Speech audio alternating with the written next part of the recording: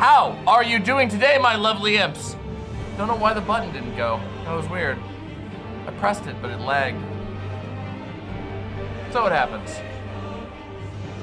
Autumn Abyss, Sonia Forest Guardian, Uchu no Tenchi, Susie Clem says BLM, Mistress Lynn, Dragonborn, Token Brazilian Zadoki, Just a Furry, Baphomet, Ada Stardust, Page, Punk Corpse, Lauren X Pandamus, Lavender, Put the Screw in the Tuna, Felsen Forma, Panic Stasis Ashmar, Kazama, Haunted Furby, Marceline Flowers, Somnio Static, Solgrakis, Cosine V, Xerox, Sock Opossum,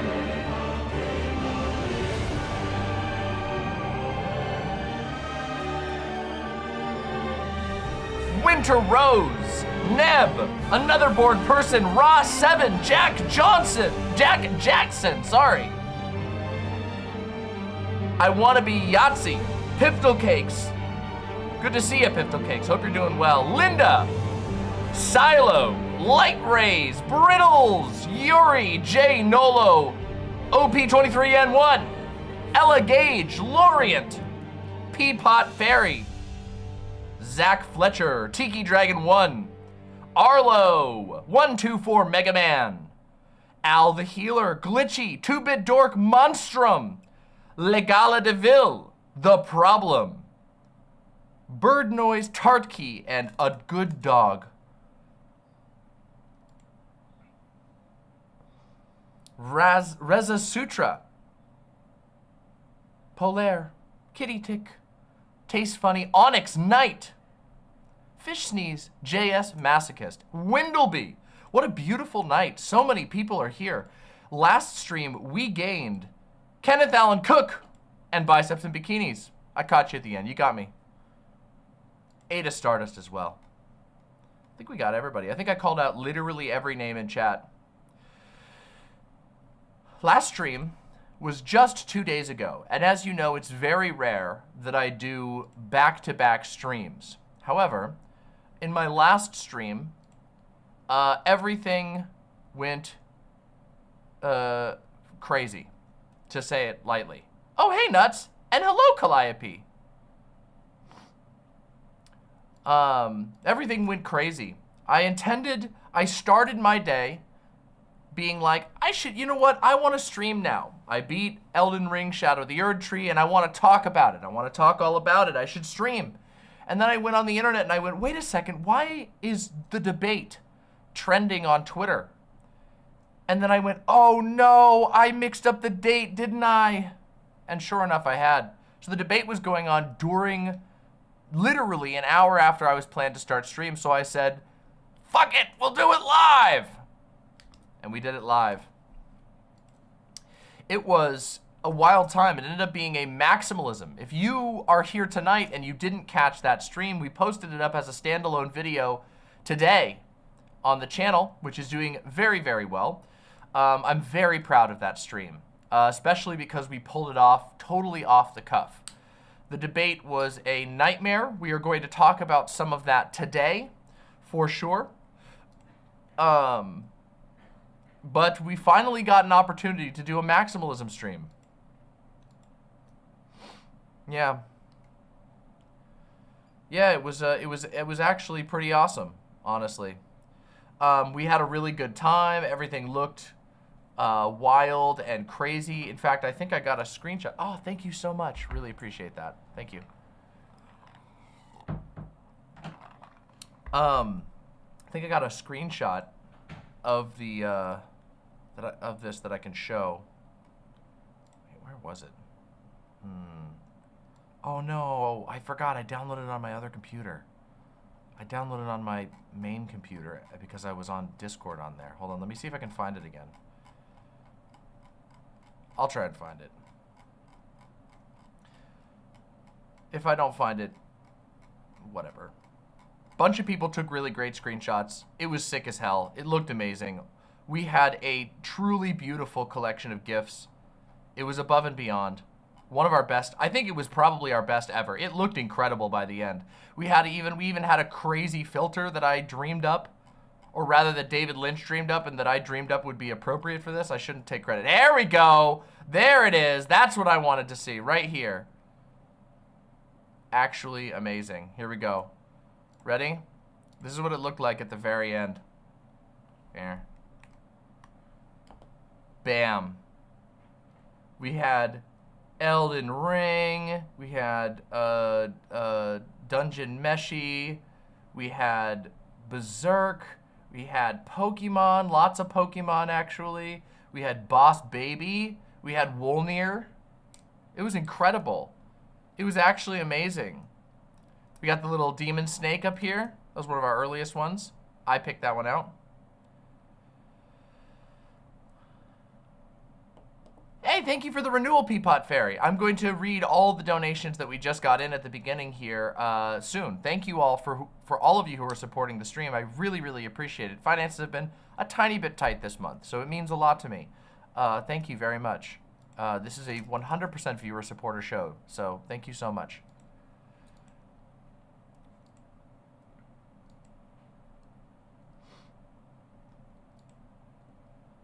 Demon Snake? Are we talking about Trump again? Do not insult my Demon Snake as such.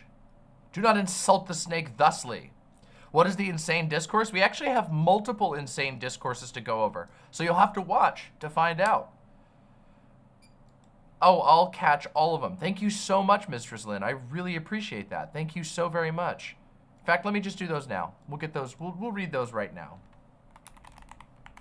I want to read everybody who donated off right away, and then I can freely ramble and blather as needed. Felson Forma with the tier 2 sub. Thank you so much. Let's get rid of this white name. Indeed. Well done. Nuts with the tier 2 resub. Thank you so much. Gay. True. Also, Mistress Lynn with the tier 3 sub. Thank you so much. So generous. Here's a really cool little clip. All right, I'll check it out. Thank you so much. And Just a Furry with the tier 2 sub. I fell off because of my work schedule, but I didn't die. It's time to come back. Welcome back, and congratulations on surviving a rough work schedule. Seriously. I can't play this. I can't play this because this is a song. I can't do it. I can't do it. But I'll look at it later. Thank you anyway. Is it not a song? Is it just somebody saying something? I don't think I can play that. It's okay, though. What's the insane discourse? Oh, wait. I just read that one. The response was, wow. Oh, it's okay. Don't worry. I'll watch it later. It's just how it goes. Most songs I can't play on stream because it'll take down the monetization for my stream, which is one of the only ways that we make money. It's viewer support and whatever ad revenue we get from being on YouTube, which is, you know, it is what it is. And I don't know how many it is what it is I got left in me, you know, if you know what I mean.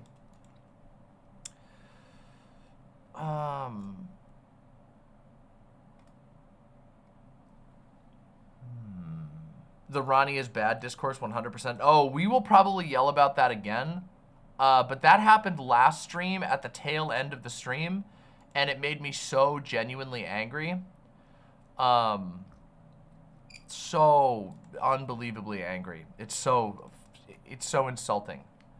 There's been a couple of discourses going around. So I'll give you a little teaser for today's stream. We're going to start with politics because I have a lot of politics on the mind and I want to get those out of my system. And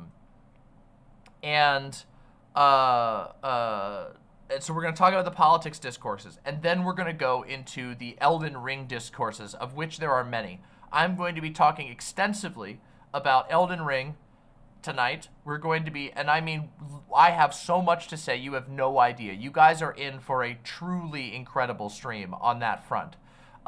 You should stick around, even if you don't know if you're totally into discussions around Elden Ring, because almost guaranteed it's going to get really spicy and also really funny. So, yeah. Yeah.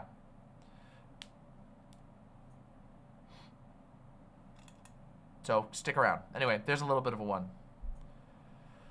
I'm seeing the same awful Dragon Age takes all over again after like 8 years. You know, I expect it more. I expect it more with Dragon Age, and I won't elaborate on why. That's all I'm going to say. Somniostatic says, I'm still trying to think about what a body without organs is, and my brain is melting. That's a really complicated subject, so just keep at it. I didn't get it the first time I encountered the concept either. But if you keep thinking about it, it does eventually make sense. The body without organs is a space of pure potential. That's the best way of understanding. It is a space that is represented by pure potential and very nothing concrete. Basically, it's a little hard, but you'll get it there eventually. It's a very complicated concept, but it is very interesting and fascinating. I promise you, it'll be worth it to learn about it. Body without organs is a house cat?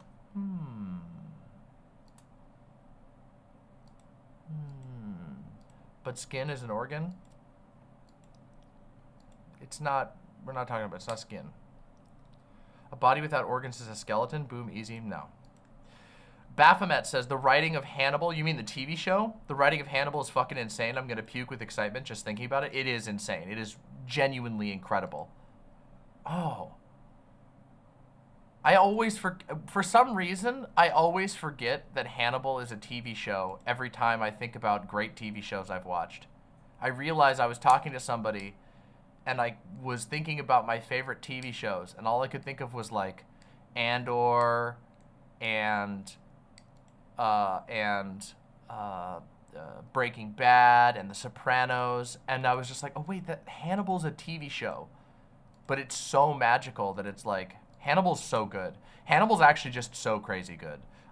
It is good on so many levels that most people don't realize it. It's not just like a good show, it's like one of the best shows. Did you watch The Wire yet? No, not yet, but I will.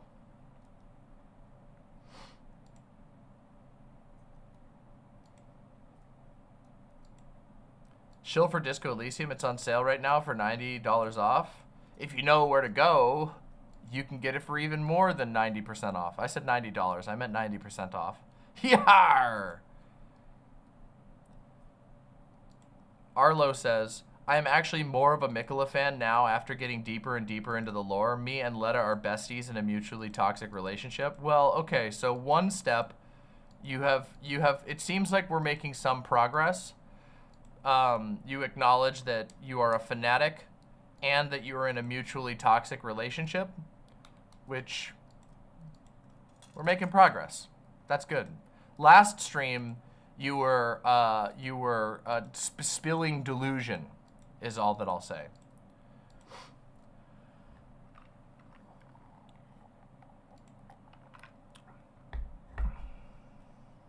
But we're not gonna do that. We're not gonna talk about that now. Don't worry, we're not going to talk about that now. We'll do that later after I warn for spoilers. I'm only referencing events that occurred in the last stream. Can we stop spoiling? We're not spoiling Elden Ring, okay? We are, and I'm going to talk about Elden Ring, okay? It's a thing that exists, all right? It's a thing that I'm very passionate about, and yeah, we're not, there's a possible likelihood that somebody might say something spoily. That's just a reality. I got spoiled on some things, and when I was playing, I got spoiled on some things, and my brain went in the wrong direction, and I still got surprised, even though I knew something was gonna happen. So, chill. Saying the name and having a vague opinion on a character that is literally the main subject of a DLC is like, you know, that's not really spoilering, okay? I have seen Buffy. Buffy's really, really enjoyable in a lot of ways. Perhaps the second greatest thing that Joss Whedon has ever made in his entire life.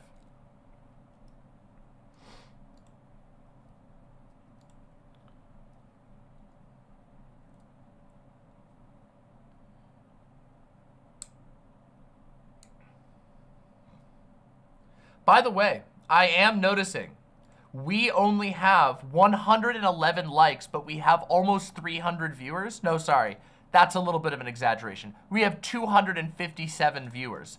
So if we could get a few more likes, we would actually have 300 viewers, which would be beautiful. So please. What's the first best? Firefly? Yes, Firefly is my personal favorite.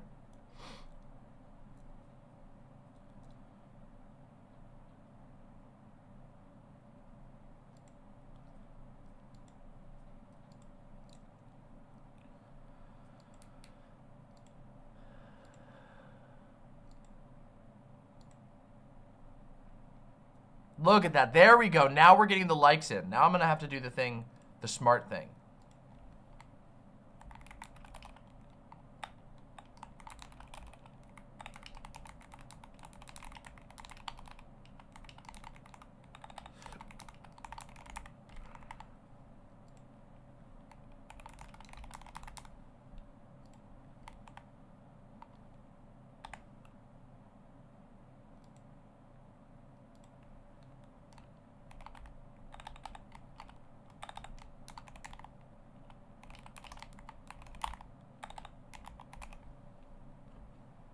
There we go.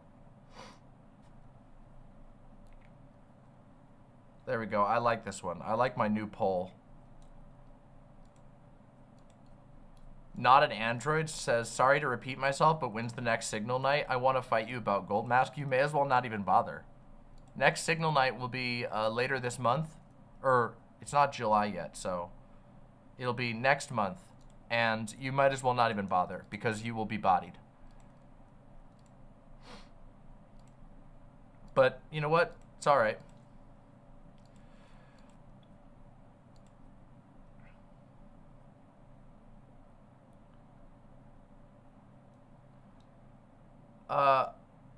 Dragonborn says, I did make an offer to you if I can get your input. Oh, wait, I didn't see that. I didn't see. What are you offering to me? What did you say?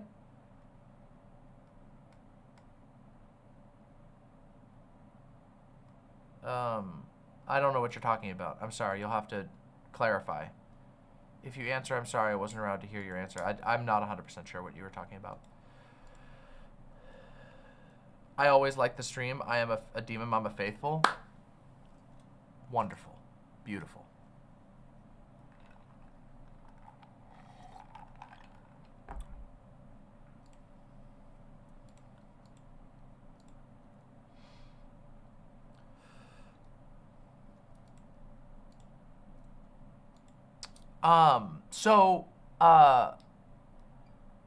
I don't even have any cool, funny, mundane stories to talk about because I've only lived one day and not even a full, like, full proper day since I was last on stream.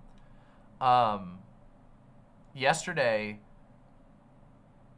I was out for, like, most of the day, and Doe and my partner Gynotype are both sick, and there's a possibility I will get sick because a bunch of my friends have all got the same little head cold. It's not COVID, thankfully, as far as we know.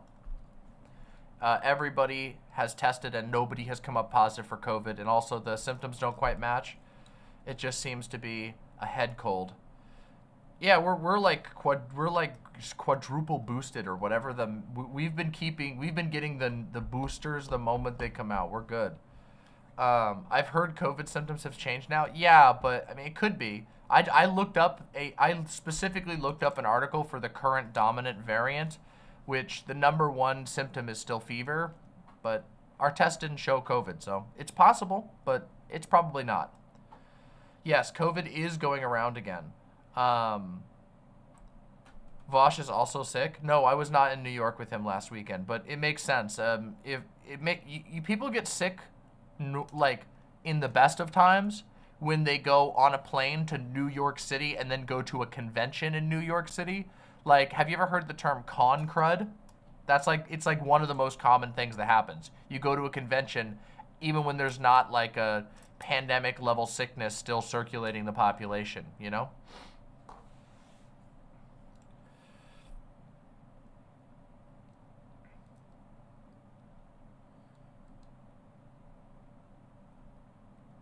But so far, I have not gotten any symptoms yet. So here's hoping, but we might find out that I get sick.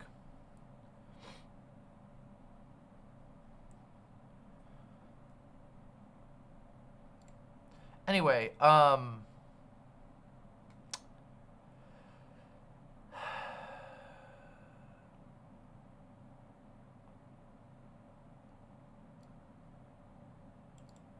my god.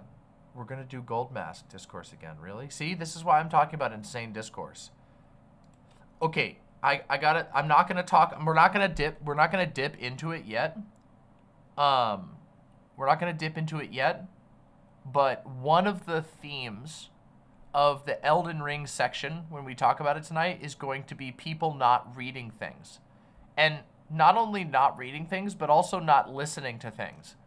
Which is like, I understand people miss details, but sometimes people miss details that they really ought not to have missed.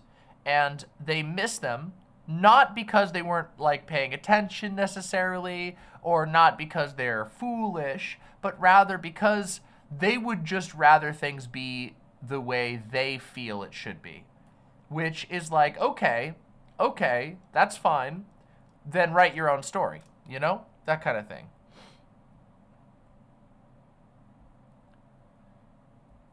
Windleby, we're not doing it. You gotta chill. Windleby, you gotta take it easy. We're not even talking about it. I'm just referencing broadly and vaguely the structure of things. My goodness. It's okay. I told you, I'm gonna warn before we get into anything that's even remotely spoiler territory.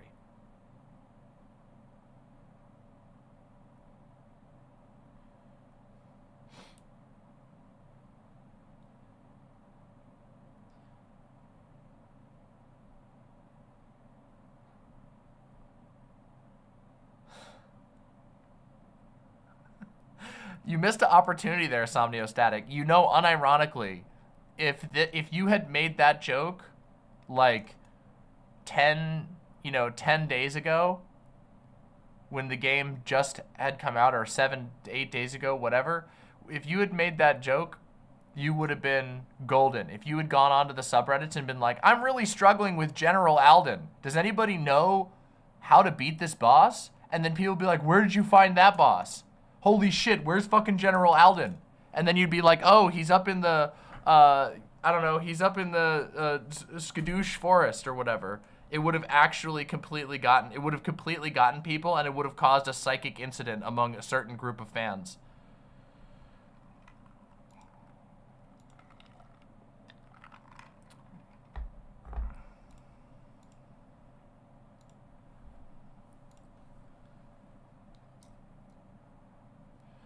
Shake of my head, no Armored Core or Kingsfield Discourse. Maybe in the future. Maybe in the future.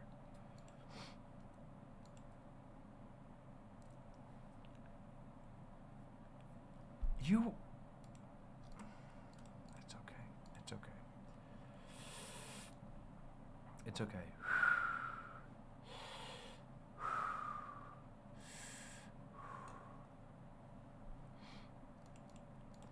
I honestly think the lorists have become very absurd with their versions of the story. It's actually, yes, you are correct, but it's reached a level of weirdness. And I think this is, I think I've learned something, which is that it's a sequel problem. Sequels specifically seem to have this issue where people, they invent their own, like, really, like, basically, when people play, a lot of people, when they play a first game, they start to do, like, in their mind, like a crayon drawing of what they think the story's gonna be. And, of course, they don't actually write that much. Some people go really ham and they get way too into it and they like amp up their crayon drawings with like stickers and glitter and all that kind of stuff. But most people, they have like a crayon drawing, and some people are so attached to the like emotions that crayon drawing makes them feel that they are incapable of like moving off of it or changing their interpretation at all. And when a sequel arrives and doesn't match up to it, they go bonkers. They lose their absolute mind. Yeah.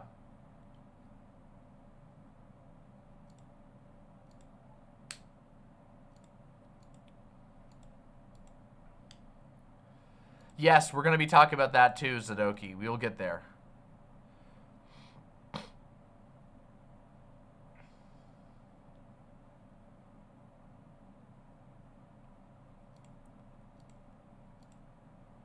I'm worried that this will happen to me when Silksong comes out. That's why you have to be careful of hype. As a veteran, lifelong gamer of the Ascended variety, okay? Let me teach you something. You must always quell the serpentine flames of hype with the soothing waves of water, okay? Always. You must contain it, okay? It's a very spiritual thing that you have to learn how to do, because it will ruin your life and it will make you not like things that you otherwise would have liked. And on the worst case scenario, in even worse, you might become blind to your own suffering in other ways. You don't want to do that.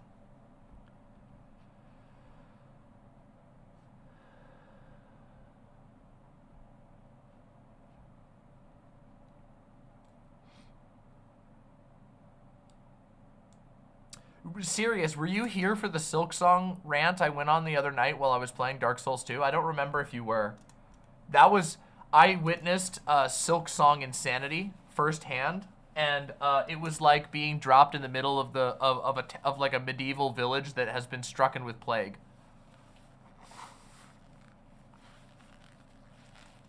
It was actually like one of the scariest things I've ever witnessed. There were like flagellants hitting themselves and whipping their backs bloody in the street. There were people like throwing themselves off of rooftops to please God. There were like I don't know, people burying themselves up to their necks in ant hills just to be like, God, find us, please. My suffering will do it. Is it time-coded on the VOD? Ooh, I don't know if it is. Maybe? I think it was on my last Dark Souls 2 stream. No, maybe not the last one. Yeah, maybe it was the last one. No, I'll try and find it for you so you can hear me talk about it.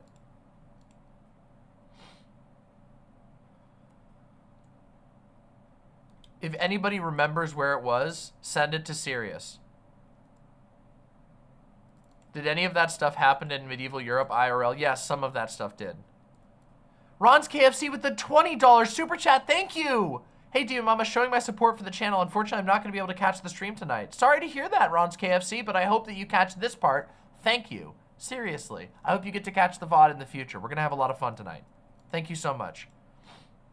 That's fair, Gayfesh.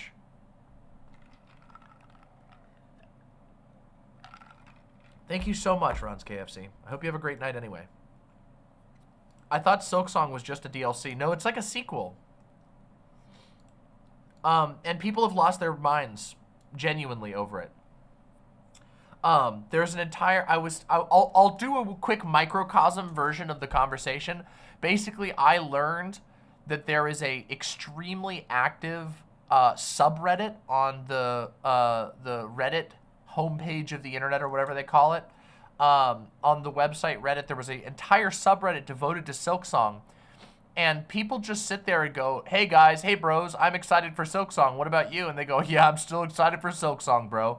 Like, people actually take time out of their day. They're like, I should go to the Silksong subreddit today for like years with no news, nothing to talk about. It's literally just a hype fuel room for something that there's been radio silence for like years. It's crazy. It makes me sad.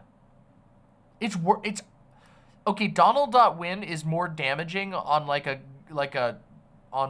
global level for sure. Donald.win is like definitely more damaging. But I think that I think Silksong might be more like acutely deranged in like a very specific way. Because like with Donald.win, they talk about Donald Trump, who's a guy who's still doing things right now. Like, yes, he's boring and he basically says the same stuff.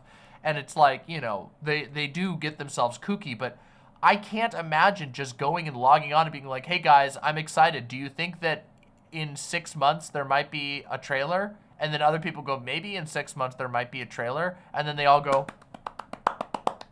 yes, very good. It's crazy. And it results in the weirdest shit I've ever seen, because they were literally losing their minds when the various, this year's, there was E3, the Summer Games Fest or whatever. There was the Sony one, the Nintendo one, and they were like, is it gonna happen? No! And there was just like posts of people on suicide watch. It was, oh man. I was like, oh my God, go play something else for real.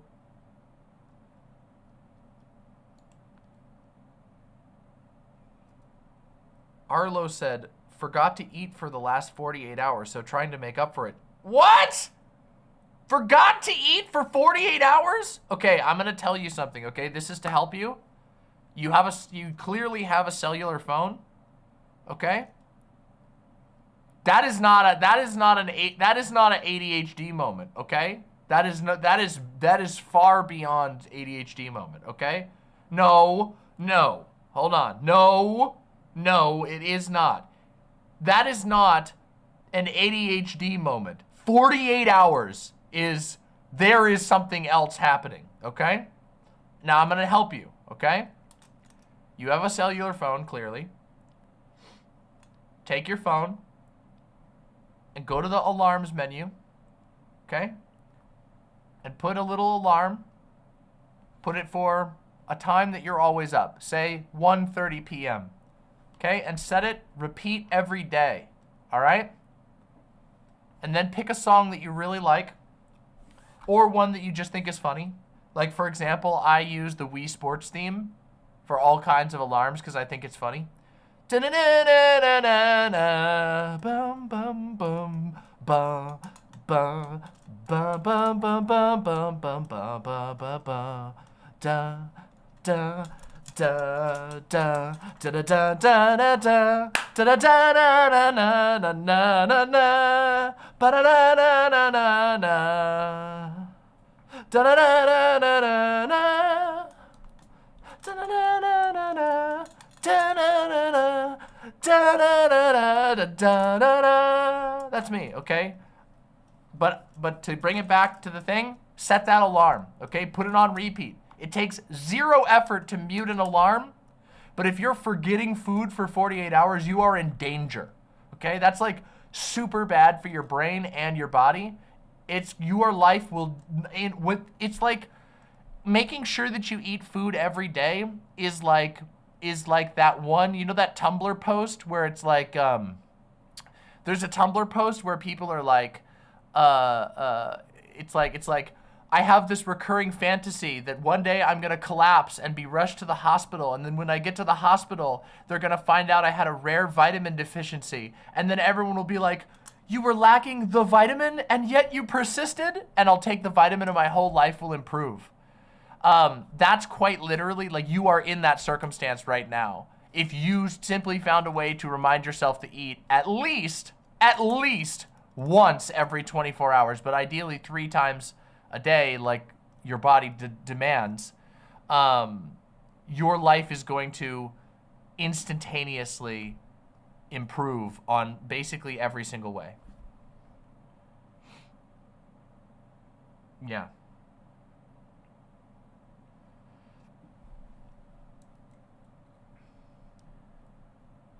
I don't think that it's really crazy. Some people do not realize just how miserable not eating makes them.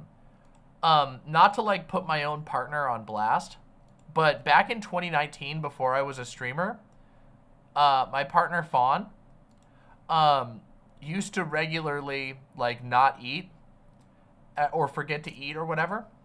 And Fawn would get like legit like super hangry and not even realize what was happening.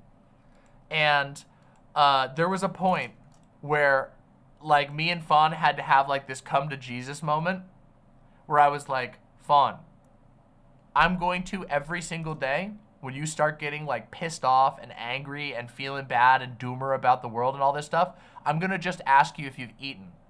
And we're gonna see. And I'm gonna just keep track of it. Not to like own you, just to show that I'm on your side here. And sure enough, and now since then we don't have that problem at all. We haven't had that problem for 4 years. But way back then, quite literally, it was like the Snickers. I'm not even kidding. It was like the Snickers commercials. And it happened. There was a part. There was one moment where it finally clicked. It was quite adorable, actually, honestly, if I'm completely honest. We were traveling to Sacramento in the car, and Fawn was fucking pissed off and was like, fuck this shit, fuck that. And I was like, hey, Fawn, quick question. Did you eat breakfast this morning before we left? And then there was just silence, and then Fawn started laughing a little bit, and I was like, all right, we're stopping at Carl's Jr. It was like that. It was literally like that.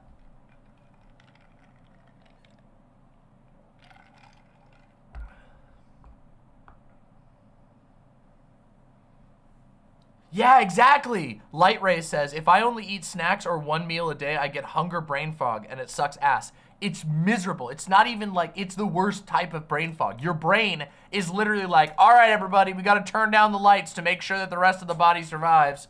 Sorry, everybody, pack up, come on, it's quitting time. And your brain's like, God damn it. We were just about to spin up a load of dopamine. And they're like, we can't afford it, everybody, shut the doors.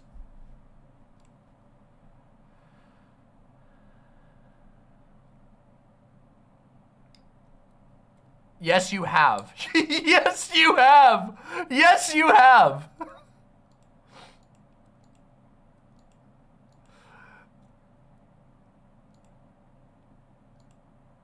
Please eat is the short version of this. And if you struggle with remembering to eat specifically, just take your phone, okay? Take your little phone, all right? I'm serious. Take your phone right now. I'm looking at you right now, okay? You're watching my video, take your phone, put an alarm, put something funny as a ringtone that'll make you giggle or laugh or smile or whatever. And when you get that alarm, go grab some food, okay? You will thank me. I promise. You're gonna look back and you're gonna remember this video and you're gonna go, oh my God, she was right.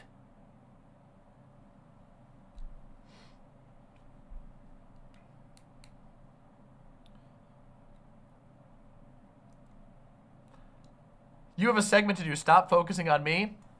No, because I know you're not the only one out here. You're just the loudest one. You can't help yourself. You say it. The rest won't. In a twisted kind of way, you're doing a favor to all of the other people out there who right now are going, oh, my tummy hurts, but I don't know why. Oh, God.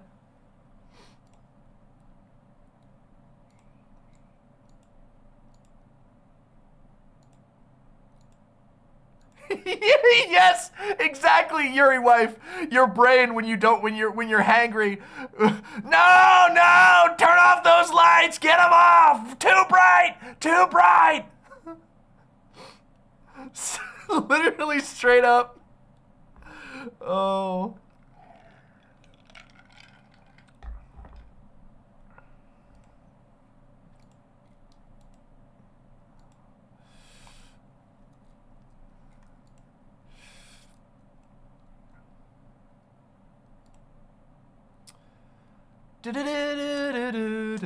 By the way, that was a segment. Kenneth Allen Cook says, are you aware of a term called neurogenesis? I don't know. No.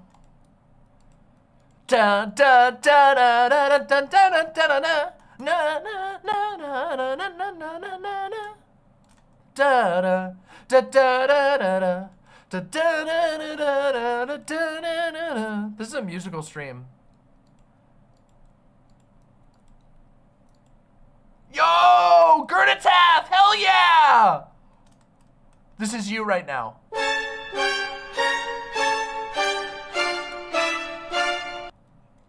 Well done, Gurnatath. Hell yeah.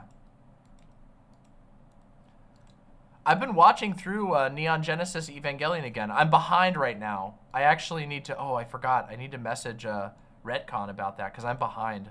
I'm being a bad collaborator right now by being behind. Okay, hot take though. I think people remind others to drink water a little too much. Okay, not a little too much, but that it's like people. No. Hold on a second. Nuts. Wait. Hold on. Wait. We need to rewind back. Nuts says behind. It's nearing 30 years old. No. Hold on a second. I've watched Neon Genesis like 4 times in my life from beginning to end, plus the movies. I'm watching it for a project and taking notes on it, and I'm behind on that.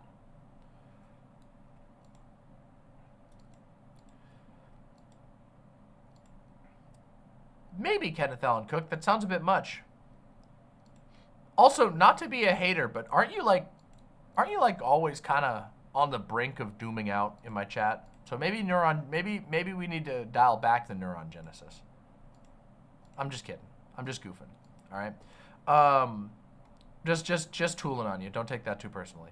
What was I gonna say? Water thing. I was talking about the water thing. Okay, the water thing.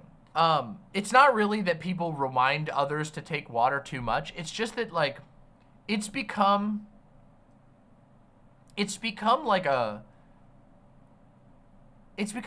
really weird type of like wellness slacktivism.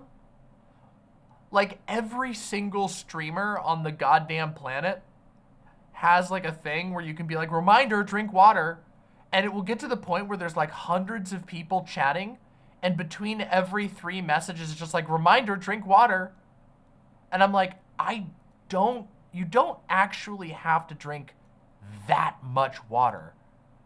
And there's you're not actually, like, there are some people who are super forgetful about water, okay? There are times where I am forgetful about water. I think lots of people are forgetful about hydration.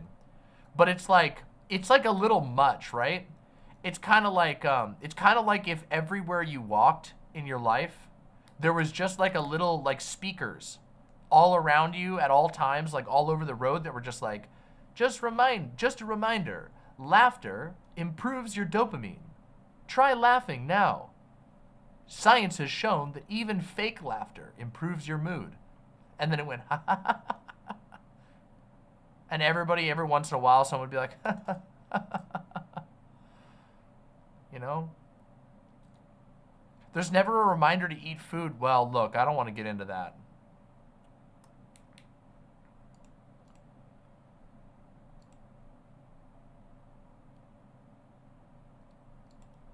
Did you know that your brain has a microbiome? Mine has a macrobiome, to be completely honest. That's because I'm just operating on another level. There are whole worlds. I could even say it's a microcosm, maybe even a macrocosm, depending on how far we go, you know.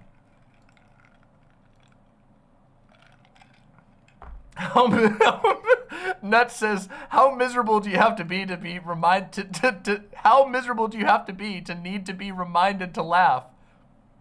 I'm just saying.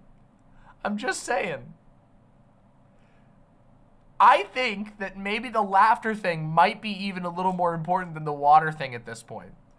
Something I've realized is that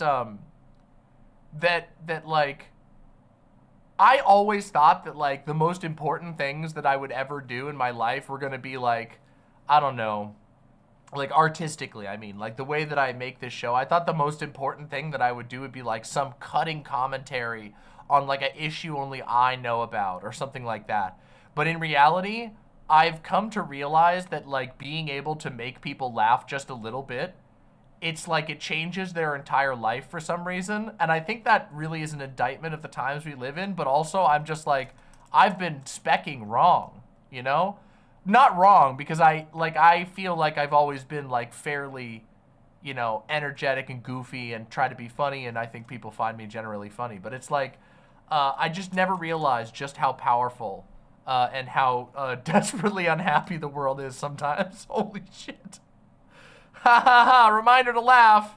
Bazinga. Laughing moment, reminder. Holy shit!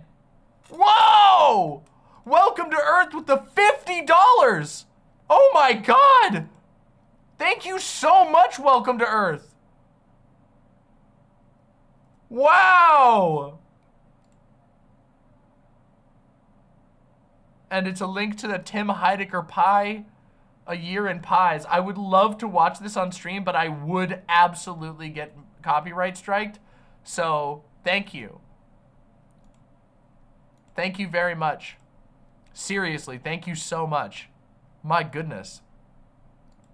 All right, I got that clip saved, Mr. Krabs.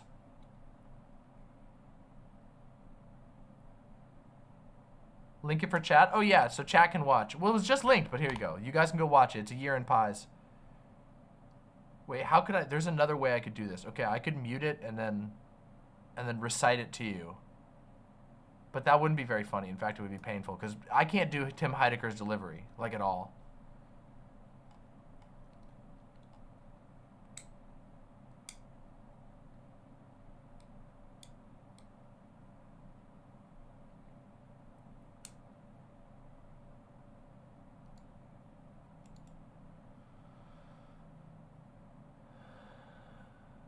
Like, okay, not to swing back. Not to like swing back to the water thing, but also like if you listened, there's also a perverse problem, right? Which is that it's so ubiquitous in certain places that like reminder to drink water, that like if you listened to it all the time, you would be your bladder would be like a watermelon, like constantly. You would be able to see your bladder like bulging out of your lower abdominal area. So what ends up happening is that you see it so much that you end up training yourself to ignore reminders because you're like, no, I just drank for the last 15 reminders and I have pissed like 20 times in the last hour.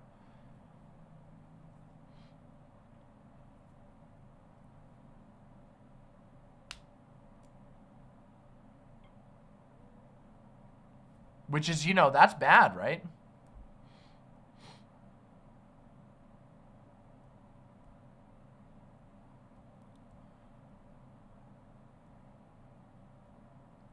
Yes, that's what I'm talking about, Yuri wife. That's what I'm talking about.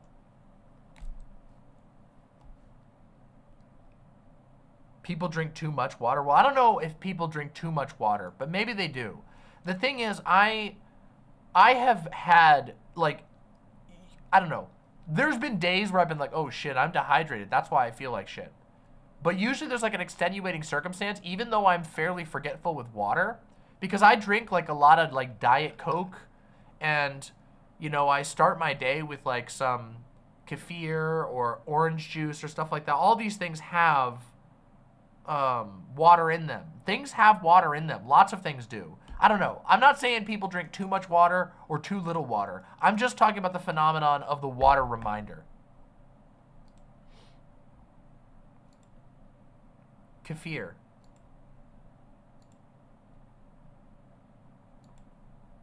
And that's how it's supposed to be pronounced, if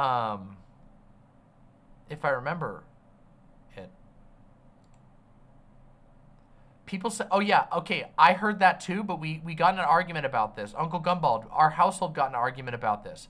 Uncle Gumbald says, I've always heard that it's supposed to be said kefir, but it's not, as far as I understand it. It is an Eastern European drink, and it's said kefir.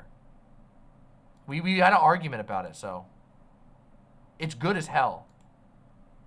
Regardless of how you pronounce it, it's really good as hell. It's like drinkable yogurt, but like more tart and sour.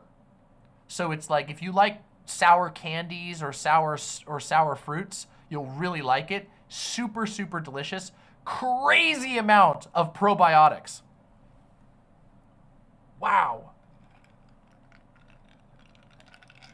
Yo, Datora dude, thank you so much for the gifted sub. Thank you so much.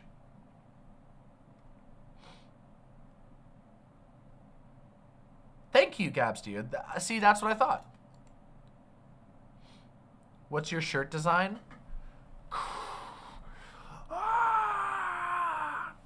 That's what it is. It's sick as hell. It's an entity.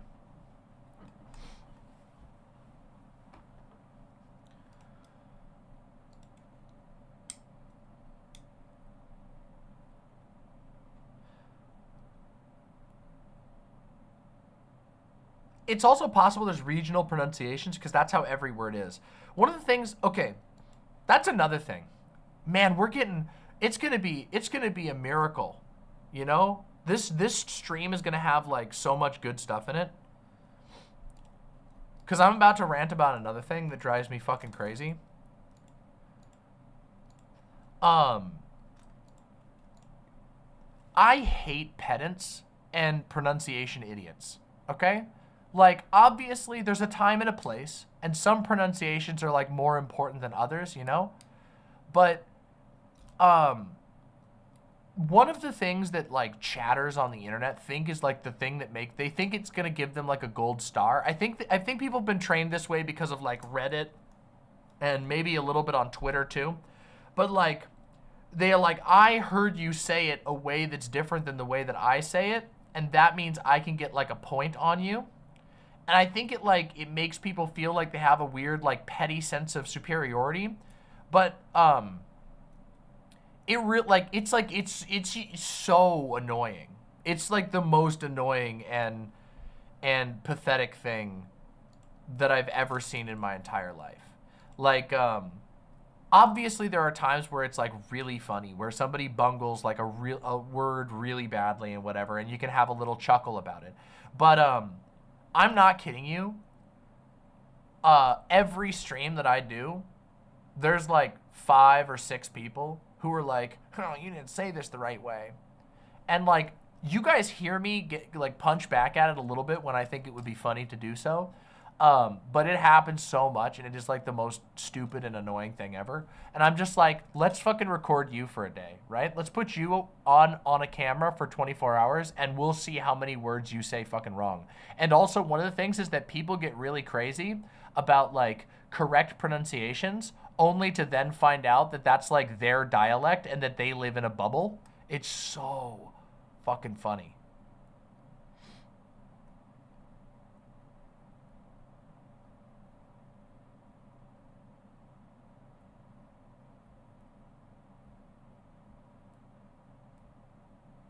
I only worry about pronunciation if I'm using a foreign word to a person of said culture. I mean, in context, that can be valuable and important, but also remember that like people learn new languages all the time, and sometimes their pronunciation is just slightly different because of accents and dialects. Like, language is so complicated, and there's like, sometimes pronunciation is so counterintuitive that it almost doesn't even matter, you know? I am one of the people who believes that like communicating is more important than like the rule, the like hard and fast, you know, holding to some kind of rule, is just of course an absurd thing. It's like the pecan people. Did you know that like there is no agreed upon correct pronunciation of the nut that you bake into a pie? And yes, as Fishsneeze says, it's actually been observed that many people will say it 2 to 3 different ways, even when they're talking about it like in a stretch. So they might be having a conversation about pecan pies, and they might say it 2 or 3 different ways throughout the conversation with no seeming consistency.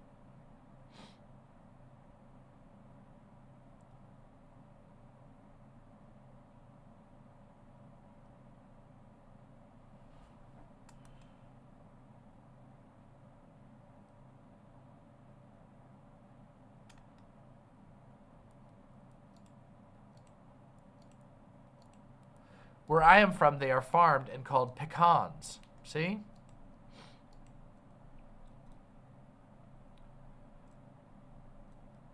It's just how it goes, you know?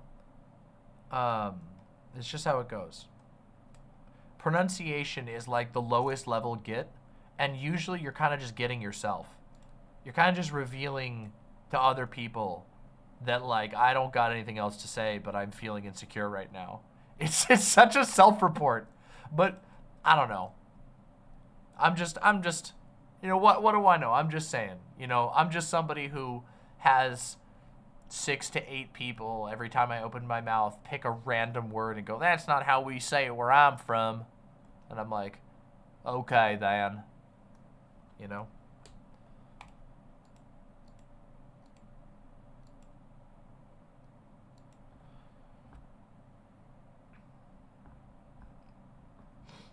I don't know if they are, Delaney. I don't know if pecans are like an American thing.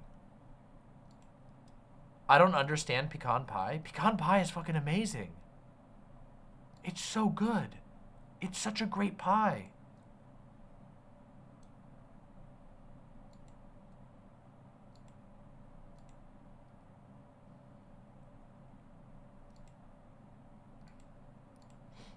Monica G says, I'm sorry, but mispronunciations are a pet peeve of mine. I won't say anything on this chat. I don't want to annoy Diva Mama. Okay, I hear you, and I appreciate that. You're probably not gonna annoy me that bad. This is mostly just me like ranting about a pet peeve of mine, which is like people spending their time, you know, sitting and eating, you know, stuffing their face with Cheez-Its or, you know, whatever on their TV at home and then going, oh, I got the streamer, but you know what I mean? But it's like, okay, like every person pronounces every word slightly differently, right? Like if I was to talk in the Mainer accent, the down east Maine accent, hey Bob, how you doing today? Everything sounds different. Every word sounds differently than somebody who's speaking with a deep southern drawl. So it's like, I don't know. Like mispronunciations are like, it's like there is no pronunciation, right? Like there's only like a vague nebula around words that we can identify. And even then we still get confused because there are words that are like the same, like there, and there, right? They're like all said and pronounced exactly the same. Which one is it? Mama, soda, or pop? You all hear me. You know what I say. Oh, Recon! Great to see you. You all know what I say. I'm the ascended one. We're from the new era. That's right, Panic Stasis. Panic Stasis knows it. It's the Sody Pop. It's the best way of saying anything. Big Sody Pop. Sody is my one. I go with the Sodies. Which is a derivative of soda. And I grew up with people mostly saying soda. But I've been a Sody Popper for a long time. You know? Sodies is where it's at. Yeah, Big Sody. Yep. You fucking nailed it. Retcon knows from living with me in the past. Retcon, you say, oh, you want to go grab some Big Sodies?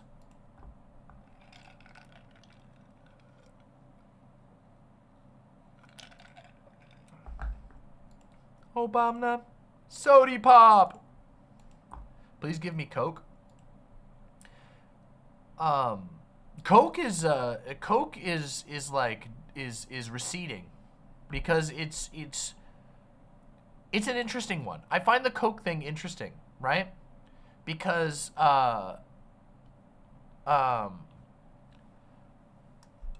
it's not often that a brand name becomes a ubiquitous term. It does happen. Like, for example, Band-Aids. Like, nobody says, adhesive bandages. Nobody says that. Everybody says, oh, you got a Band-Aid? Who's got a Band-Aid?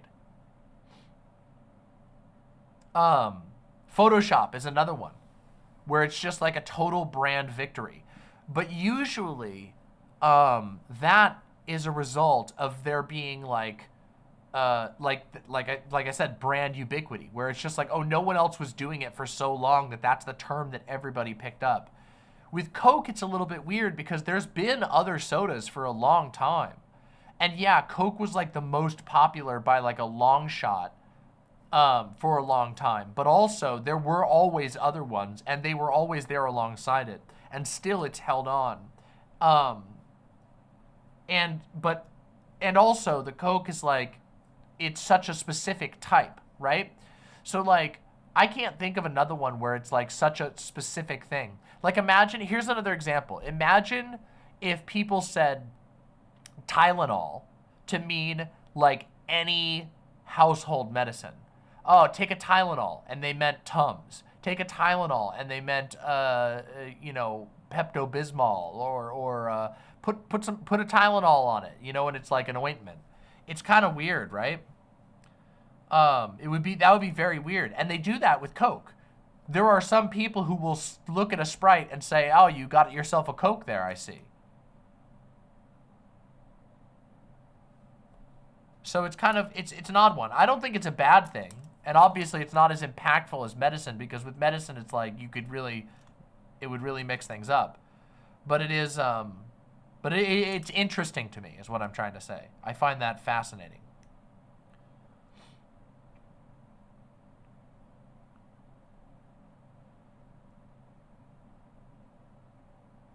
Yeah, imagine it, exactly, yeah, Gayfest, that's a great example. Imagine if people called all cars Fords. That would be very weird.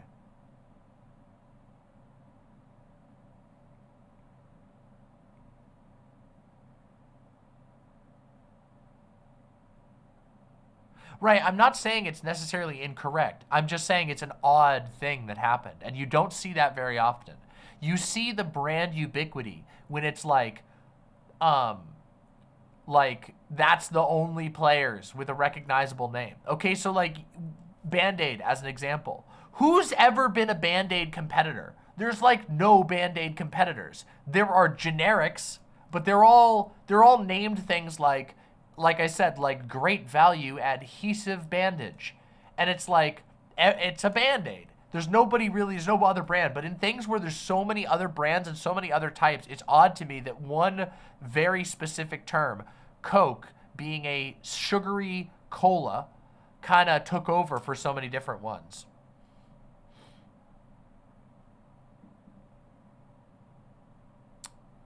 Oh, that's super interesting, Telecritter. Telecritter78 says, I've heard that in the 80s in Japan, Fender was just a term for all electric guitars. That's super interesting. Oh, Q-tips. See, Q-tips is another one like Band-Aids. Q-tips is one where it's like, who fucking else made Q-tips? Only Q-tips did. I hear people say Kleenex all the time. People say Kleenex all the time because, again, there's not really all that many other meaningful competitors. The Fender one is another interesting one because it's like there is a big difference between guitars.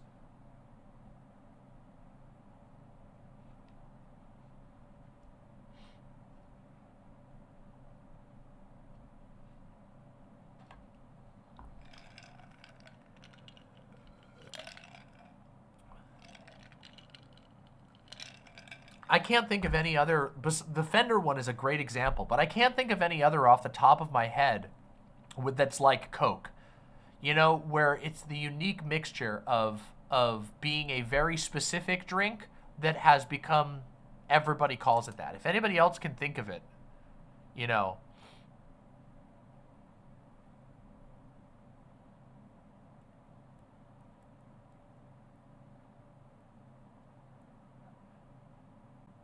Google? No, it's not really.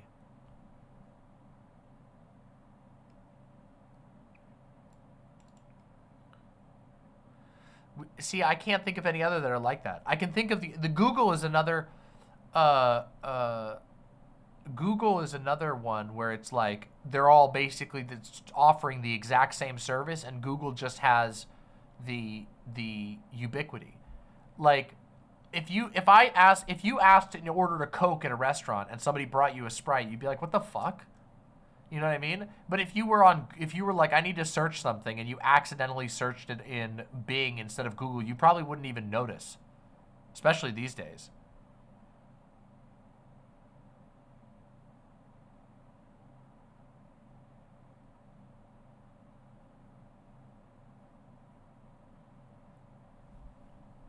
Oh, that's really good. You got it. Speaking jargon, got it. Nintendo. That's the other one. Calling all the, which is, that one is fading away.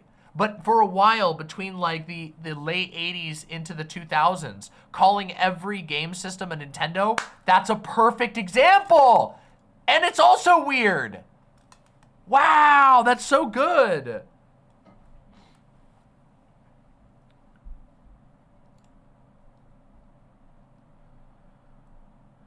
Damn, that's a really good one.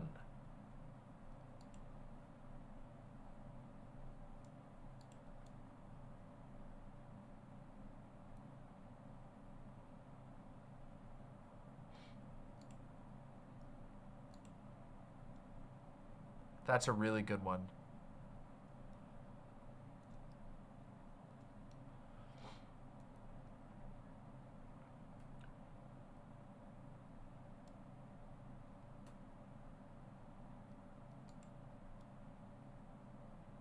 Wow, that's interesting.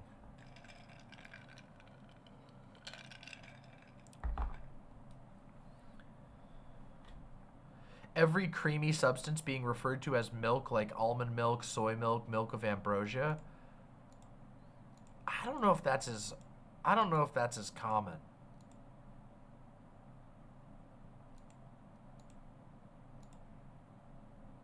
And also, I think is a milk explicitly only refers to, I guess it does. I guess at its basis it does. That one's a little different, I think.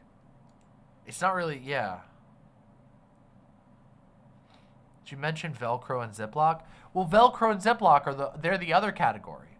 They're the category where it makes sense why that one took over. You know, where it's like they were the leading brand with the only product of that type.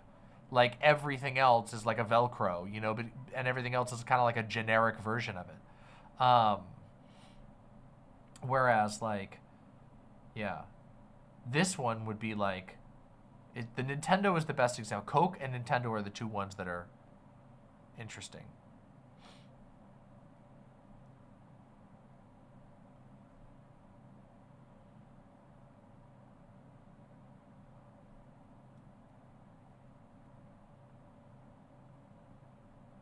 Here's another one, Tupperware. See, that's that other category where it's like they were like a predominant brand and everything else is kind of like doesn't have the brand presence, whereas the products are ultimately the same. Like when people have the glassware ones, they usually call them well, there's a bunch of different ones. I'm blanking on right now. I'm blanking on the brand name for whatever. There's a specific name.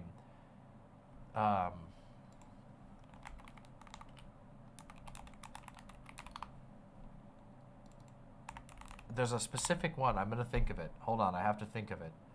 There's a specific brand. And I'm blanking really hard on it. It's got like a sciencey. Pyrex. Thank you. Pyrex. I looked it up and figured it out.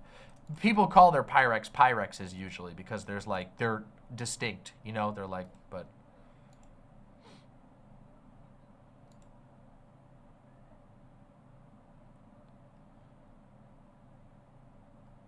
Okay, here's another one. Here's one that would be weird, okay? Just to illustrate the phenomenon, and then we're got to move on because we've been stuck on this for way too long. What if every cracker on the market was referred to as Ritz? So, like, it didn't matter if it was a multi-grain cracker. It didn't matter if it was like a, you know, like a cheese cracker. It was all just called Ritz. That'd be weird. It'd be weird, right? Because like a Ritz is like a buttery specific type of cracker.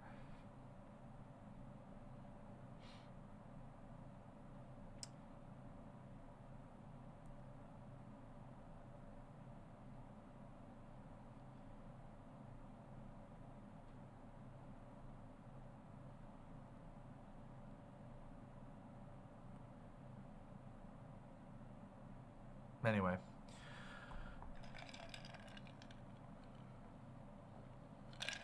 All right, let's wrap that up. Woo! That was interesting. A fun little journey into the intricacies of silly regional word choices. You know? Damn, we got 406 people watching right now and 327 likes, which does mean we have about a little over 80 likes that we could get, which would be really great. But straight up, that's awesome. And thank you for being here. If you're not subscribed, slam the subscribe button like it's 10 years ago on YouTube. Can I get 1 million subscribes? That's what I want. But straight up, thanks for being here. We're having a lot of fun. We're going to talk about a bunch of different stuff, and we're going to have a good-ass time. Do you see, though, by the way, the magic of liking? When I get tons of likes, people come in. It pushes the video out of the algorithm. Those likes, they keep us going. They're like, it's like putting a log on the fire, and we want the fire big so everybody gets warm. If this video, if this video gets to 10K likes, I'll run down into my basement, dig out the cow mask, and put the cow mask on right now. Straight up, though, if we get to 10K likes, I will do that.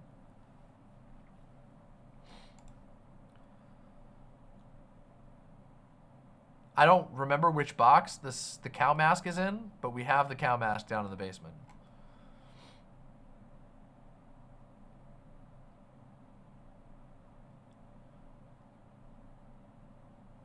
Are you keeping up with the boys? I will be. I was planning, actually, originally, I was going to be watching TV shows today with Gayfesh. We were going to sit down. We were going to watch some catch up on the boys. We were going to finish off X-Men 97. But the critters, 2 of the critters got sick. And I might end up sick tomorrow. And I didn't want Gayfesh to get sick. So, you know. Yeah. We have to finish the last episode. We only have 1 episode to go, so. I'm excited to watch season 4. The Boys, I really enjoyed the first 2 seasons of The Boys, and I liked the 3rd season of The Boys. I'm excited to see the 4th one. Oof! Margot! Oh! Margot the Marnome says, my brother stopped watching The Boys because he finally realized that it was about him.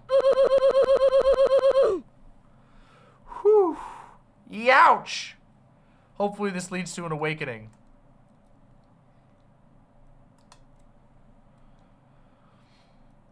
Whew.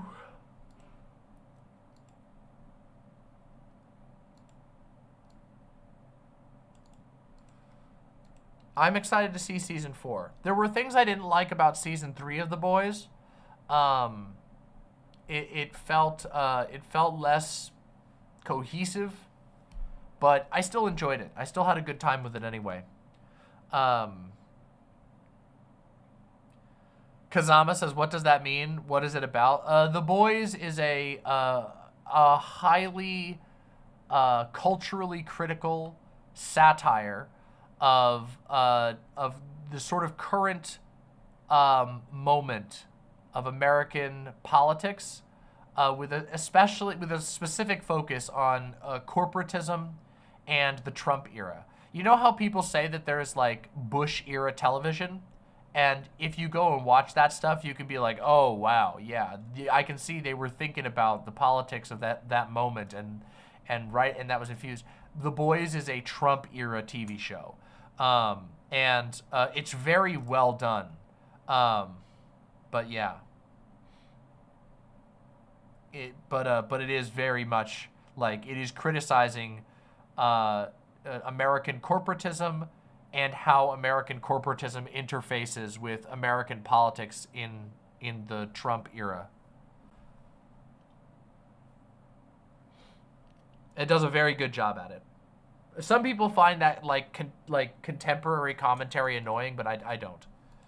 Yeah, for sure. Of course, of course.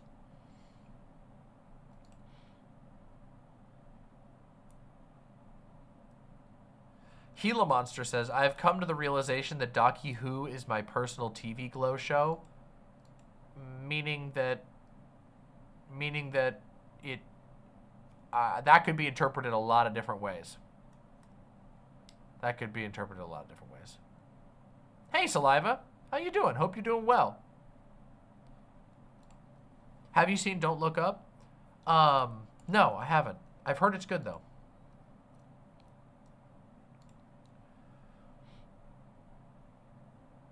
That's great to hear.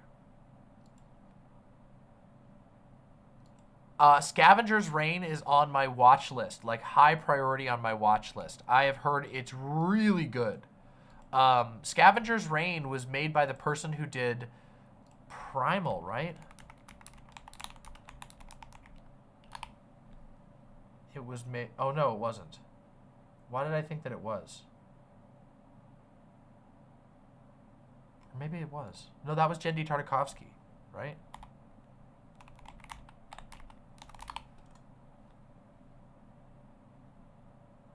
No, it wasn't the same person. I thought it was. It's not.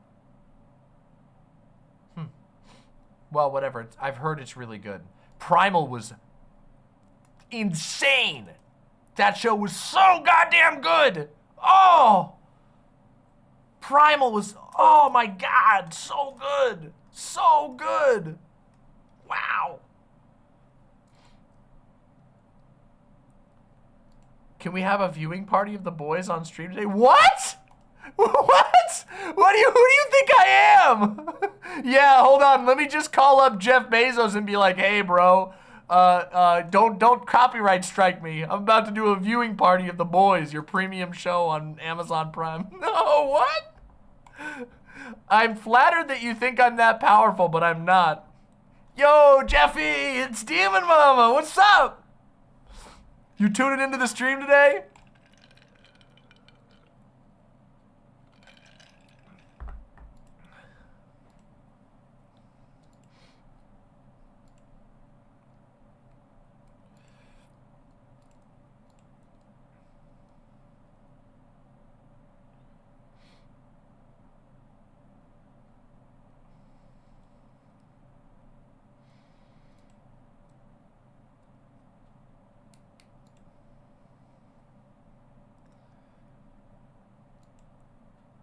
Come to think of it, Delicious in Dungeon also has a lot of parallels to FromSoft games. Yeah, and a lot of other things. Okay, can I be real though? Worst translation of a title ever.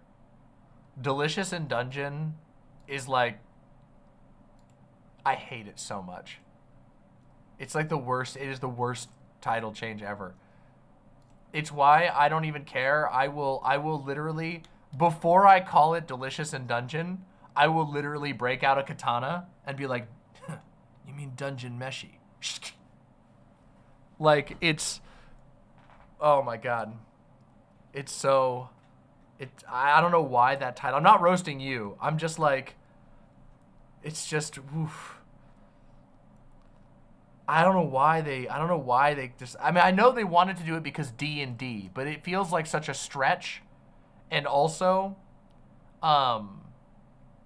it also makes it, first of all, it doesn't quite make sense. Like, it doesn't, like, like, Delicious in Dungeon, like, it's not like a real title. It comes off as very awkward, but also, it makes the show come off as if it's like a spin-off of, like, a College Humor spin-off of a D&D thing, you know?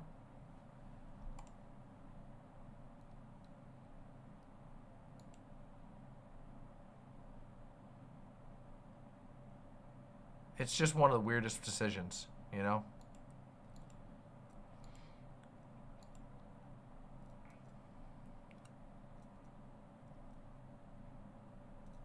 Dungeon Meshi just works. Like, even if you don't know, like, the word, it's still great.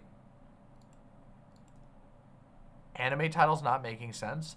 Okay, but that's the thing. Okay, there's already like a very dumb stereotype that anime titles don't make any sense, which they do most of the time. There are some that are kind of goofy, but then why would you choose deliberately to make it goofy?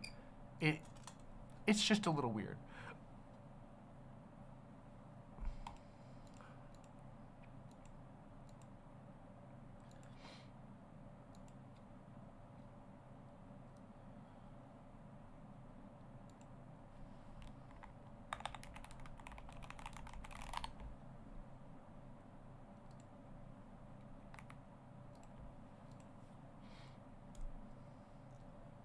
Have you seen Lane? No, but it's on my watch list. I know. Lane is one of those ones that it's like, oh yeah, you should have seen. I know a lot about Lane, but I've never actually seen it. I'm now surrounded by pillows. Life is great. Beast? Sick? Comfy pilled?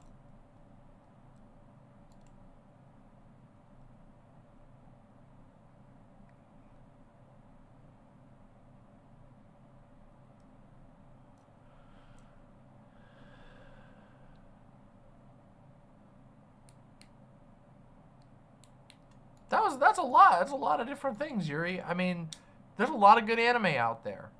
I'm not like the world's biggest anime head. You guys know this. I've said this like a million times. People have tried to call me various things, and I'm just like, you got the wrong person, you know?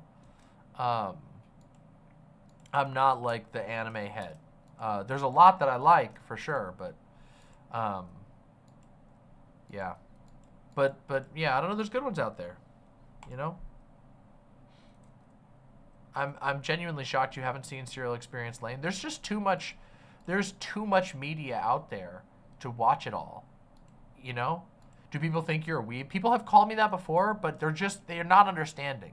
It would be if there was a word that was like being a weeb, but for specifically Dark Souls, and stuff like that, that would be more appropriate. But it just doesn't. I'm not that type of person. That said, maybe, I don't know.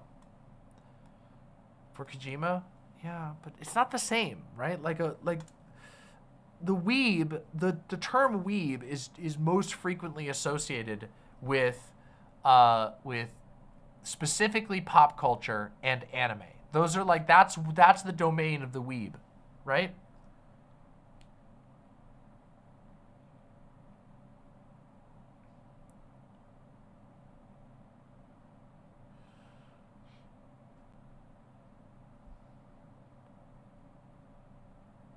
Yeah, I don't know. I think Lane is almost up there with Berserks in terms of necessity. Well, yeah, maybe. And I'm sure I'll see it eventually. And I'm sure I'll like it. I know a lot about it. I know a lot about it thematically, and I've been talked to about it. I just haven't... There's literally not enough time, you know? Not enough time. So I have this... My media watch document is truly massive, and I haven't even started to to touch on like giant books that I want to read. You know what I mean? Like I want to be able to read big works of literature. Arlo says controversial one. What about Made in Abyss? I've never seen it, and I've heard people say that they really enjoy it, but that it has a lot of problematic elements. But I don't know anything about it. I'll be completely honest. I know only the like Vegas whispers. Oh, and I heard somebody do a piano cover of one of the themes, and the theme was pretty nice.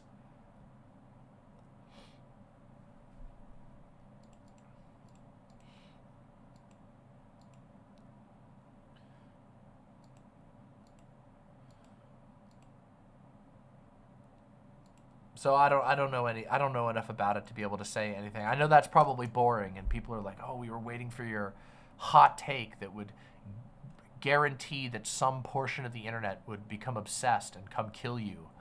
Yeah, I don't have one because I haven't seen it and I don't really know that much about it. I've heard like some aspects of it is really amazing and interesting, and that other aspects are problematic. To be fair, that also describes Berserk. So, again, I don't know. I just don't know enough. That might be enough for someone to want to kill me. Let's be real.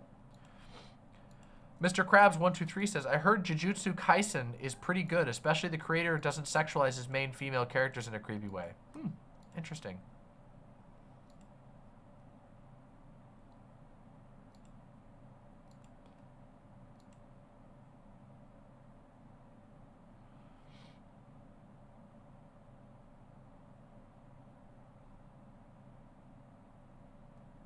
Okay, well, that makes me very worried that you're saying that.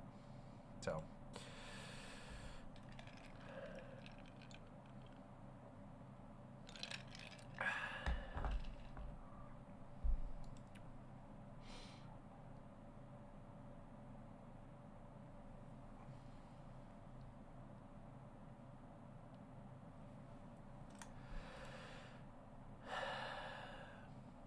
trying to think of another show. I watched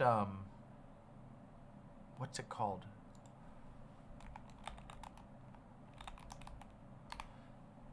I watched one of the most recent anime that I watched was Dororo, but I think there's more than one, and I don't remember which one. I think I watched the 2019 series. I think there's more than. Oh no, there's the manga. Wait, no, there is an old one. I didn't watch the old one. I watched the new one. Dororo. No, Dororo. It's the one with like there's like a young young boy character and a older brother. They're like kind of like an adoptive brother relationship kind of thing. There's some trans themes. It was really good. It was very sad, but it was really good.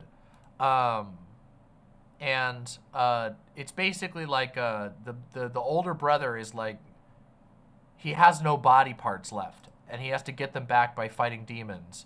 But that continually becomes a huge problem for them, because each of the demons that they encounter is like their own being in some ways. Some of them are evil, some of them are good. Lots of them are embedded into society as a part of the world.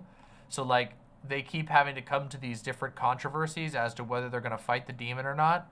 And like to not fight the demon means that like this guy has to live without his like leg or arm or voice or whatever. It's very interesting. Yes, that's the one, Mr. Krabs. Yeah, Dororo. And I watched the 2015 one, or the 2019 one with Fawn.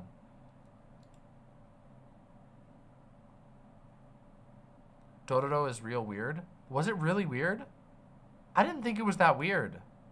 It was, I thought it was good. I didn't think it was weird. Like, I don't know. Maybe there's a couple of episodes where there's like depictions of I don't know, problematic.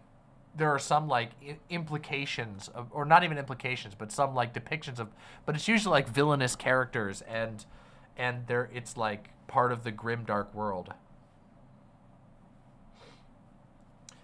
I did see that, LB. I'm really, really, really happy that you watched it. It is amazing, isn't it?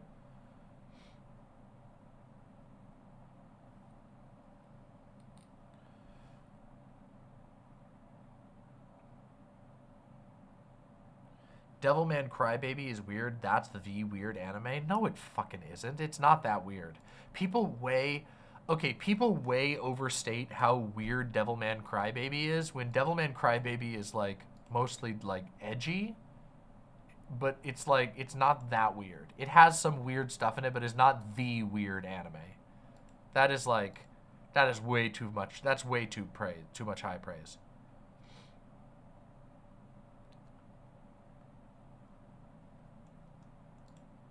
Maybe I shouldn't say too high praise. It's just like it's overselling it.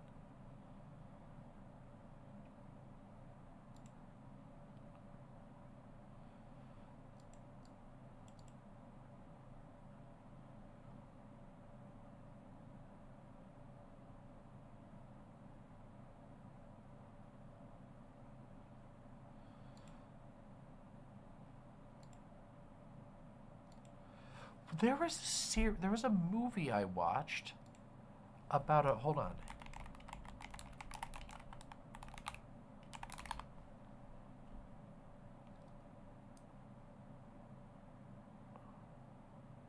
That was a long time ago, and I'm never going to remember the name of it. Somebody will remember. It was a movie about a girl who's like a ghost, and she's like revisiting areas of like a city, the area in the city that she lived in, and trying to like piece together her memories. And there's like a character who's like I feel like they're like a photographer or something. It was an anime movie. I don't remember what it was called.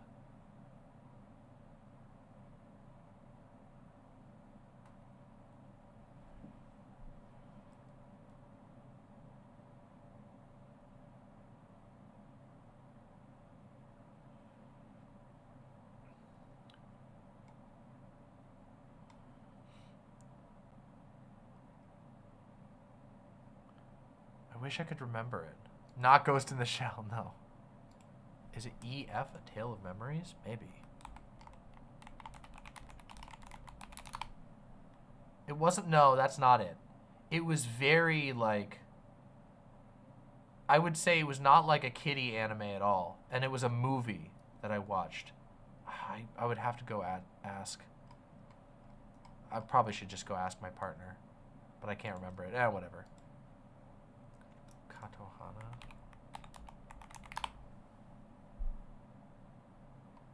I don't know. I don't remember. God damn it. I'm blanking on it. Oh, whatever. I like that one, but it was good.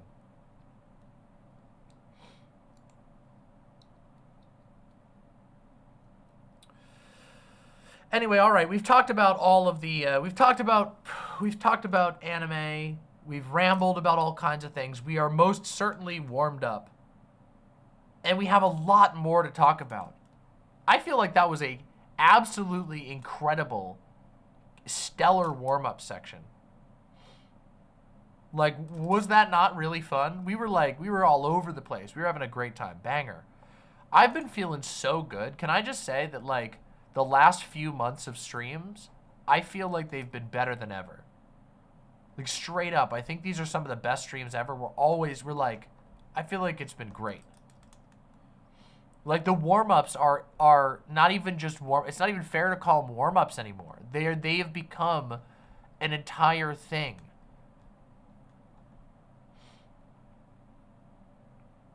It felt like you were 3 stunlocks deep. But that's what I mean. That's a good warm-up. The warm-ups are the warm-up section is where we get all the coolest stunlocks, and coolest stunlocks are like what makes streams magical, you know? A good stunlock is like a diamond when it comes to stream content. Truly.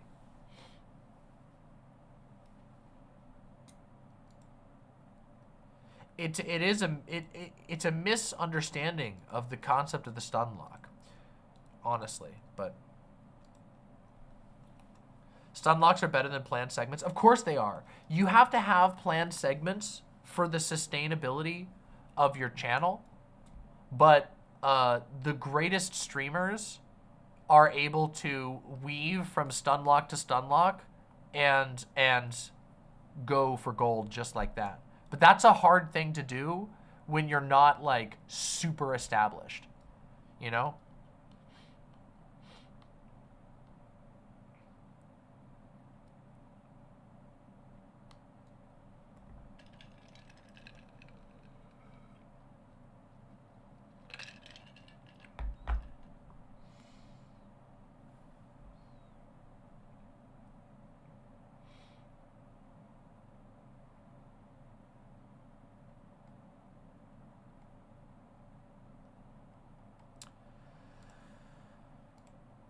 However, like I said, for the sustainability of the channel and for certain things that really should be talked about, we gotta have segments.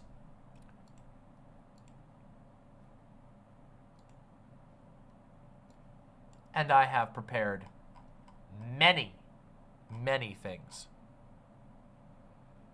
including what we're going to be talking about here in just a moment. If you are here and you have not pressed like on the stream, I ask that you please press like. And if you are here but you've never subscribed to the channel, please subscribe. It would mean the world to me. Plus, you'd get to see all the cool stuff I'm doing all the time and you'd get to have a good time, which is, that's what it's all about, you know? That's what it's all about. B with the $5 says, Dear Mama, I started HRT this week. Watching your streams helped me push me towards the decision, so thank you. You're very welcome, and thank you. My God, that's awesome. Congratulations. You did it. I'm happy that I was able to just catalyze. My job is to just put a little magic out into the world, people can grab it and seize it and use it to do their things. And I'm very happy to hear that you've done yours. That's so awesome. You're gonna love it. I'm telling you, you're gonna love it.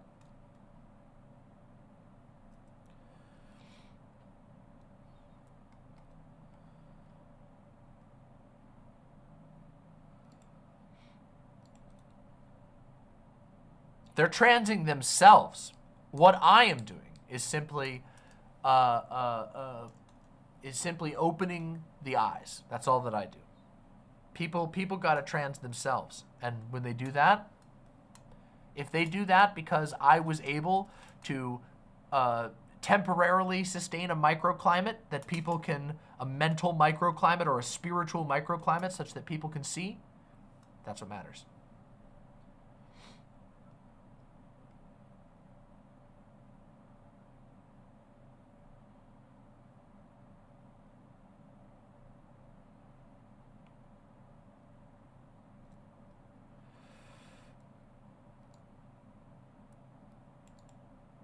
Oh, I'm sorry to hear that, Dizzy Rat. That's rough.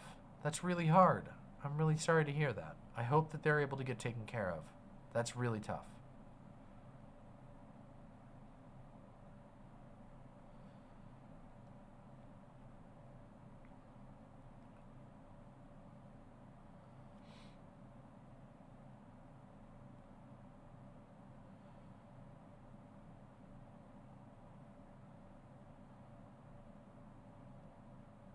Okay, everybody. We have to talk about some politics. Are we ready to talk about some politics? I'm ready to talk about some politics. What about you? Can I see some emojis about how you're feeling in chat? Can you hit me up with our delicious emotes? Can you pop that chat full of all of our wonderful art? Let's see how you're feeling. Because we got to talk about politics. And I got the energy to talk about politics. Yeah, there we go. There we go. Yes. Beautiful.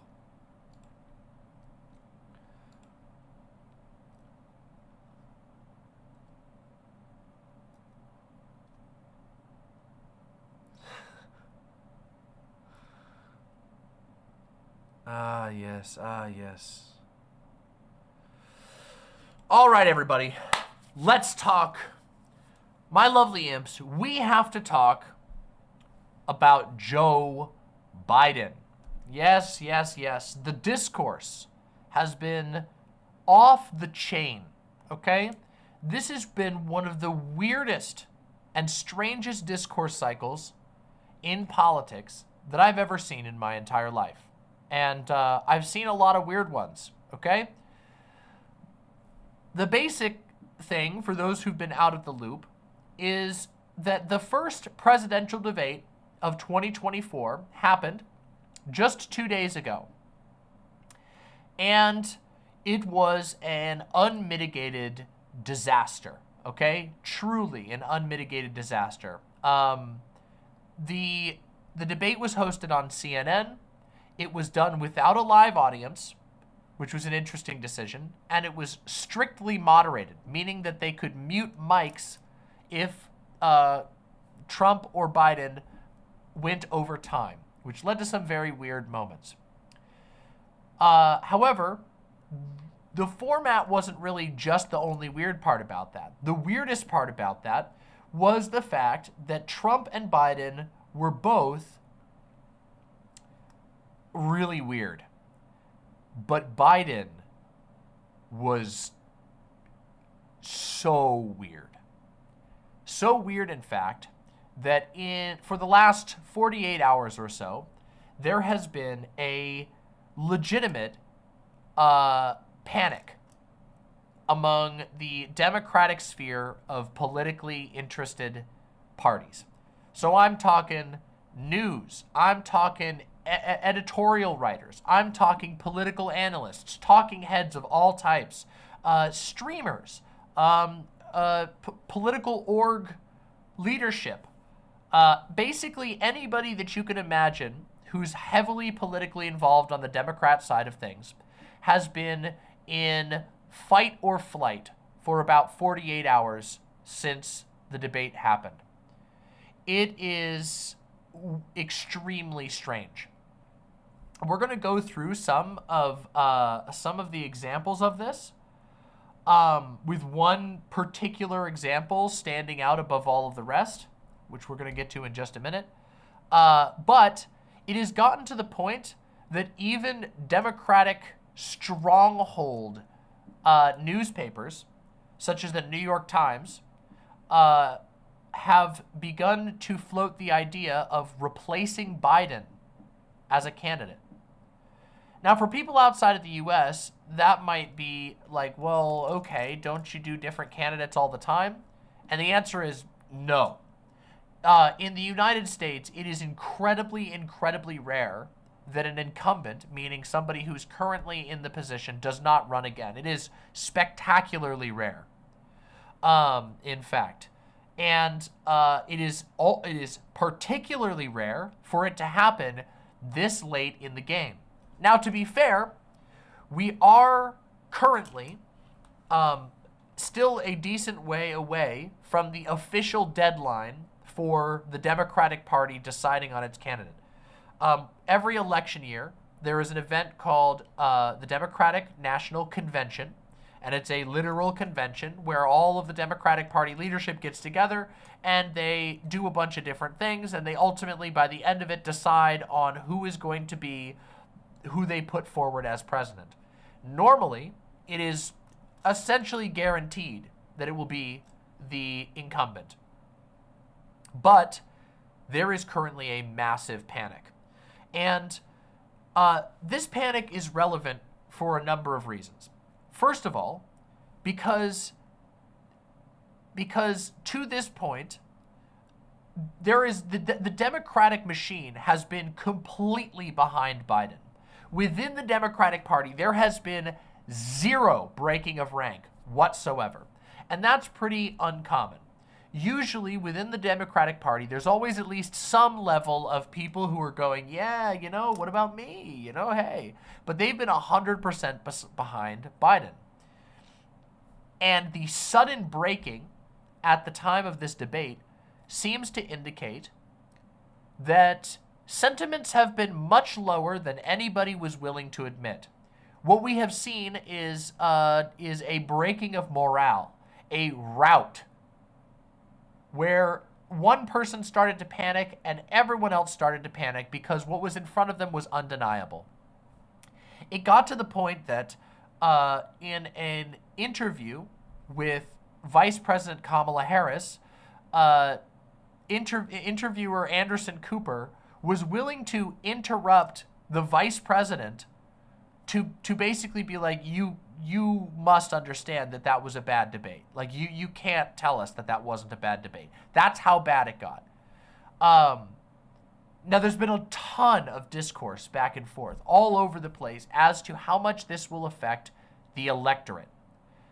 And I have seen all kinds of opinions. Personally, I believe that this debate, while not necessarily viewed directly by a lot of the electorate, is almost certainly going to severely affect the electorate.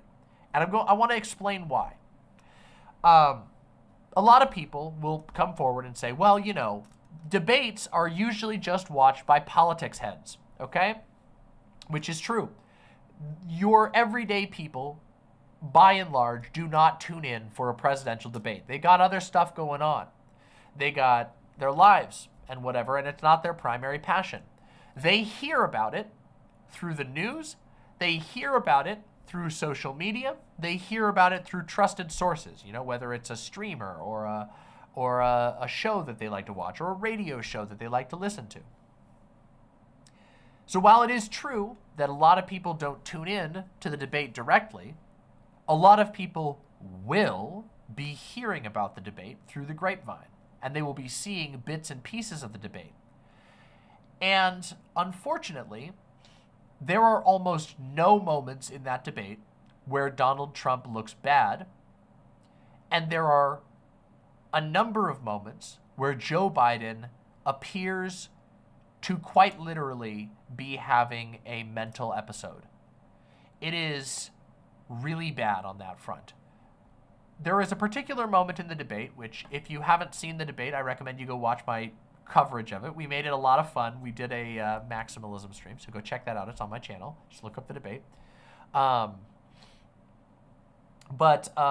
there was a moment in this debate where Joe Biden attempted to answer a question about healthcare, completely lost his train of thought, struggled, looked down at the floor, mumbled literally incoherently for a number of seconds, and then returned to look at the camera saying something completely unrelated about Medicaid, saying that we beat Medicaid. It was very bad. It was the most stereotypical, severe senior moment that you could possibly imagine. And Joe Biden's age is one of the most, like it or not, there are some problematic elements to the obsession with age. Obviously, there's a lot of older people who are doing just fine and kicking it out there. A lot of people, in fact, in the follow-up have been posting examples of older politicians who are much sharper than Joe Biden and are older than him. So it isn't really just about age, but nonetheless, his age-related struggles are a big concern for an enormous portion of America. And in my personal experience, in addition to the data that we have from polling, a lot of people are very concerned about it. You have to keep in mind that Joe Biden has had a lot of moments that make him come off as not all there, okay? And it's not 100% fair. Some of it is just, stumbles or mispronunciations or losing his train of thought, something that happens to everybody. But if you'll look back with me over the past couple of presidents for a little bit, George Bush was roasted by millions upon millions of people worldwide for being a little bit of a yokel and for saying things in a dumb way and for making up words that weren't real. Even if it was kind of, you could understand what he was saying. He just kind of made up words that weren't really, like he squished two words together. And that was George Bush. And he suffered from that because it gave off the impression he was bad. Obama, an incredible public speaker, like him or hate him, Obama was an incredibly talented public speaker, was constantly dug into for saying and all the time. And of course, with Obama, that one didn't really stick all that hard, but it goes to show you how easy it is to spread that. Almost every single Obama impersonation and critique was like, he can barely speak. He says and all the time. And even if that didn't actually affect the electorate because it was kind of baseless, it shows how easily that kind of messaging can spread. And with Joe Biden, that kind of messaging can spread super easily, but it also has real substance. Because when he can't really operate without a teleprompter, when he is asked to do like critical thinking and respond on the fly, and he has total shutdowns into the level of incoherence that are horrifying to watch, that are genuinely like gut-wrenching to watch. Seeing Biden completely lose what he was talking about, start mumbling and saying words like no words, just going and then stuttering out some unrelated line that doesn't even make sense, and then having Trump go, I don't know if he knows what he's talking about at this point. Brutal, okay? Just brutal.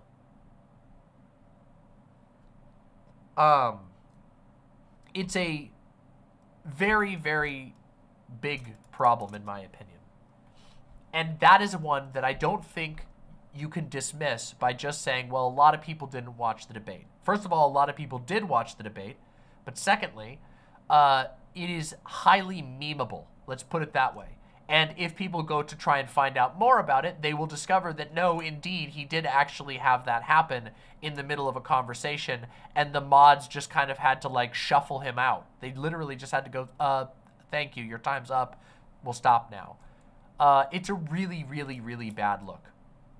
Secondly, as to why I don't necessarily think that the, you know, everyday politics, everyday voters not watching the debate, why I don't think that's really a good thing to bet on here is the fact that all of the people who people listen to get their opinions about the debate are in a panic. And it was a very organic panic, to put it bluntly. The panic was so rapid and so inarguable that there was no room to spin. There was no time to coordinate. Nobody could. They had to just react on the spot, and their reaction was universally across basically all Democratic and Republican news sources, like leaning news sources, was to go, oh, that's really bad. Oh my God. And those are the people that your voters, your everyday voters, are gonna go, well, maybe I should find out what Morning Joe has to say about this. Maybe I should go find out what Maddow has to say about this. Maybe I should go find out what Anderson Cooper has to say about this. When they go, oh, maybe we should go see. Hell, it even reached people like Jon Stewart, who was like, oh my God.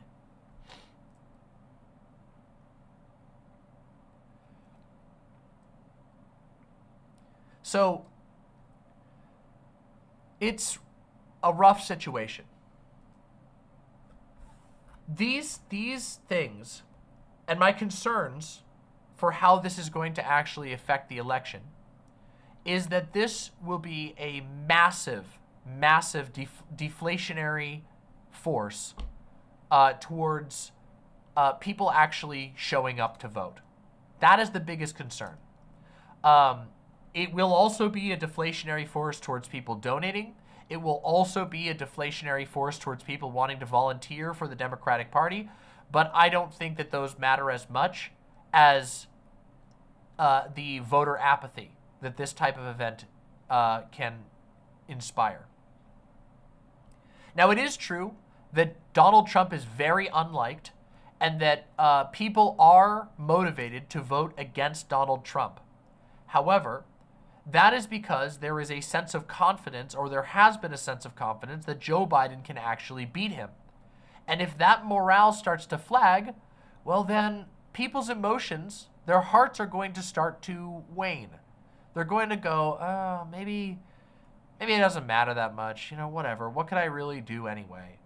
And they're not going to want to go vote at all. And I'm not talking about lefties.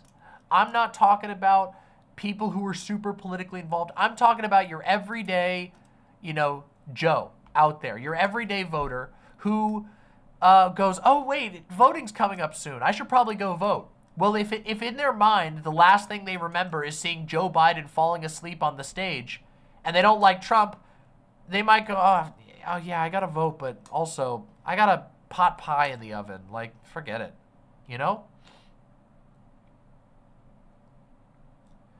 It's one of those things that I worry strongly about. And it is possible that this debate does not have an impact, but I think that it would be foolish.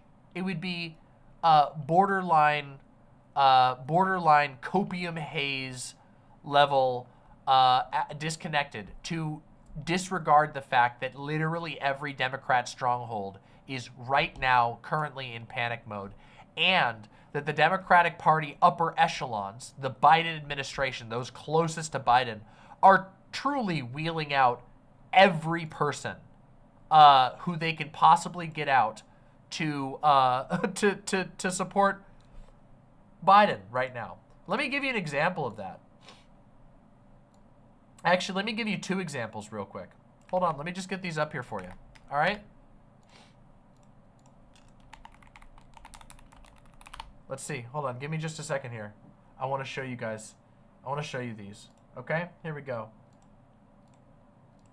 So first off, we got Obama. Obama on Twitter. Bad debate nights happen. Trust me, I know. But this election is still a choice between someone who's fought for ordinary folks his entire life and someone who only cares about himself. Between someone who tells the truth, who knows right from wrong and will give it to the American people straight, and someone who lies through his teeth for his own benefit. Last night didn't change that, and it's why so much is at stake in November. Now you might go, oh, well, Obama's being really positive about it. Except he's not.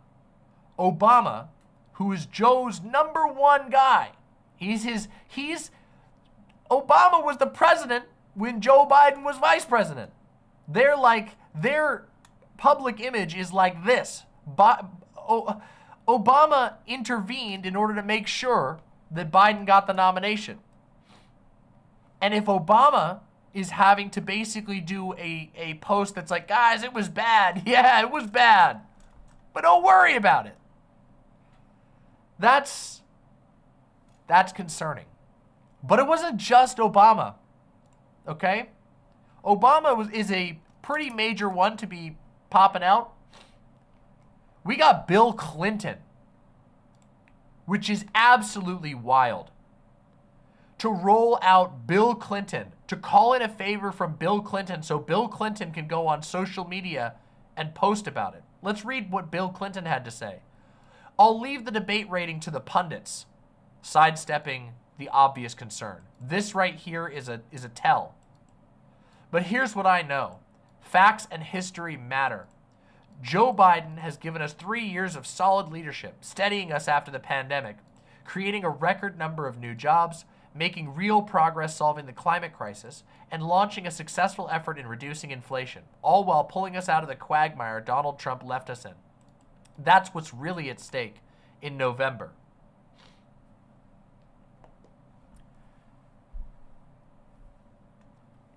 Except there's a problem with all of this. So obviously, first of all, he sidesteps in the beginning and admits that the debate was bad implicitly by saying, I'm not going to talk about the debate. You know, we know what everybody's saying about it, which is that it was a disaster, an unmitigated, nightmarish disaster that has sent the Democratic Party into an absolute panic. But, you know, Joe Biden's done a good job for the last 3 years. But the concern that people are having, of course, the people who are really worried about this and who are interested in the future of politics in this country, the worry that people have is genuinely not necessarily whether Joe Biden personally did a good job as president. It's whether he can actually beat Donald Trump. That is the question at hand right now. And the showing of the debate seems very strongly to indicate that Joe Biden is not necessarily in a position to be able to beat Trump. Or at the very least, that his position is so, it's been called into question so deeply that there's a genuine concern that running Biden might just be handing the election to Trump.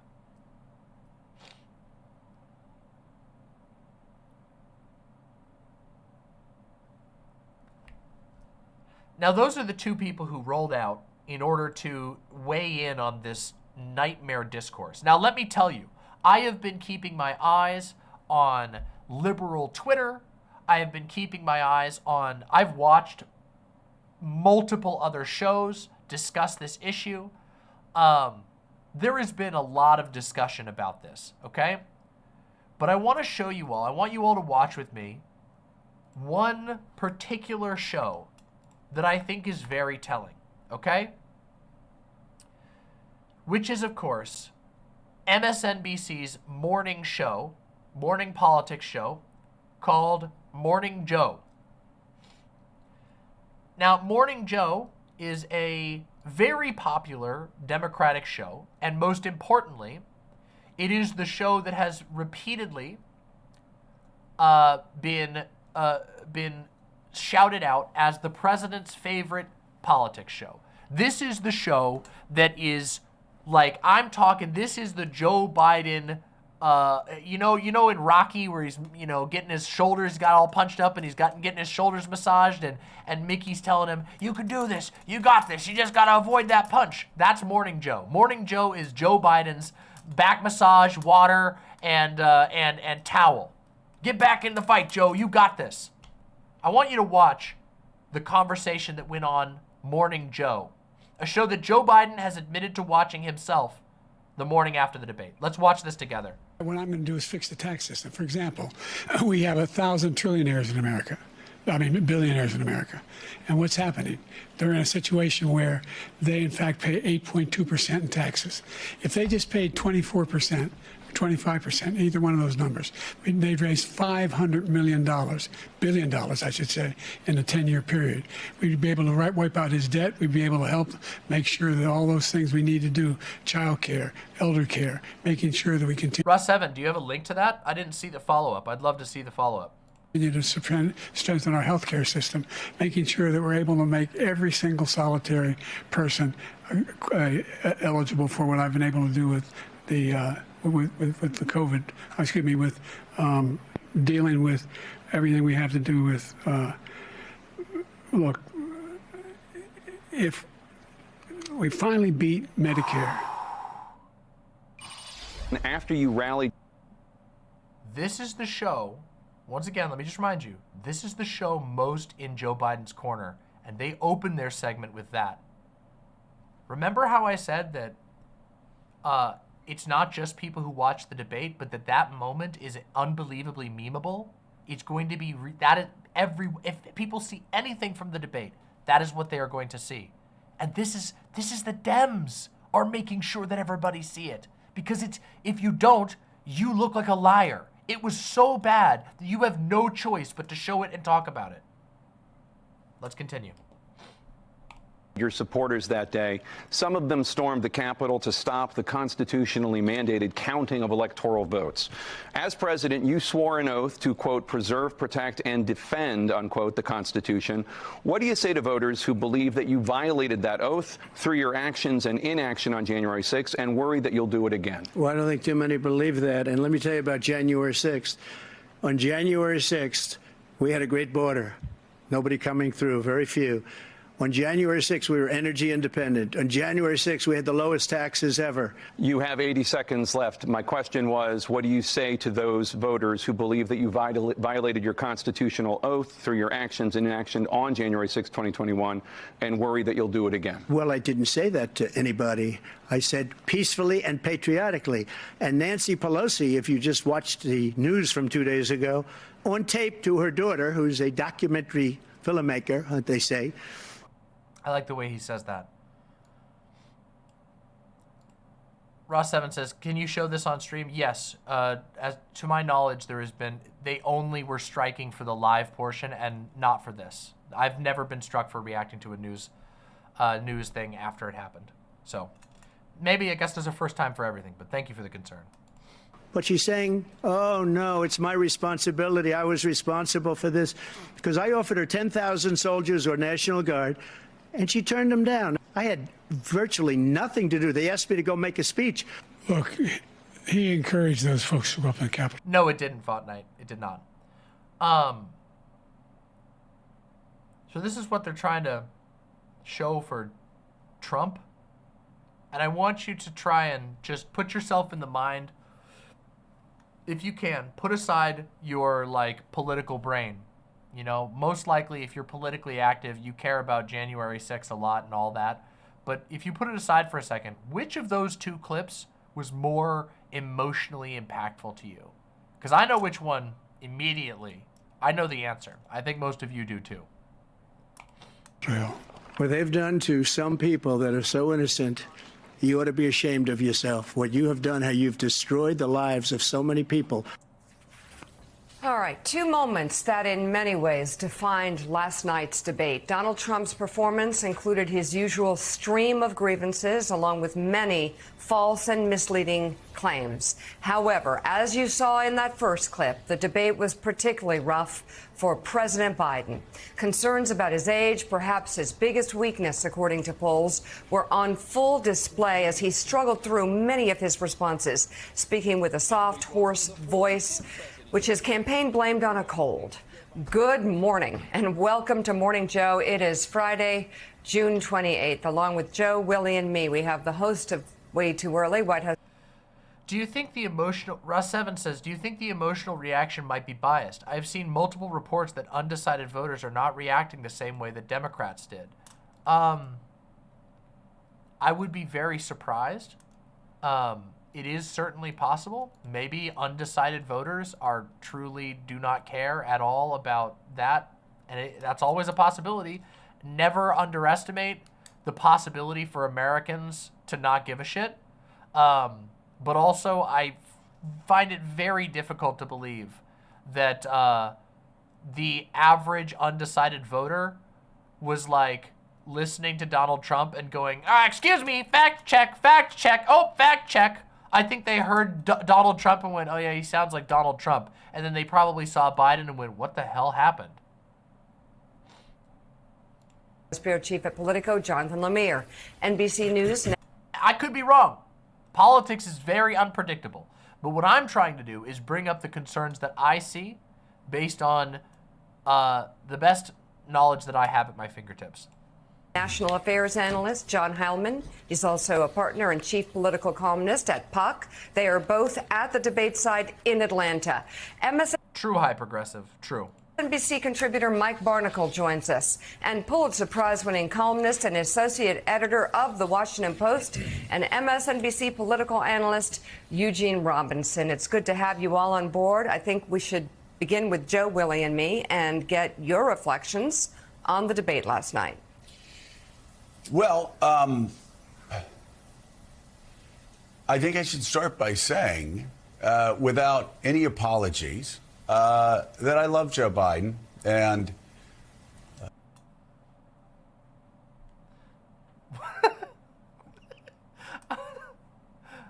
Remember what I was just like 2 minutes ago talking about how these guys are like, they're the #1 Joe show? Joe Biden. I love you, Joe Biden. You are basically my grandfather, and I love you. I love when I imagine coming over to your house and getting butterscotch candies from that dish on your counter.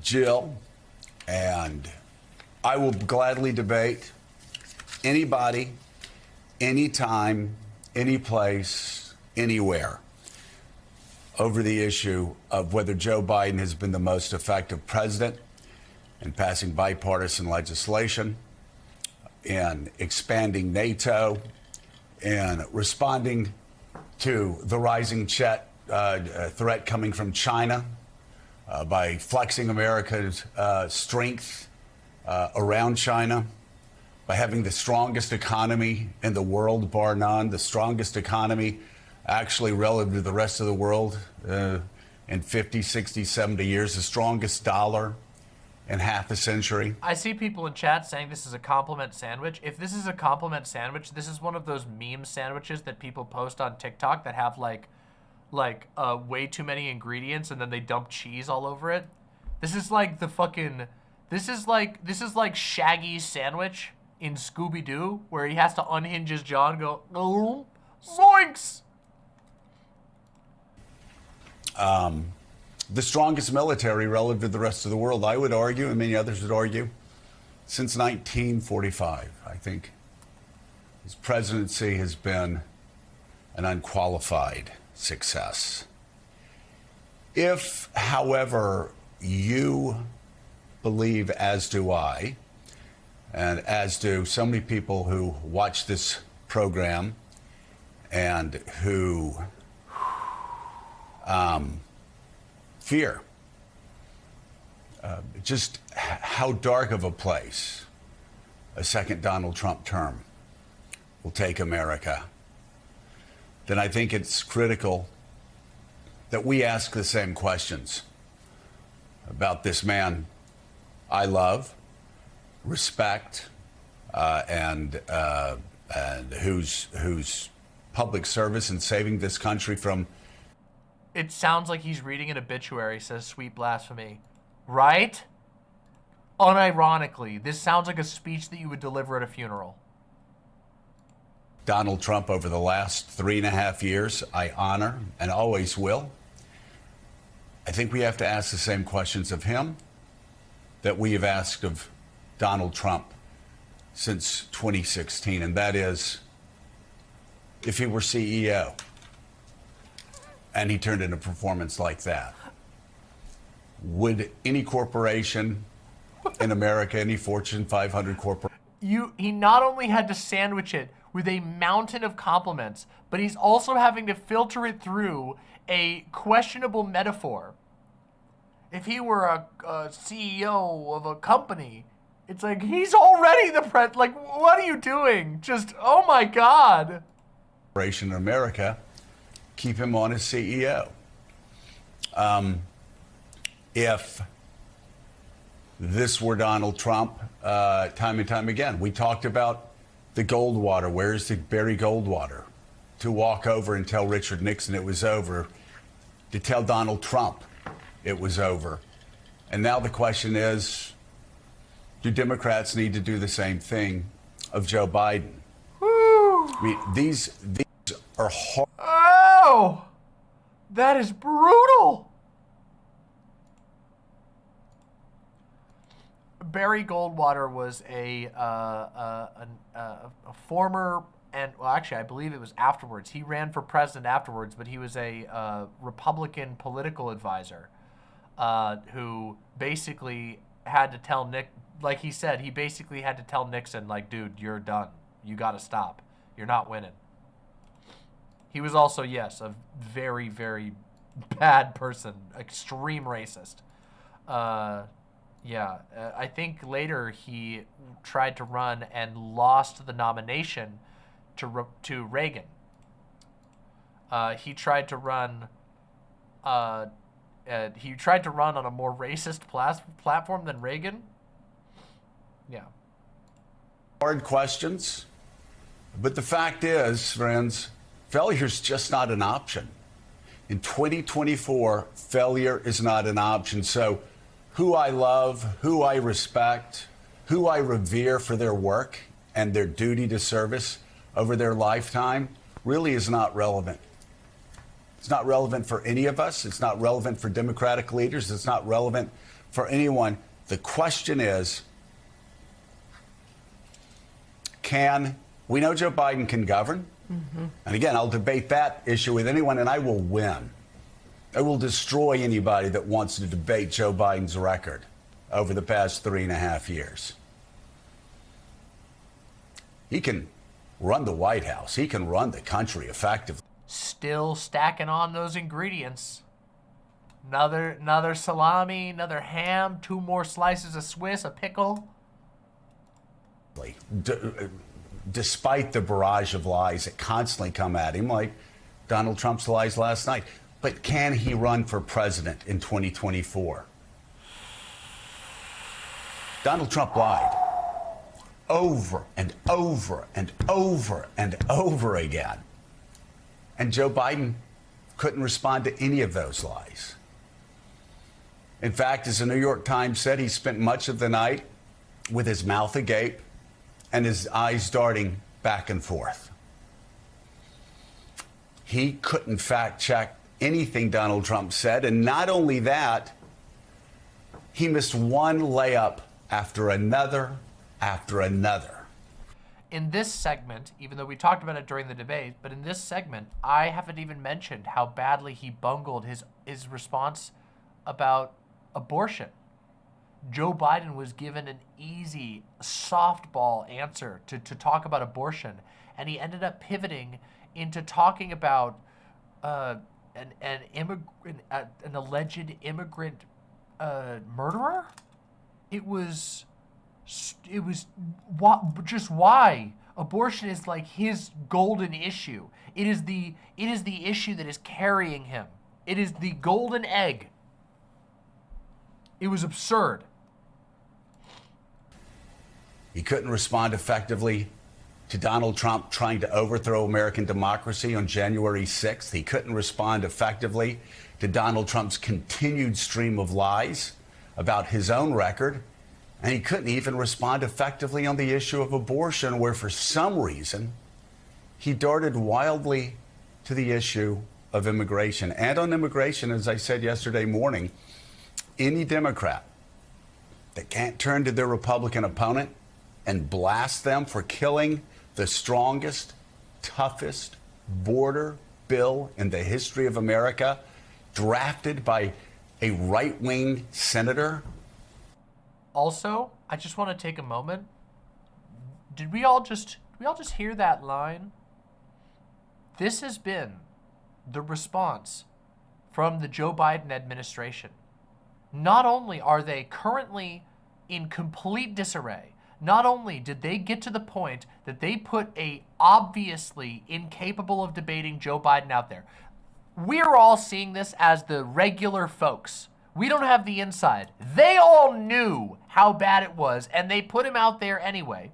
But on top of that, they're sitting here acting as if it's a win to have their entire team accepting the most far-right policies you can imagine to try and appease people who will not even care. In the debate, Donald Trump literally made fun of him for doing it. He was like, huh, you put the most far-right thing in and it's not even good enough. It's trash. It's stupid. It won't help anything. Who gives a shit? Massive moment of appeasal. It pissed off, that immigration bill pissed off so many Democrats. It pissed off the entire left. It pissed off a lot of Democrats who have strong feelings about immigration. It pissed off everybody who isn't a right-leaning Democrat. And it got nothing. They implemented a fascist policy as a favor for nothing. For literally nothing. And this is not just the last time they'll do it.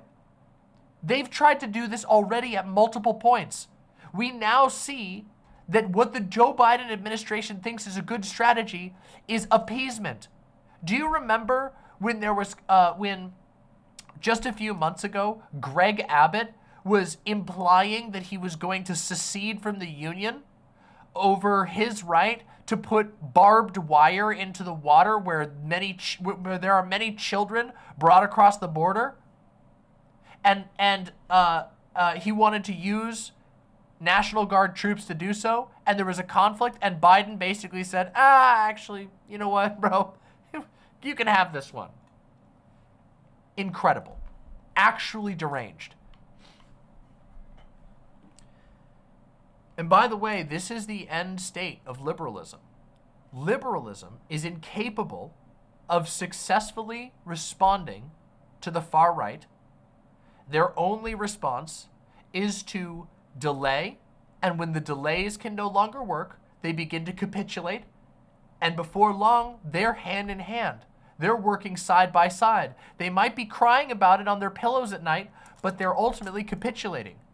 Joe Biden put in, as in the words of his favorite show, of everybody's little favorite Democratic morning show, the strongest, firmest, most cruel is what they're trying to say. The most cruel and harsh border policies ever dreamed up by a Democrat. And they're boasting that they did that. Really makes you feel like you're in good hands. That's really going to motivate a lot of people who are Democrats because the Democratic Party is supposed to be different than the Republicans. That's going to make them feel a lot of energy, right? That's definitely not going to deflate anyone and make a group of people who are already extremely apathetic about politics feel even more apathetic about politics. And it gets worse because today, the Biden administration, at almost the exact same time that they put out a tweet on social media saying, "We see you, we hear you, LGBT community," the Biden team also put out a statement that they are no longer going to support legally the protection of gender-affirming care for children.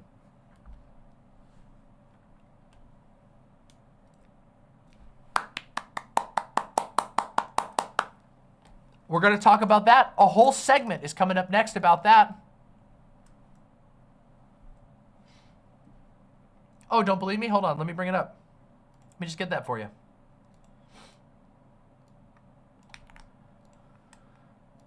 They gave a statement to the New York Times this morning. Whoop.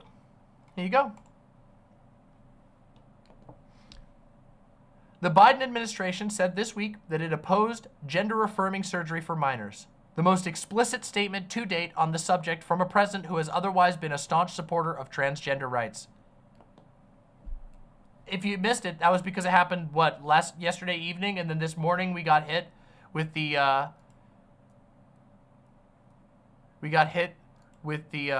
it says surgery specifically. Are you, and? We're going to do a whole segment on that next. Let's continue. We have two perfect examples of Joe Biden's only tactic being appeasement to the farthest right wing to get nothing. Joe Biden is not a president who is in the position to be able to adapt and respond to the far right. From Oklahoma may not be up to the job.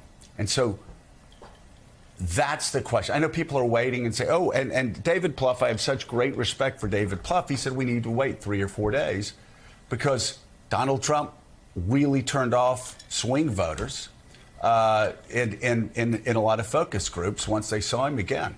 And that makes a lot of sense. But the door was opened so many times. This race should not be close. We've been asking, why is this race close? We have no idea why this race is close.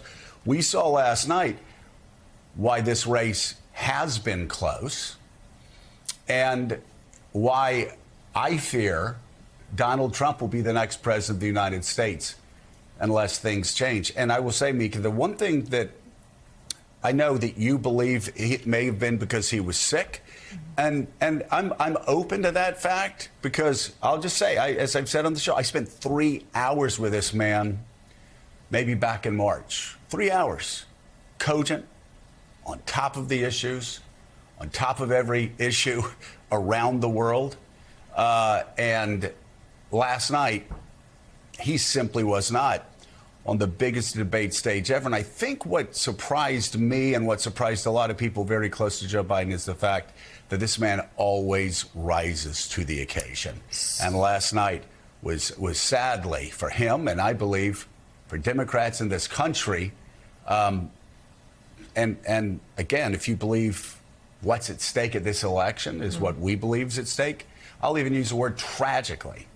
He tragically did not rise to the occasion last night. Okay, so as you can see, you won't see us spinning here on Morning Joe at all. But let me tell you what I believe, and then we'll go to... Come on. Come on.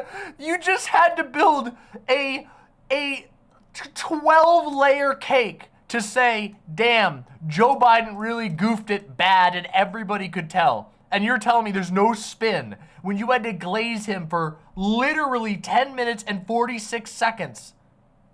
Sorry, not literally. Literally approximately 9 minutes and 46 seconds because the first minute was you showing the actual clips. Come on.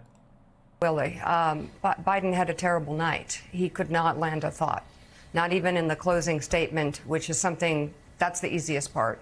Write down a few words, go through them, go through the thoughts. And while I validate the chaos and hysteria Democrats might be feeling, anybody who cares about democracy might be feeling, anybody who cares about women's rights and our safety and our lives might be feeling, totally understand that. And at the same time as the night was over and I was hearing you on the phone and all our phones were exploding, I just had this gut feeling that I'm not ready to give up on Joe Biden, not even close. Joe Biden has lost more in his life than he has won in every way, especially politically. This man has. And, by the way, that is a sentiment that is currently shared by the Joe Biden administration, because they released a statement as well. Let me give you the, let me bring up that statement. Because Joe Biden thinks he did great. In fact, he thinks he did so good that they released this statement. As reported on CNN, not only does the POTUS not plan to drop out, Biden remains committed to do a second debate in September, a Biden advisor tells me.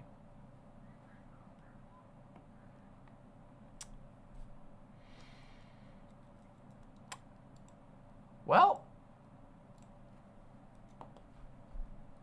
lost, and the only time that he wins is when it matters, and that is, we have proof of that. He has lost in personal ways. He has lost and hit rock bottom in every way possible, and every time he comes back fighting. So for me, watching what happened last night, again, it was terrible. It was terrible. There's no way to spin it. I still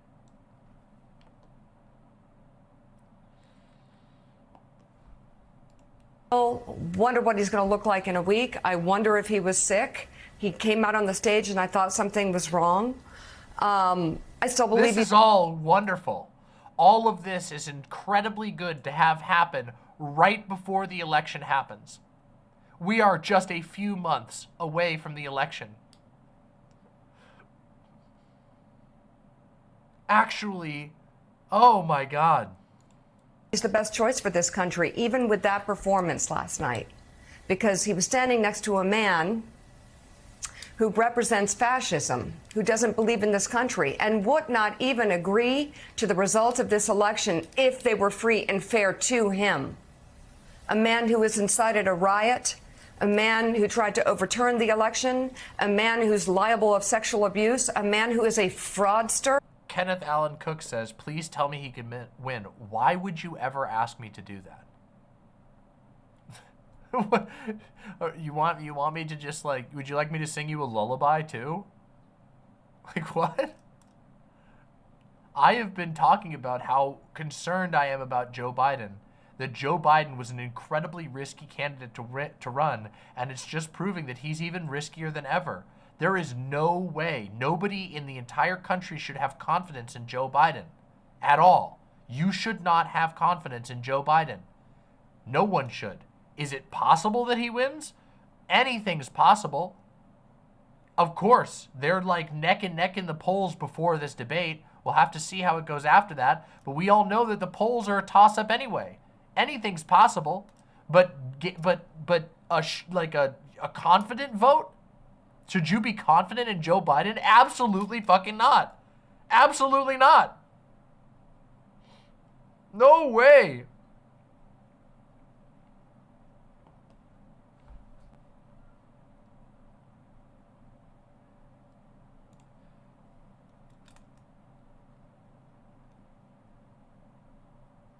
Not only that, I think his chances are very bad at this point. On a personal level, I do not have confidence. I think that it would be more prudent to gamble on the fact that Donald Trump will win come November. That is where I am at looking at this. When I look at this, what I see is a Democratic Party that is completely delusional, a Democratic Party that is having a massive morale break, and they literally do not have the mechanisms to make him step down because they have built an administration that is entirely centered on Joe Biden and his team.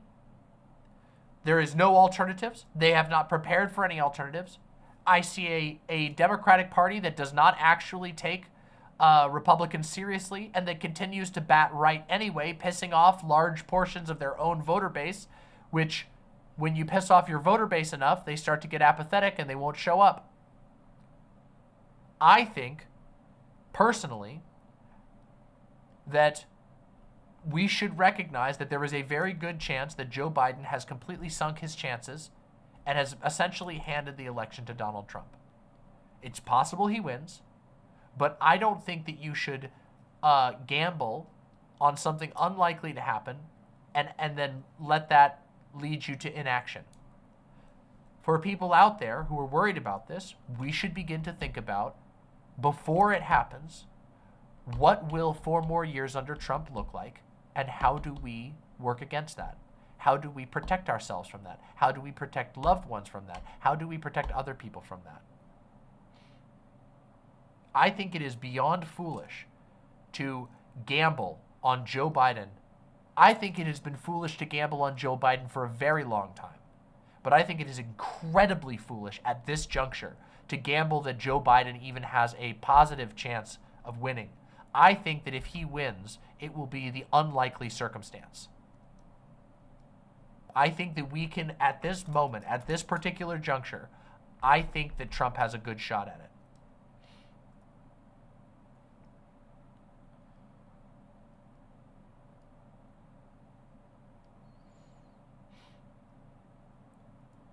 Let's hope Demon Mom's wrong. I would love to be wrong. I would really, really like it if I was wrong. But I don't know. Like, the Democratic Party is pulling out all the stops right now. This panic indicates that within the Democratic Party, they are trying to do everything they can to change course. The fact that basically every super embedded news show in America right now is trying to convince Biden to step down. Every pundit, every person that we can see, and there is a vanguard around Joe Biden that is unwilling to take action, and that Joe Biden's only response has been, "No, I'm going to do it again in September, Jack. I don't care how bad it went." That is very bad.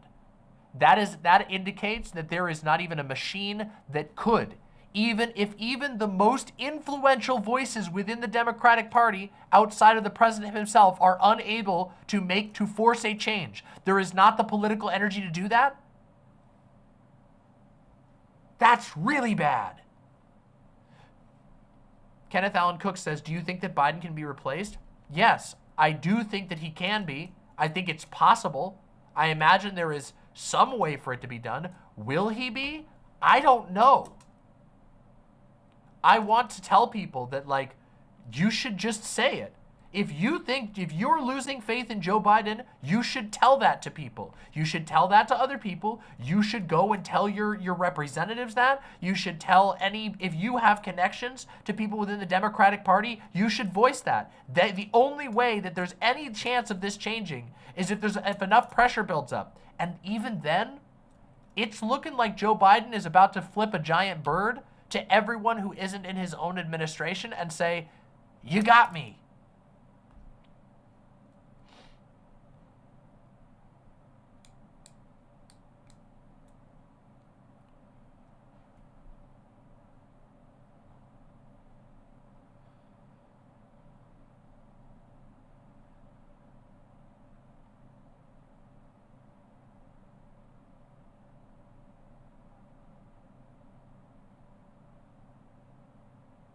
All this freaking out is what is killing it for the Dems. The total loss in morale is due to this media freakout.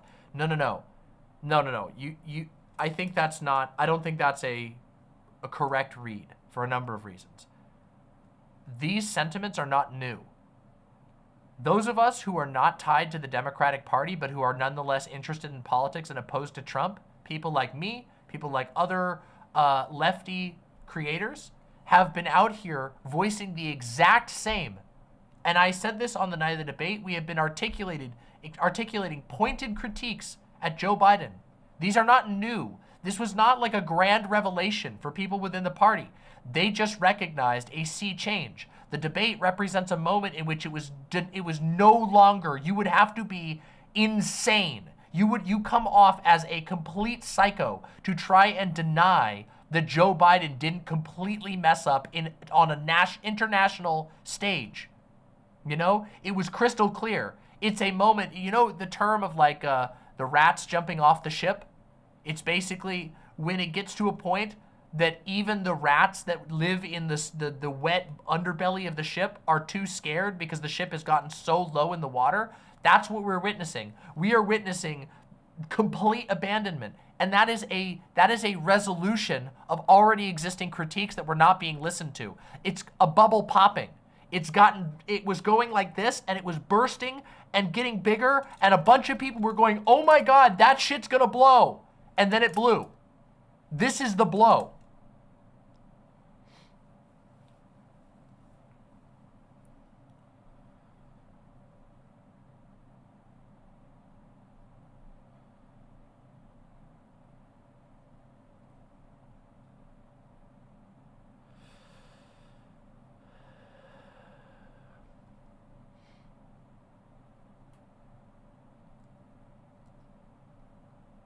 I really, some of you all gotta take a moment, okay?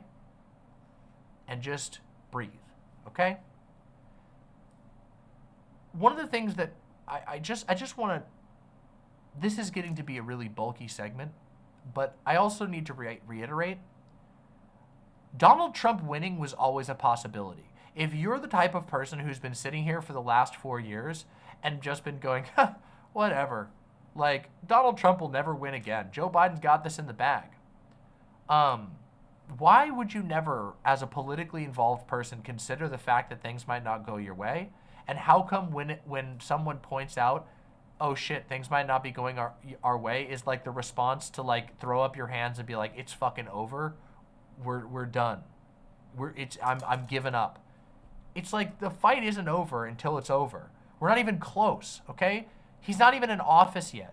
It's always been a possibility that Donald Trump gets in power. In fact, here in this space, on this channel, I have spent a lot of time specifically talking about the fact that I think it's a good chance that Donald Trump or a right-wing force takes power in this country and that we have to contend with that. This has always been a possibility. It is not a nice thing to have to contend with, but you need to be able to acknowledge it without freaking the fuck out. Take your moment to be like, that sucks, it hurts. But you also have to be able to go, all right, this was a possibility. I knew this was a possibility. How do we start thinking about what we will do? How do we start thinking about how we will survive? What we will do to make things better for other people? What we will do to make things better for ourselves?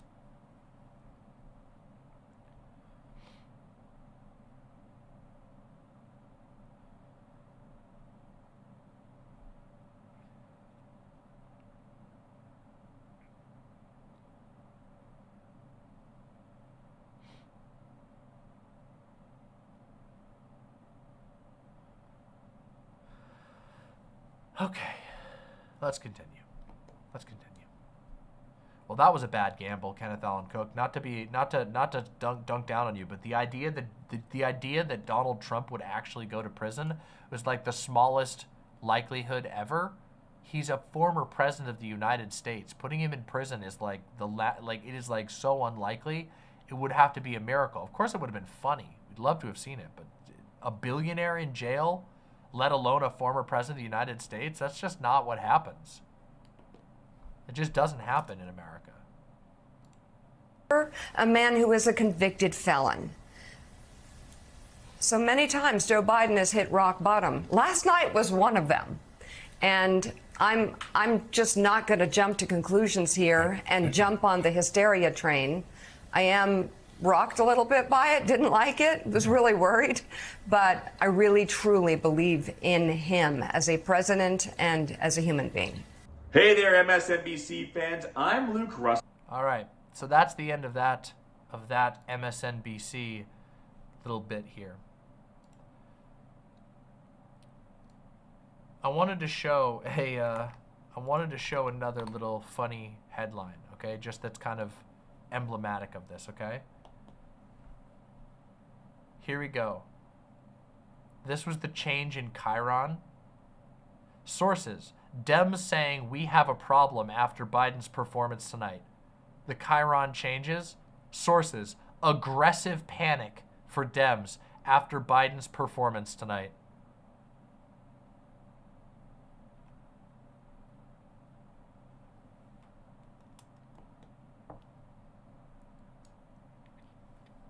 I believe that it would be foolish to not acknowledge that this is a real problem. I think that writing off the complete morale break in the entire democratic machine at the moment that would be strategically foolish for anyone who isn't invested in basically just feeling good about the machine that they're in. None of us here are Democratic operatives that I know of. Some of you in chat, maybe one of you in chat is. If you are, please figure out a way to make a change in course, a severe change in course. I do think there are ways that Biden could turn this around. I think Biden could find a aggressive political issue to make a big change on. I joked in the past that like destroying all student loans would probably instantly win him the election, no questions asked. Same thing goes for like federal legalization of marijuana. If he found out a way to do that, to just like do some dark horse stuff. But I'm going to be completely honest. He doesn't seem interested in that. He hasn't done it so far. I don't think that they're like waiting on it. He seems confident in his performance, and he's already promised to do another debate publicly. That is fucking not good. Okay? And to summarize up why I wanted to talk about this particular back and forth, this whole, should we care about the debate? Should we not care about the debate? Well, first of all, if you're here, you probably watched the debate, so obviously you already do care about the debate. Secondly, everyone, all of the second order and third order, and maybe even fourth order debate carers, so like not only are the people who watch the debate and are invested in it, but all the people who watch the people who watch the people, and all the people who watch the people who watch the who listen to the people who watch the people. All of those people are freaking out. And me, being a little bit used to watching politics and talking about politics and looking at the flows of politics in America, given that I've done it as a job for 4.5 years and have been politically involved for my entire adult life, it's a pretty good sign that something's up when everybody's freaking out like that. To me, I think it's emblematic of a bubble popping. That this is the confirmation of things that more bold and spine-having critics were willing to say when it was inconvenient. That it's probably worse than they want to say. If even the people who have to build a glazed sandwich to say, Joe Biden, you did bad in the debate, if even those people are at the point of having to go, oh my God, that's very concerning. Exactly, Kiwi TP, I've never seen anything like that. I've never seen anything like a public morale break of this level. There's never been one. Not that I can think of at all. You could argue maybe Bernie like losing the nomination, or like dropping out of the race and getting ousted by Biden for the nomination. But even that was just a section that was depressed. You know what I mean? It was like everybody was mad about a loss. This isn't even a loss. This is a, oh my God, he's not going to be able to win. And we don't know if we have the tools to change course. One of the things that, yes, Doe, yes, I do, yes, please, yes. Thank you. One of the things, what was I going to say? One of the things that I've been talking about recently is the illusory nature of American electoralism. The idea that if you just dump more money in, if you just give more of your time and energy to the Democratic Party, everything would have been okay. But we know now that that is so aggressively false, so unbelievably aggressively false, It is,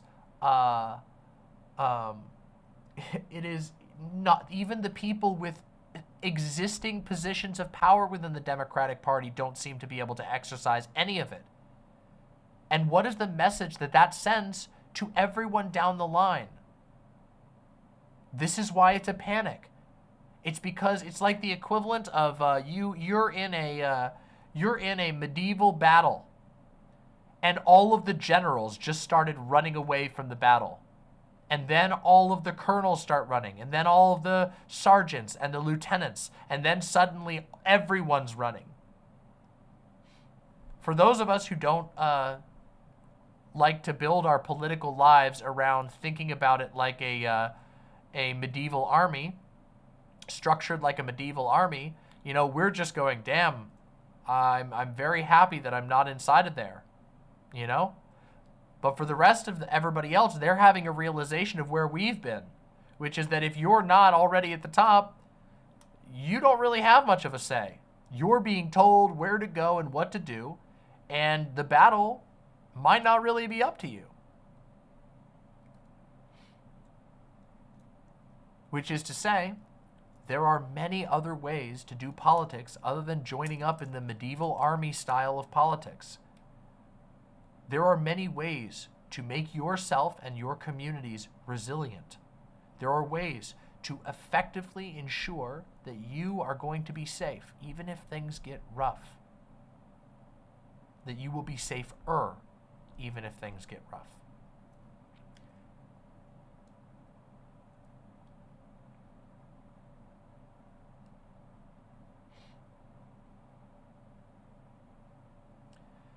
And I want everybody to put their minds to thinking about that type of stuff. We got 460 plus people watching right now, which is wonderful. If you're here and you've been enjoying this segment, please press like and subscribe down below. It really would mean a lot. But my message to all of you that I think is of incredible importance is right now, if you are not already in the process, if you're a politically minded person, and you're not already in the process of using your brain juices to think about how and what you will do to survive if Donald Trump wins in November, get cooking. Get cooking, okay? Get cooking and get connecting, okay? That's what I want you to do. The fight is not even close to over, okay? We lived through Donald Trump once, okay? Donald Trump's second term is almost guaranteed to be worse. But there's also the possibility that he takes office and he's too decrepit to do anything. There's also the chance that he takes office and is so bad at managing that he's ineffective, that he's less damaging than he was the first time. There's also the possibility that he takes over and instantly starts working on Project 2025 and America gets a lot worse. But if that's the case, we have to think about what we can do to resist that. I do not believe that people should become doomer and throw their hands up into the air and give up before the fight's over. We've got a lot of room left. We got a lot of juice left. Even those of us who are struggling right now. There is still so much we can do. And learning to adapt to struggle and to succeed in that struggle, to build power together, is really important. And I want to encourage you who's watching now to start putting your mind towards that in every way you can imagine. And there's a lot of ways to do it. There are almost uncountable ways in which you can improve your own political power situation. You all who are watching me right now are an unimaginably diverse group of people. You have talents that I don't even know exist, okay? And those can be used in concert with other people to build political power, to build resilience, to build survival power. And I want you all to do that. I want you all to put your minds to it to the best of your ability. Okay?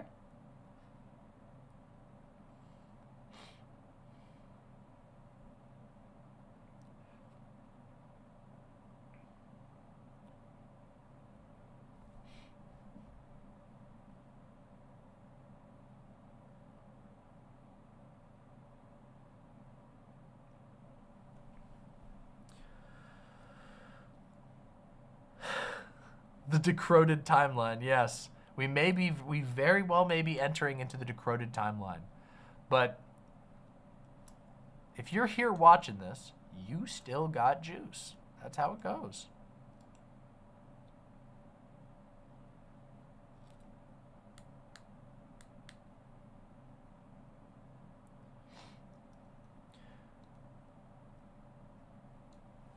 Now that's that for that section. But we're not done, because there's another discourse that I want to talk about that is directly tied to this, but I want it to be its own little segment, because that one was already chunky. And I got another one I want to talk about. We're going to go straight into it. And by straight into it, I mean I actually really have to go to the bathroom, so I'm going to play the bathroom song. If you're here right now, do not go anywhere. Take a listen to my awesome bathroom song. I'll be back in less than 3 minutes, and we're going to continue. And we're going to talk about a discourse that I've been hearing all over the place, which is a whole bunch of lefty and liberal content creators have been talking about fleeing the country. So if you want to hear me talk in great depth about fleeing the country, stick around and don't go anywhere. I will be right back in just a moment, okay? Give me just a minute. And enjoy this amazing song.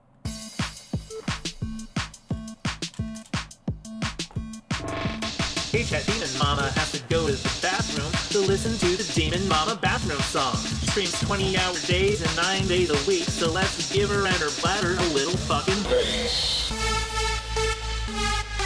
Demon Mama bathroom song.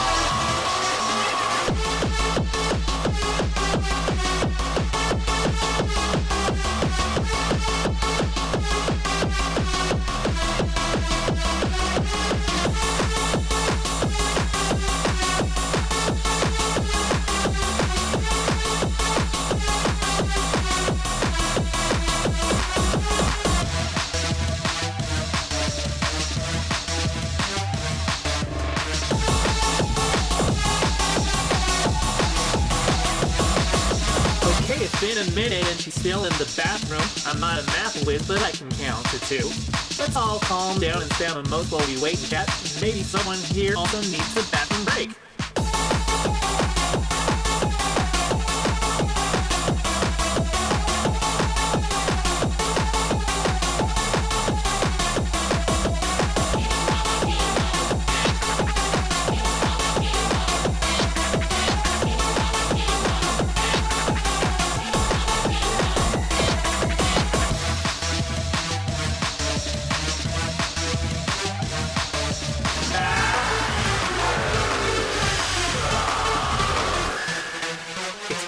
Since Demon Mama went to the bathroom. Not like I'm counting, but distracted. So don't you fret, my little list, cause I wrote this pack down to give you something bobbing while she's taking a break.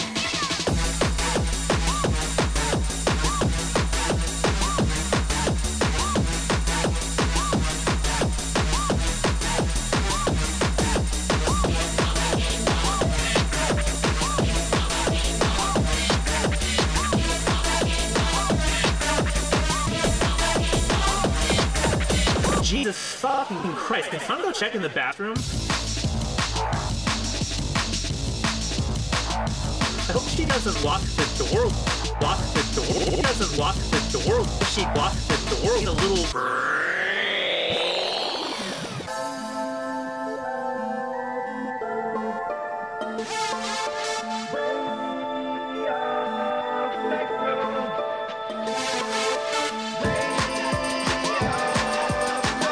Okay, you're just fucking with me now.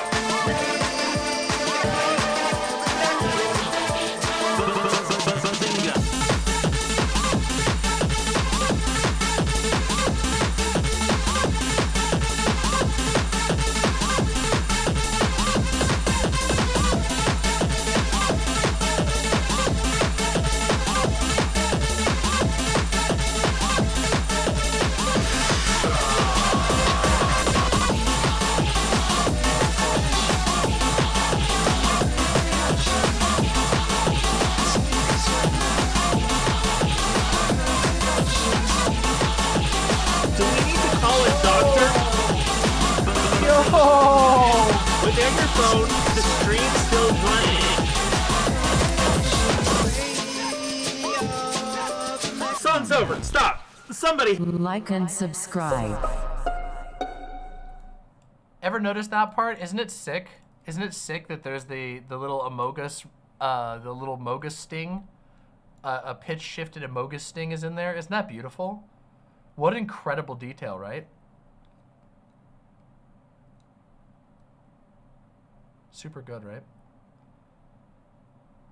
I hear new things in it all the time. It is genuinely, Calliope's remix is just so beautiful.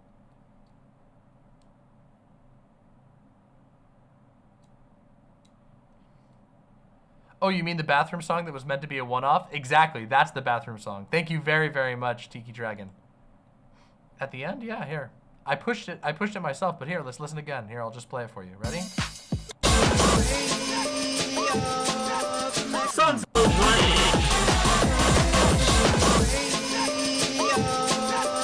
Sun's over. Stop.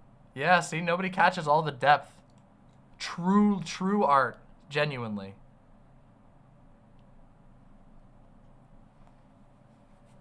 I know, it's like staring at a beautiful painting. You see more and more layers every time. It's so beautiful. I love it. I am such a stan. I'm a Calliope stan. Genuinely magical art. Is it because Mama's the imposter? No! I am no imposter. I've never been an imposter.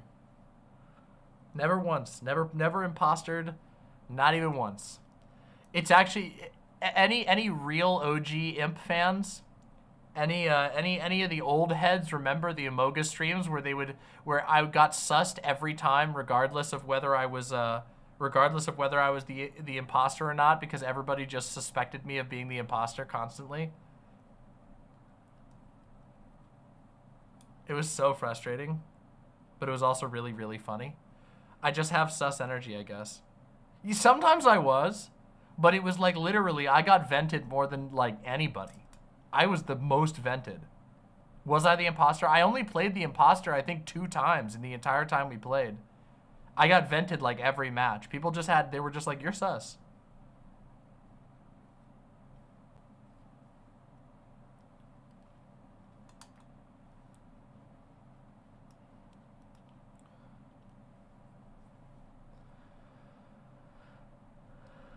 Brutus Magnuson with the $5. Thank you so much. Playtime's over. We, especially people with any following, need to pool our efforts in getting as many normies aware of Project 2025 as possible. Yeah, I want to do that. Go to the bathroom again. I like that song, right? I will. Don't worry. We got more time on the stream. I probably will hit the bathroom again before the end. You'll get to hear it one more time. But I agree. I agree, Brutus Magnuson. We do. We got to get as many people in on that. I still need to do like a giant informational stream. But honestly, like video essayists have done such a good job at making videos about Project 2025. I feel like just talking about it is valuable. For me, at least. I don't know that I could ever outdo like a full video essay on it, but I definitely want to do a segment where I sit down and like talk about it.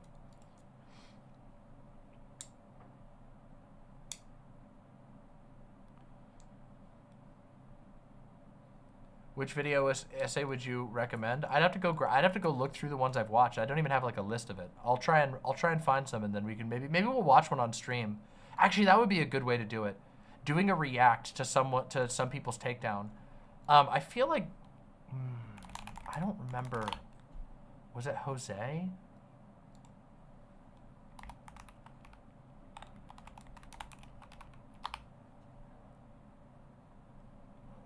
I can't remember right now.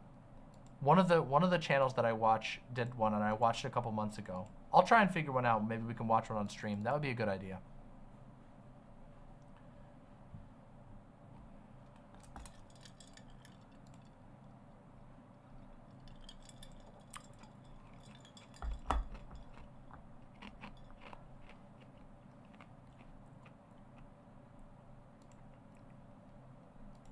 Okay.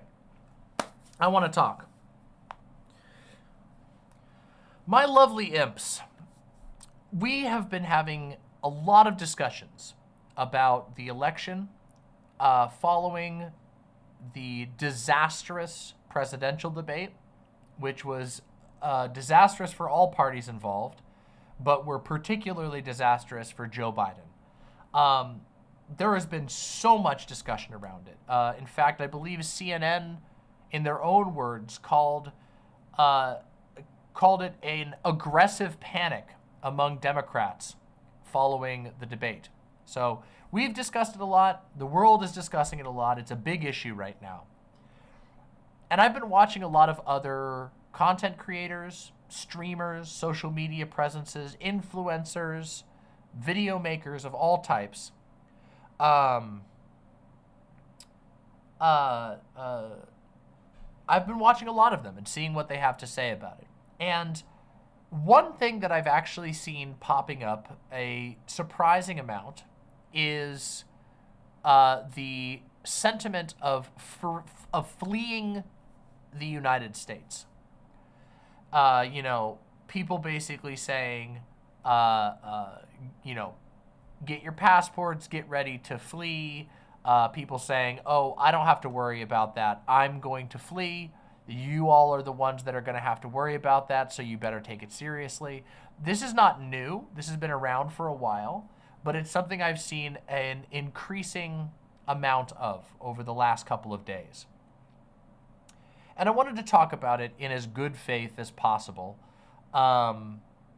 because I think that it's a complicated issue. And I think it's a serious issue, despite the fact that it's kind of like memed, you know, right? Like, in America, it's almost a meme that when your guy loses, a bunch of people go, I gotta get out of here, and it's like, then go, you know. That happened when Trump when Trump lost. There were a bunch of Republicans being like, we gotta get out of here. But I think it is above and beyond a meme for certain people and in certain circumstances. There have been and are currently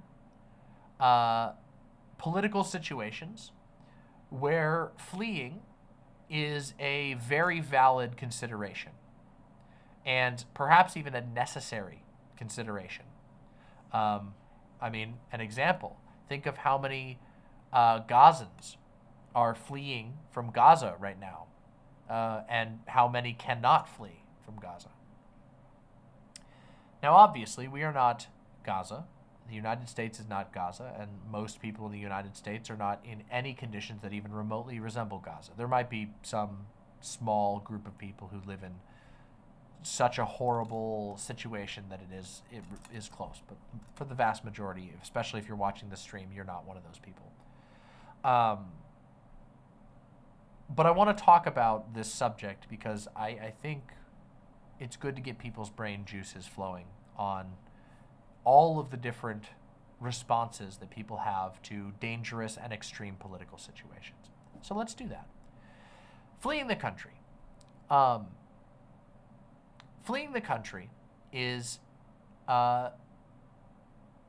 something that, in certain circumstances, is the absolute wisest thing that you can possibly do. But it's not just about fleeing the country.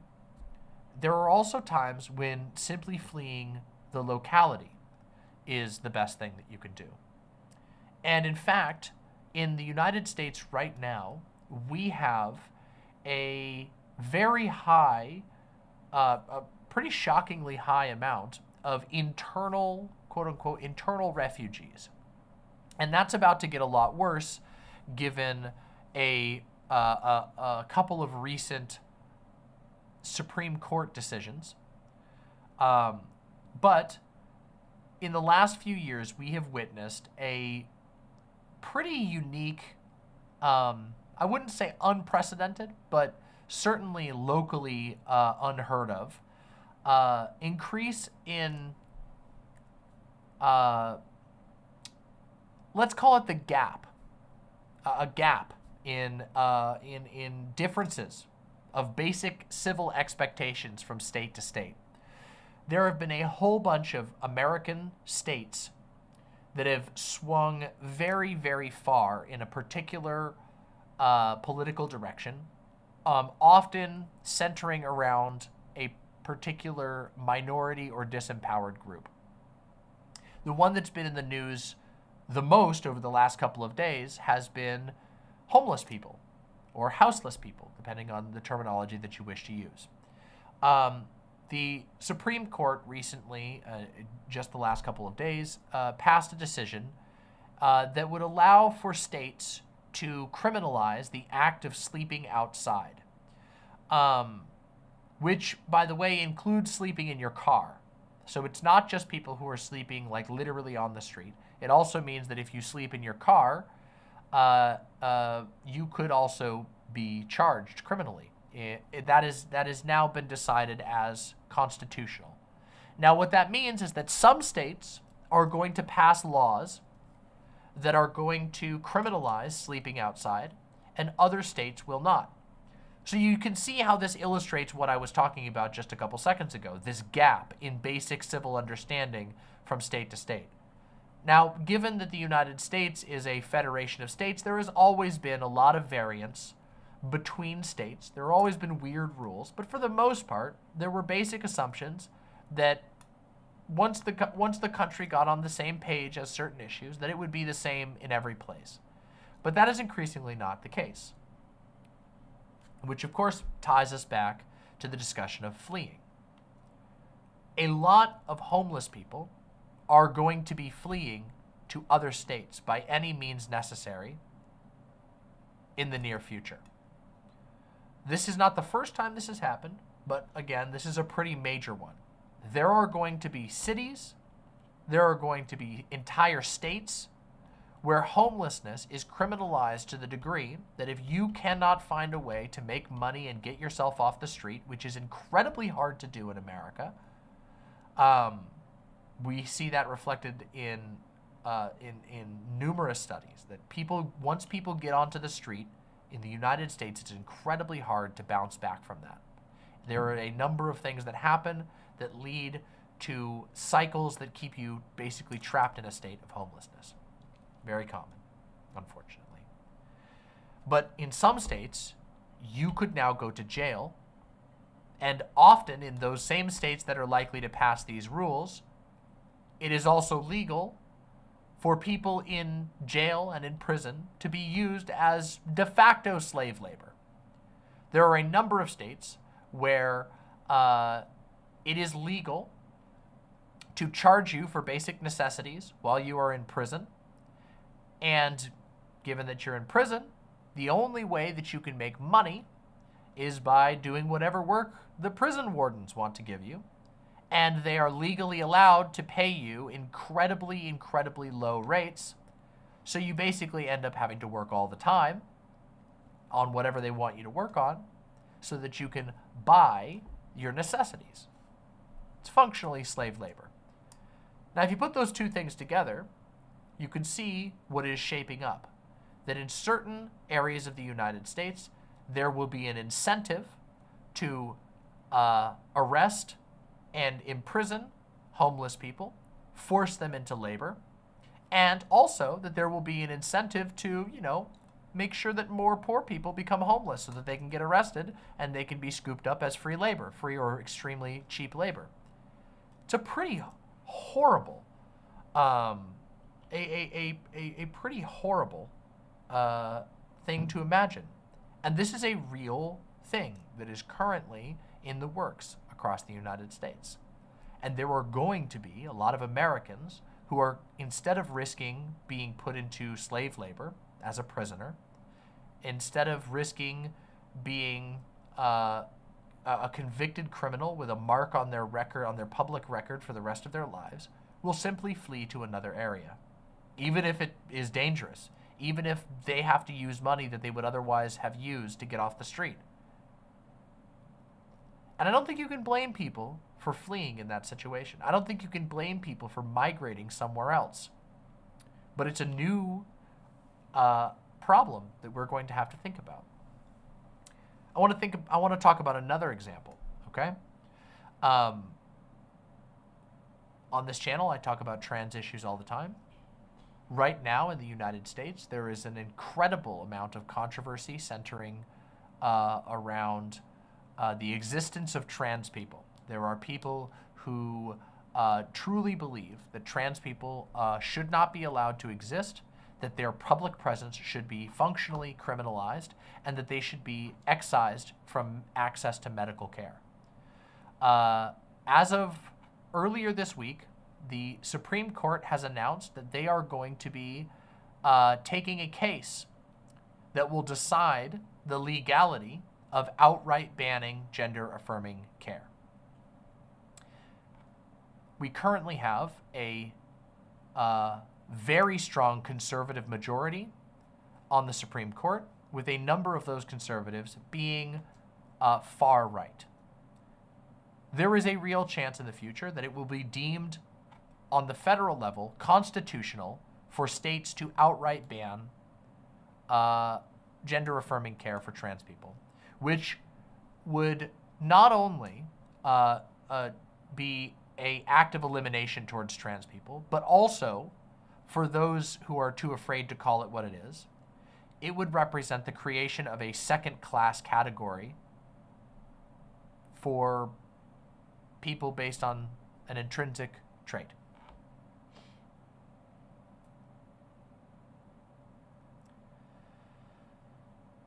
It is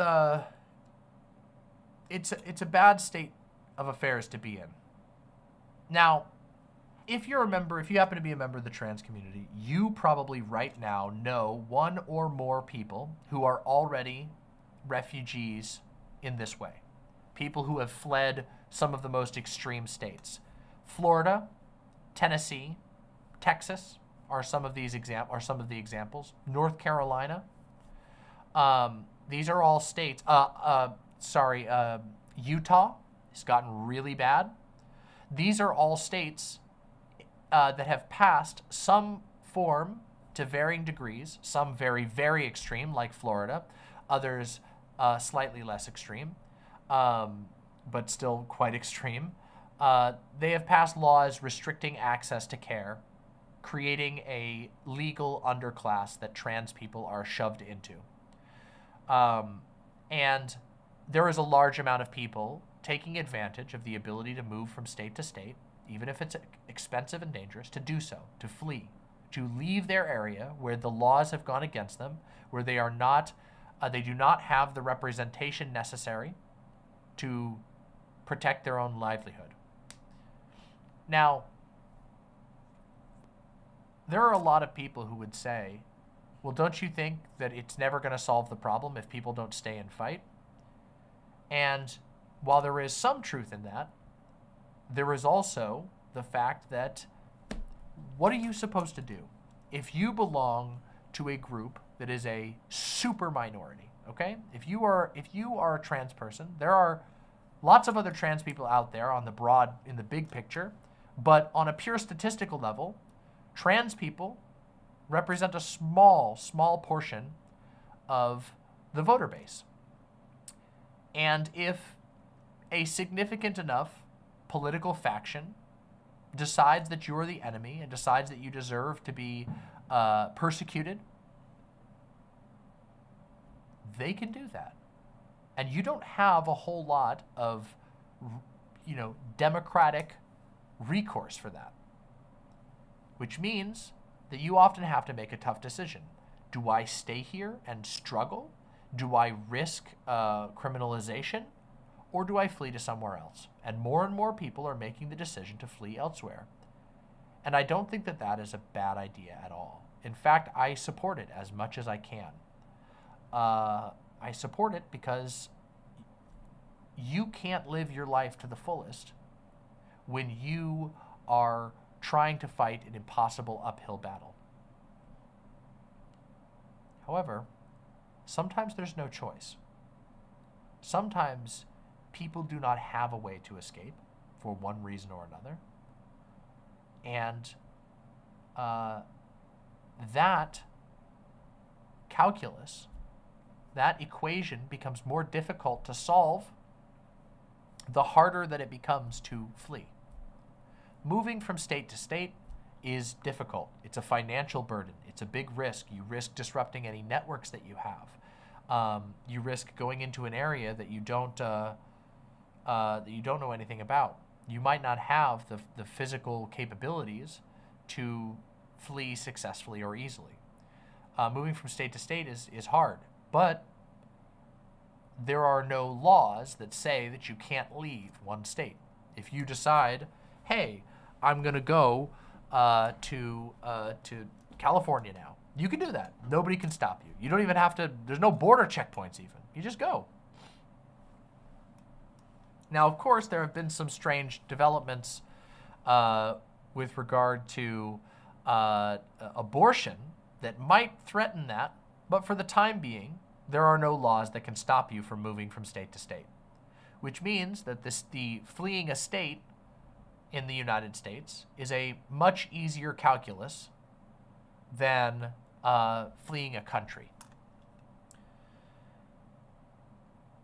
Which brings us to this whole discussion around fleeing the country.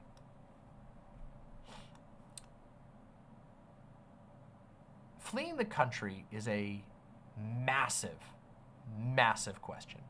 It is not even in the same ballpark as fleeing a state within the Union.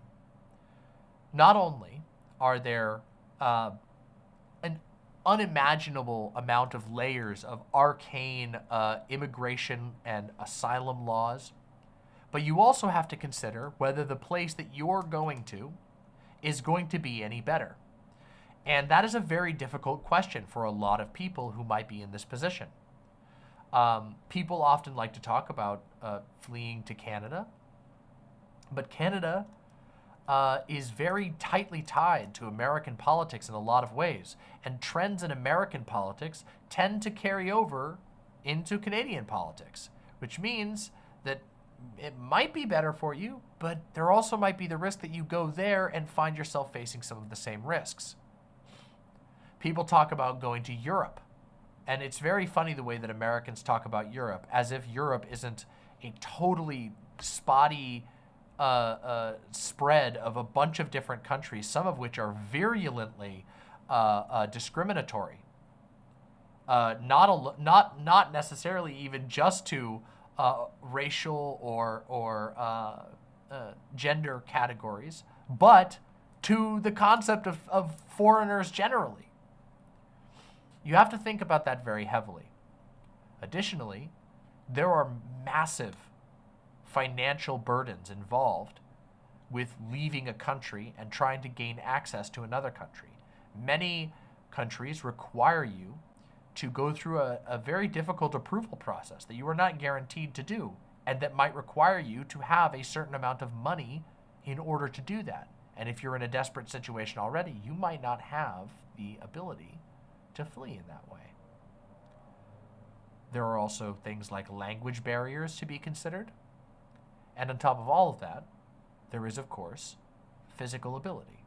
There are a lot of people who are disabled, who rely on medication, or who otherwise struggle with various aspects of an immigration process, who might really have very few options with regard to fleeing to another country. Yes, exactly. Many countries just won't issue visas to disabled people. Excuse me.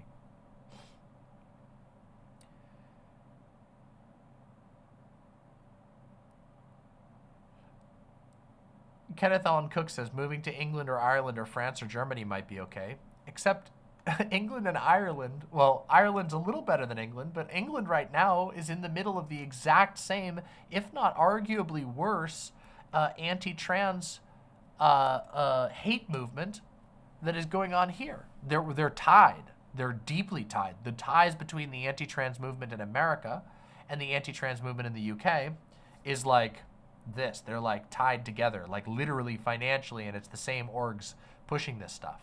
So, yeah, it might not necessarily be the right answer. It might be, and you might have no choice. What I'm trying to get at here, at this point, is that this is a very heavy decision. And I think people should keep their minds open to it, but realistic, okay? There have been a lot of people sort of flippantly discussing fleeing the country, but it really is not a flippant issue. Especially, I mean, come on, we just witnessed Joe Biden, the President of the United States, pass an insanely restrictive immigration act. And he's not the only one worldwide that's doing this. Anti-immigrant sentiment worldwide is, there's a lot of it.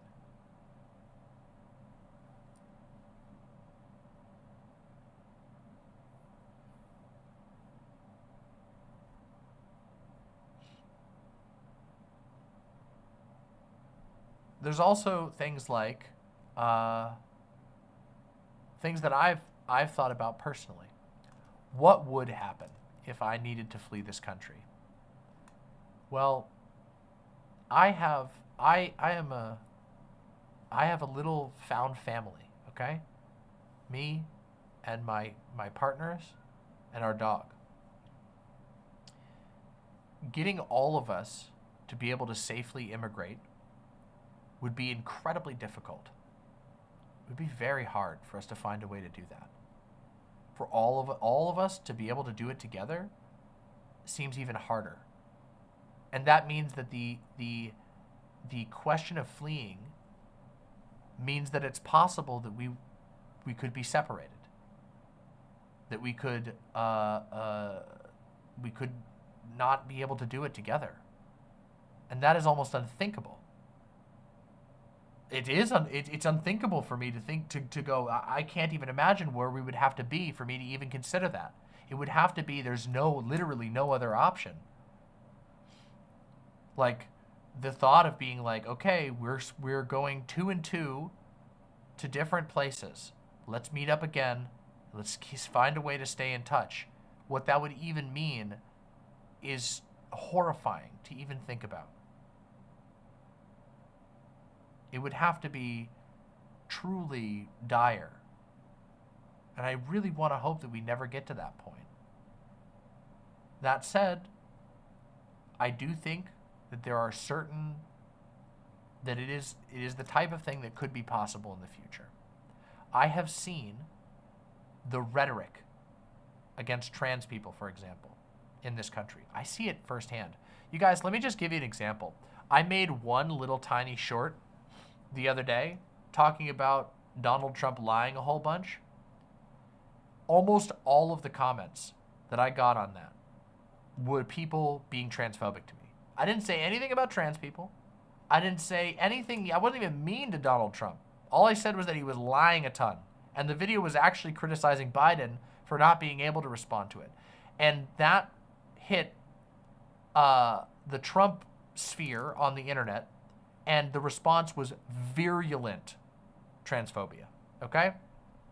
The amount of transphobia I've experienced just on the internet generally, it is really bad out there on that front, okay? So I know where the anti-trans movement is at and what they want to do and what they think is okay to say and what they talk about.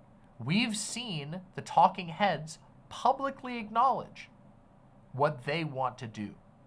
So I don't think it is smart to rule out the possibility that things could get really, really, really bad in the near future, especially if the wheels are thrown off by Donald Trump's second term and a project like Project 2025. But with that in mind, I don't think we can just jump to flee the country. And I think that it can be a little hurtful for public figures of all stripes to jump to that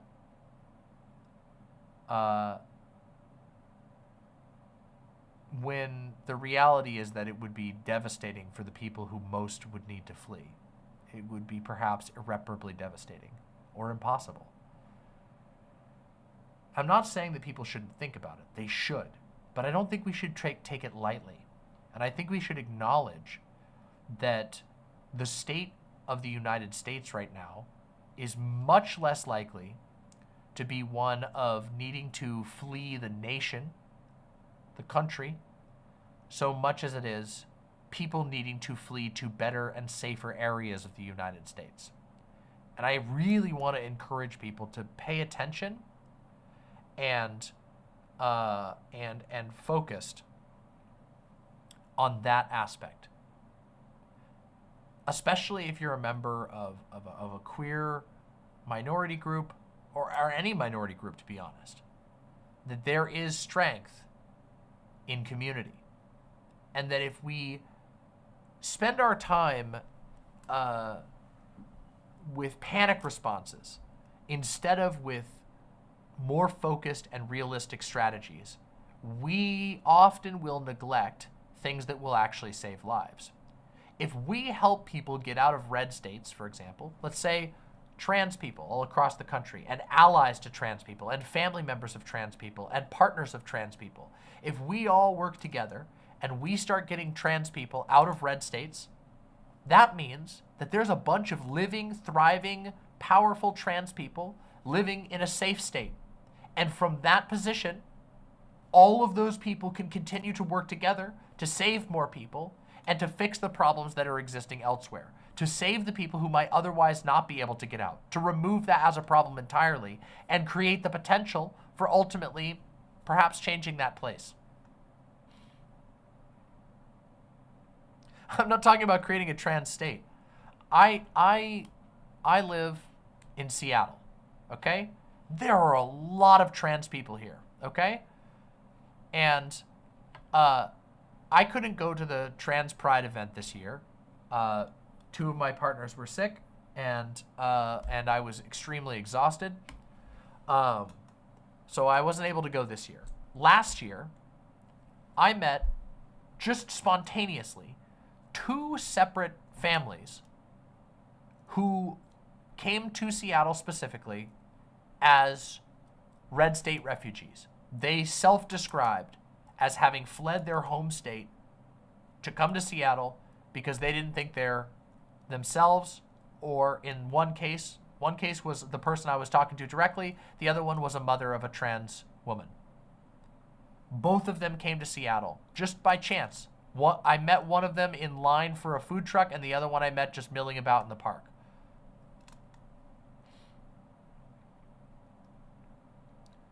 They fled because their home state was not safe for them anymore, because they could not get the medical care they needed, and because they were facing discrimination. This is a very real thing. There are a lot of trans people in this area. We're not like it's not like there's only trans people here, but there are a lot, and we can look out for each other and care for each other and talk to each other. And it's very powerful. And yes, another example, another place, Portland.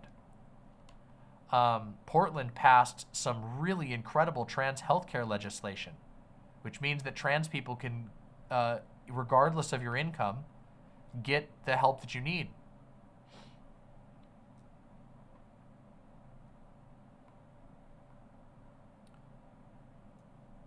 Obviously, trans people aren't the only people at risk.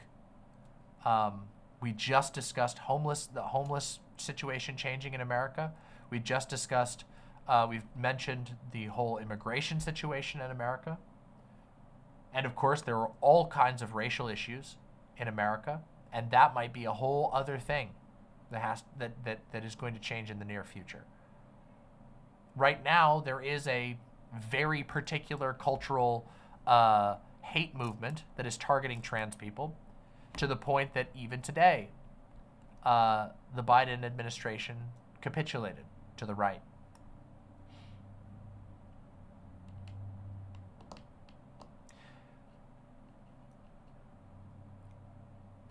What I'm trying to say here is that I want people to stop taking the conversation around fleeing the country lightly and spend more time thinking about how we can effectively help people get to safety within the country.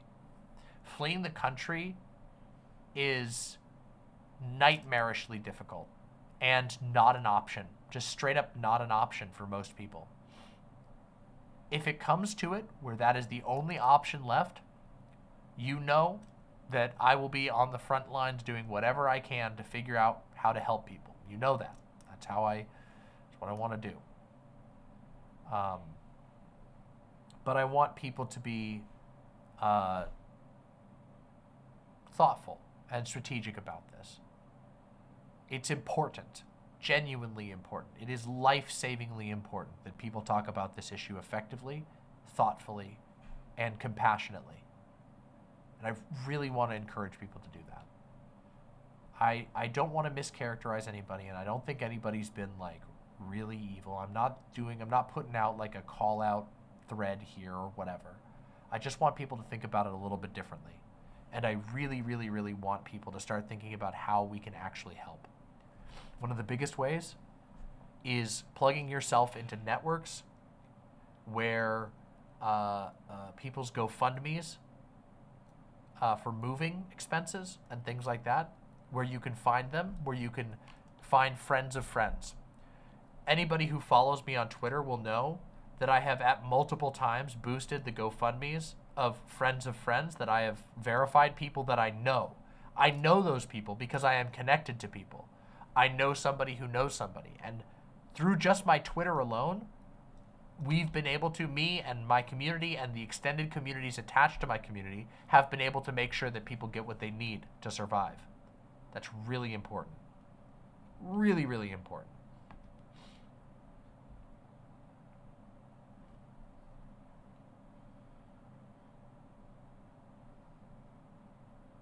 No problem, Captain Badass. Happy to have been able to.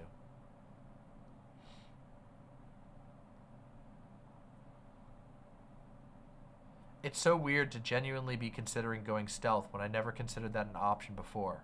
Odd feelings of both pride and fear. Being trans is weird. Yeah, it's something I've thought about. A couple years ago, the state of Washington made it possible to have the non-binary gender marker on your ID, and I am non-binary.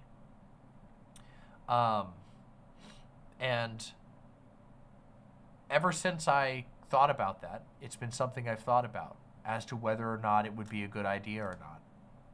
It's super cool. I think it's awesome that you can just go and say, I'm non-binary, and they'll give you a little X on your gender marker. I think that's amazing and really cool. But I also go, oh my God, in this current atmosphere, that could really hurt you somewhere. You know? Even if it's harmless, it could put you in danger. And it makes you scared when there is to a certain degree, when there is an atmosphere of hate like there is building in this country right now, like there has been building in this country.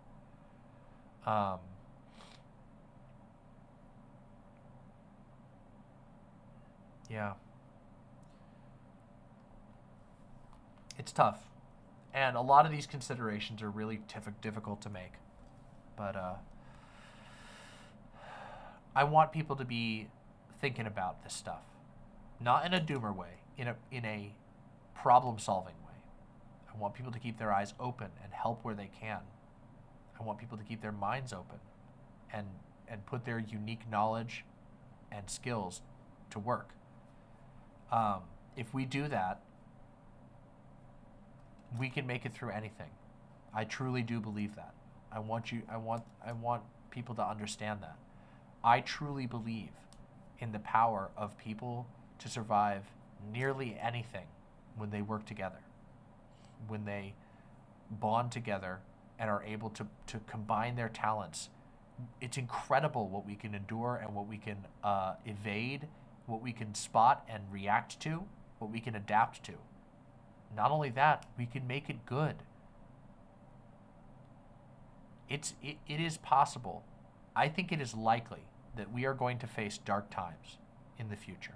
Okay, really dark times. If Trump gets in It is not going. It is very, very likely going to be a very difficult time for, especially trans people, but for gay people, for black people, for people who are undocumented, for children of immigrant families, for people of color of all types, for Native Americans.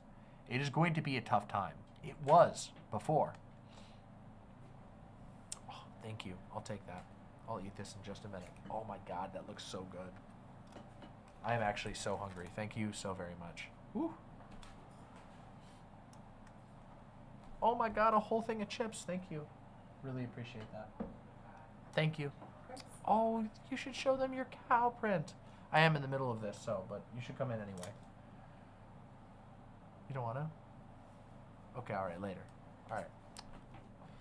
Okay.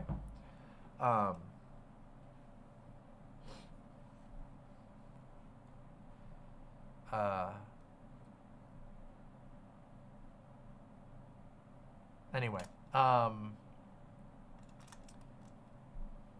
before the food came in, I was saying that I think that there is very likely to be dark times in the near future.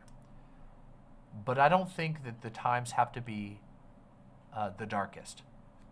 I think that we can still find ways to thrive. I think that we can find ways to counteract the darkness. I believe that we can make pockets of incredible beauty and warmth, and that beauty and warmth can affect the world beyond, that it can functionally fight back and make the dark times shorter and not as dark. But we can't always control the way that the world flows. We often can't control it. What people are experiencing right now, looking at the disaster in the Democratic Party, a lot of people are experiencing a sense of powerlessness. A sense of powerlessness that I have been acutely aware of in my own life for a very long time. In fact, it was a lot of what got me started in streaming. What got me motivated to stream was experiencing utter abandonment by a government that I thought was at least marginally supposed to help. You know, I lived in a liberal state, and I thought, well, you know, liberal states, the government is there to try and like help you when things are bad, and they just didn't. It was a disaster. So many people were left behind.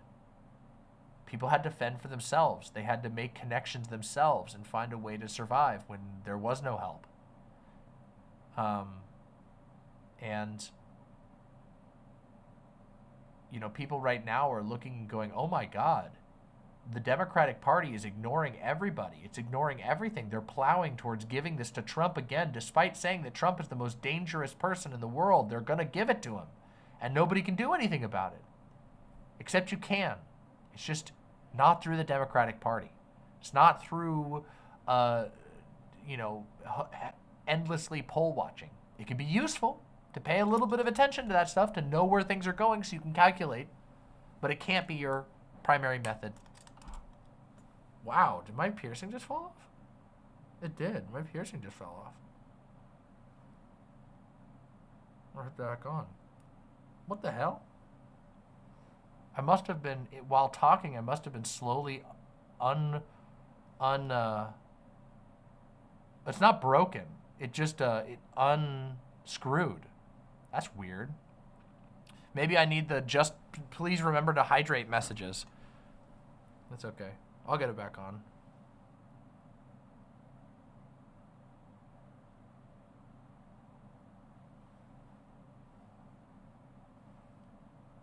Might take me a minute. I'll take it off for right now. Wow, look at that. I look naked with no lip piercing. Wow. Anyway, I don't want to repeat myself from what I've said before, but I think that it bears thinking about. When it comes to fleeing the country, that's a huge question, and people should definitely think about it.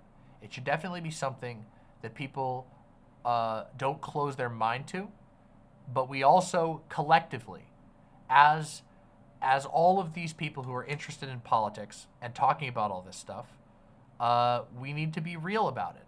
And we need to not, only think about the most extreme options. We need to think about what we can do to prevent it from being necessary. There is still so much left for us to do. And a lot of it is going to require us to use our mental capabilities to figure out solutions. Anyway,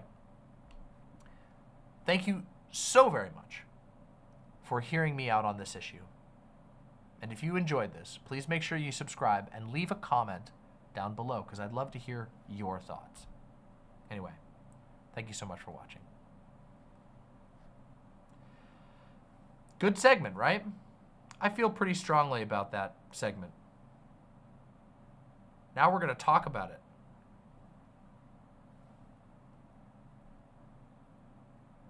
But first I need to get this piercing back in.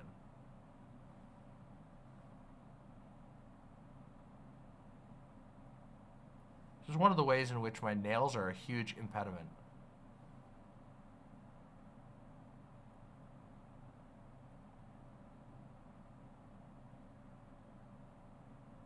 Damn it, I was so close.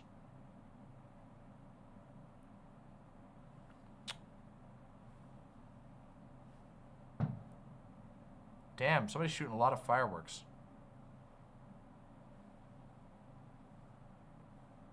Oh my God. It's not even close to the July 4th. Oh my God.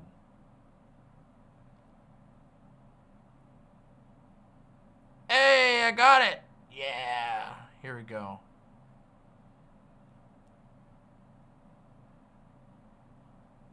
Yeah, restored. Restored, and now I can eat my delicious food. Look at this. Mmm.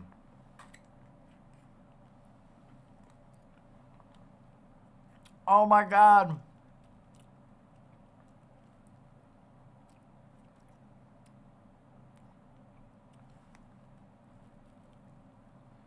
Mmm. Yep, chimichangas.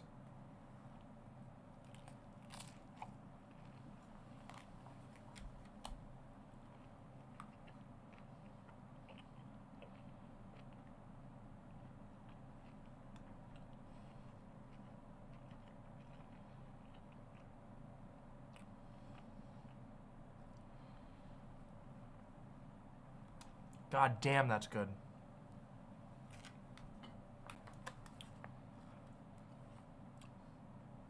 This is from one of our local Mexican restaurants, and it is killer.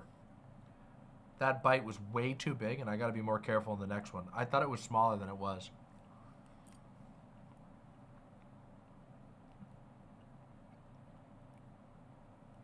Look, chimichangas, excellent innovation. They're basically just a burrito that's also fried, and it is so goddamn good. Legitimately just breathtaking. I don't get it every time. My favorites, when I go to like food trucks and stuff, I love tamales, and I love chiles rellenos.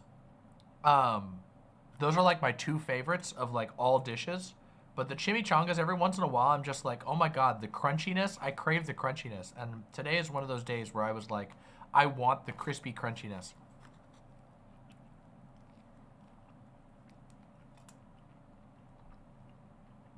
Recently, we went to a new food truck that I'd never tried before. My partner had tried it.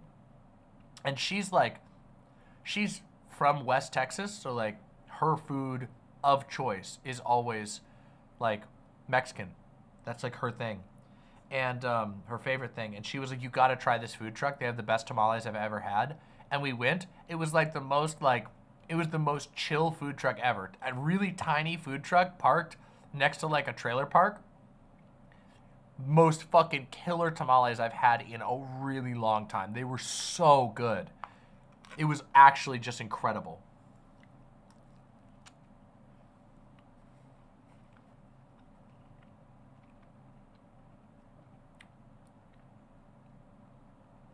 They were, oh my God, I got a chicken one, and then I got What was it called? Hold on. Mm-hmm.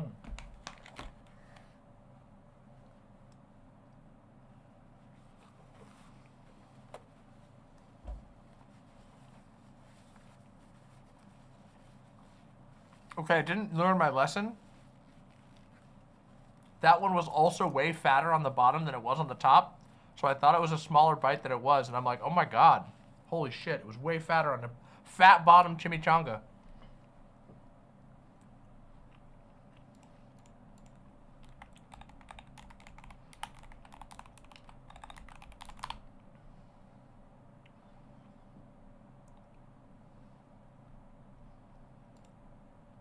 Hold on, I wanted to look at the, I'm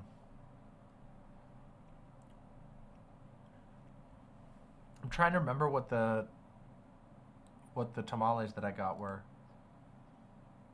It was, no,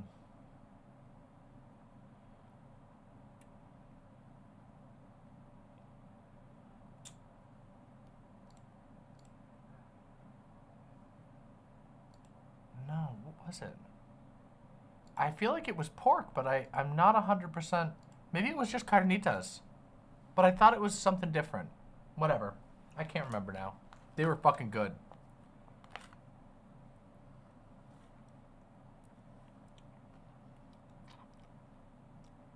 Yuri says, have you had Honduran tamales? Please try. If not, it's a food for my culture. I would love to try that.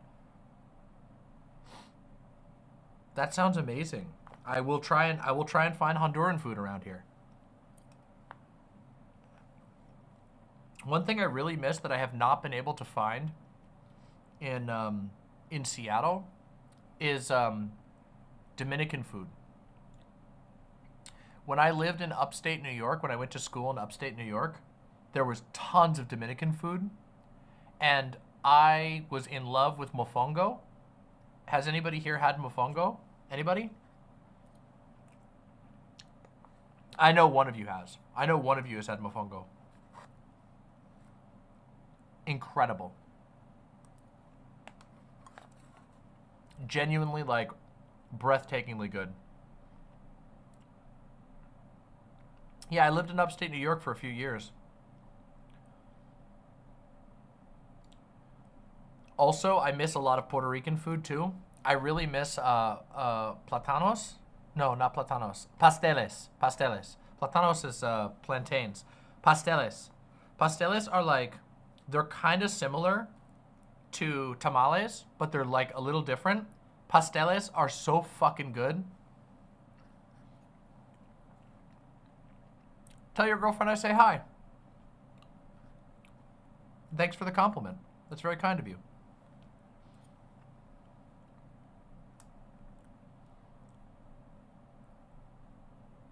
They're like calzones? No. Pasteles is like, it's like meat pureed and then wrapped. It's like pureed and they add like green olives and a couple of other things to it, and it's all pureed up really, really tight, and then they wrap it in a palm leaf, and then they drop it into the bottom of like a cauldron. And it basically gets pressure cooked in like a palm leaf. So when you open up the palm leaf, there's like this extremely, very homogeneous, extremely flavorful meat, like meat and vegetable paste. It almost comes out like a cake. Like it's not dry like a cake, but it's like a fish cake almost, but except not with fish. It's incredible. And I've never had. The closest thing I can say is like a tamale, but it's not. It's pasteles, and they're so fucking good.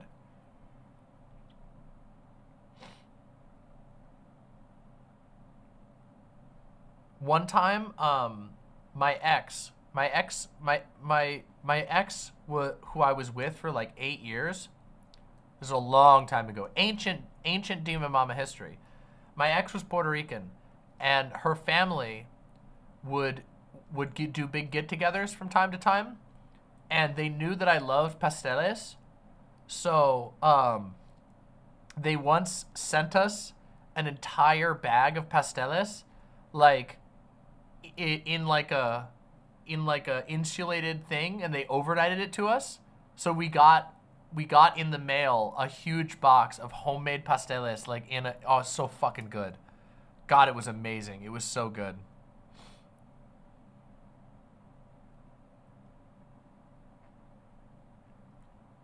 Perhaps the best food I've ever had at like a festival was when I went to the upstate New York Puerto Rican festival, Puerto Rican community festival.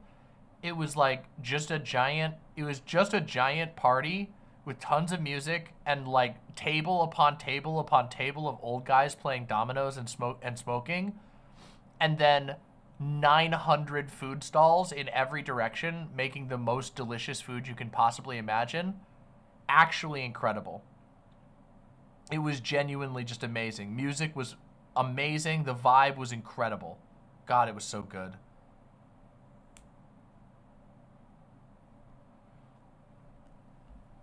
I am so bad at dominoes, I never dared.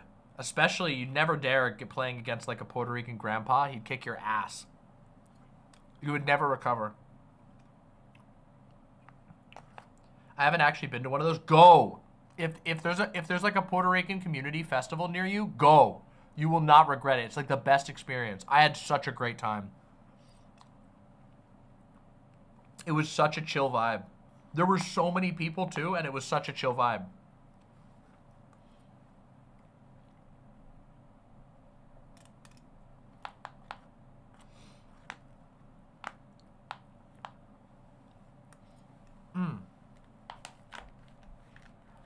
The other thing that I miss is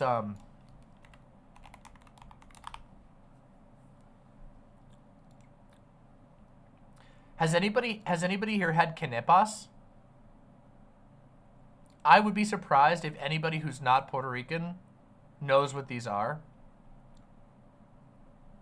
Has anybody in chat any quenepas enjoyers out there?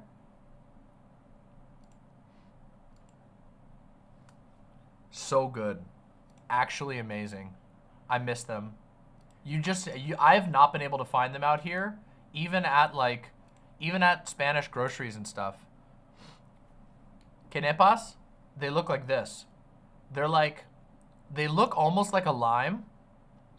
In New York City, when they're in season, people will just sell them on the street corner. They'll have a giant box with a little sign that says quenepas on them, and then they'll just hand them out to you. You give them a few bucks and they'll give you a whole cluster of them. They're like, you peel them open.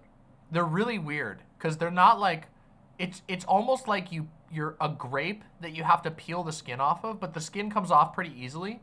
It's got like the skin of a lime, but the texture on the inside is like a grape, but then there's like a little pit in the middle, but the flesh is like super, super soft and really, really sweet. So good. They're so good. And I have not seen one since I lived in New York. It's like lychee. Yeah, it is kind of like lychee. I don't know if they're related. Let me see. I wonder if they are. They are. Oh my God, they are related to lychee.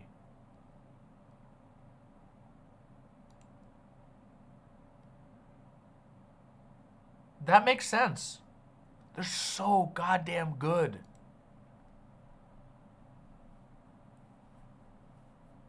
God, I love them. They're so stinking good.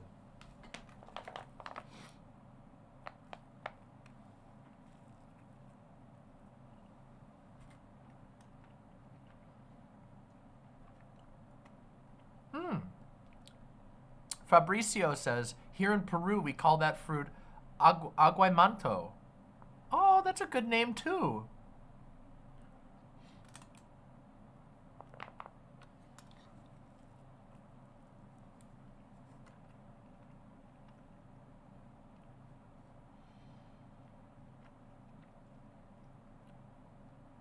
I wish I could get them out here. I haven't found them. I didn't like the texture of them. They are kind of weird. I can understand why they would be off-putting to some people, but I couldn't get enough of them. When I was in New York, we would get them all the time, and I would eat like half the bag myself.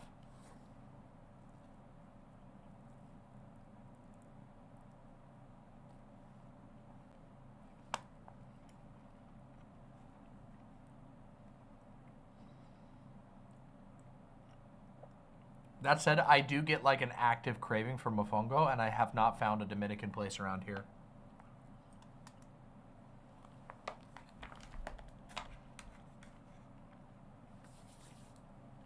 I can't believe nobody spoke up as a mofongo enjoyer.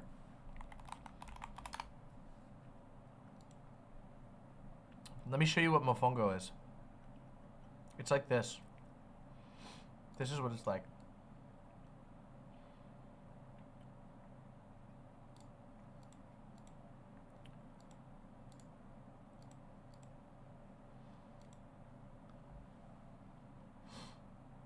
Oh my God. Oh no, there's even a debate over the, oh my God. So mofongo, people fight over whether it's Dominican or Puerto Rican. And it's even in the Wikipedia article, it says it's from Dominican Republic. But then if you click on the picture, it says it's Puerto Rican. Oh my God, they're still beefing about it. Look. Obviously, I'm not Puerto Rican myself, not Dominican myself. But let me tell you something. If you want to see like an international rivalry of unprecedented proportions, Dominican versus Puerto Rican, like, cultural conflict is crazy. It's intense, okay? It's really intense. It's intense. I'll just put it that way, okay? Most intense shit I've ever seen in my entire life.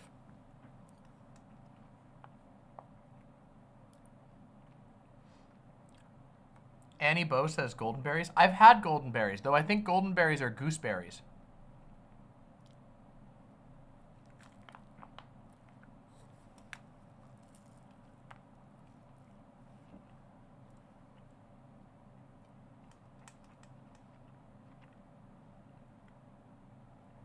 Well, if I'm in Chicago, I'll make sure I let people know and they can give me their restaurant recommendations.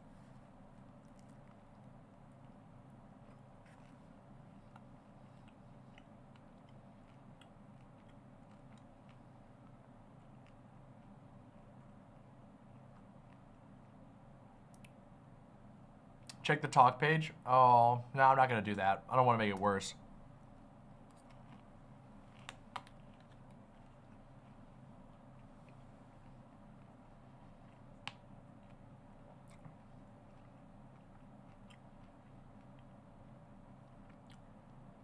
How does one pronounce gyro? That's how I say it. I say gyro. Gyro. Some people say hero. And some people say gyro. Want to get some gyros?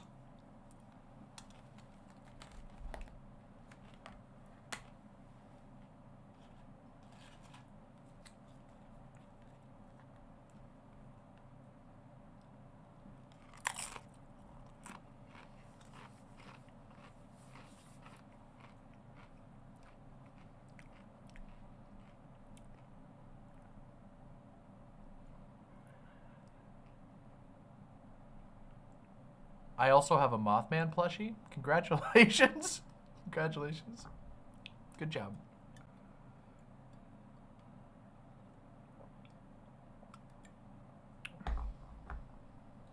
Gyro. Gyro. The DH. Gyro. Gyro. Gyro.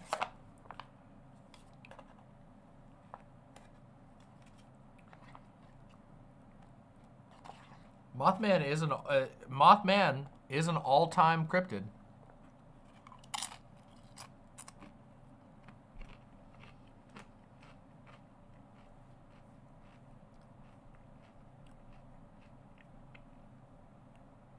Oh, you're good. Don't worry. I was just goofing.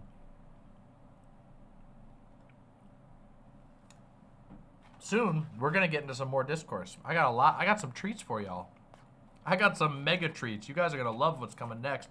You got no idea what's coming down the pipe.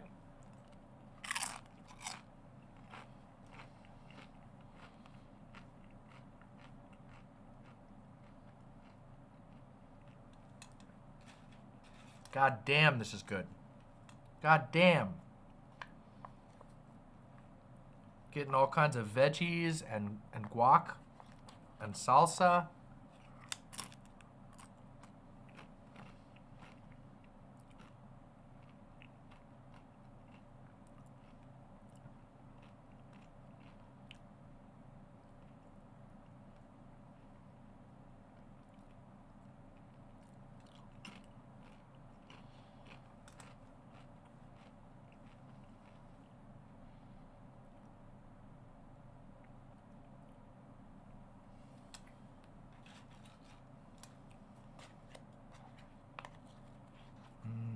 Yum.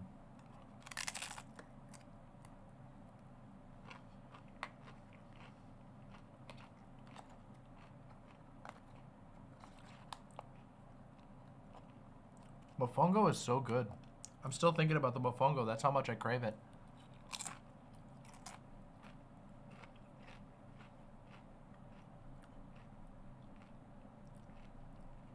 Bye, Tiki. Thanks for coming by.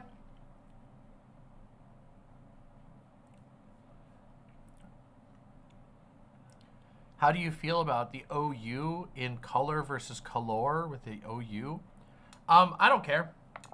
I think they both look fine. When I was in like high school, I was like, oh, it would be cool if you spelled everything the British way. And then I realized that was beyond cringe. And that was like, I don't know, 20 years ago or something. And I was like, the beginning of high school, so probably less than 20 years ago, but a long time ago. But for a while, there was like a bunch of high school writings that I was like, color. And my teachers were probably like, what the fuck is wrong with you? Shut the fuck up. That is the most like high schooler brain thing to do ever though. When you're like, it's this one. It's the fancy poo, right? It's just like, I need to juice up my essay. Adds a U after every O, making you unreadably cringe, giving your high school teacher like a serious career reconsideration.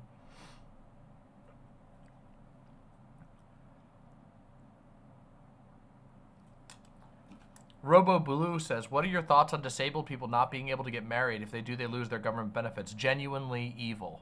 One of the most evil things I've ever heard in my entire life. Marriage, that is one of the moments that lays bare that marriage is an institutional tool of state control. I'm not even kidding you. Not even a small drop of irony or joking or exaggeration. Marriage is used to legally and culturally reinforce family structures that are most beneficial to the government. And that kind of lays it bare, doesn't it?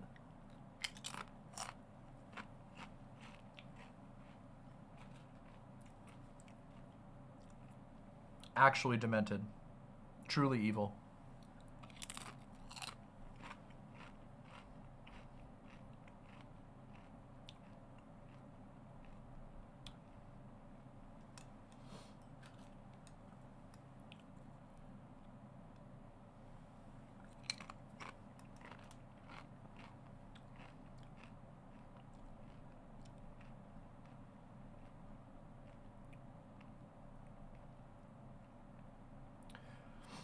Ayn Rand coded.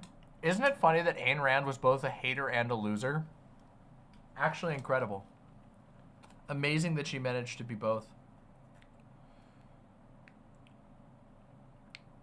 It's so funny, but if Ayn Rand was alive today, Ayn Rand is the type of person who Donald Trump would have made the tweet. You know the tweet that Donald Trump made about Elon Musk? Where he's like, he was so pathetic If I told him to get down on his knees and begs, he would have. Donald Trump would have made that tweet about Ayn Rand if Ayn Rand was still kicking.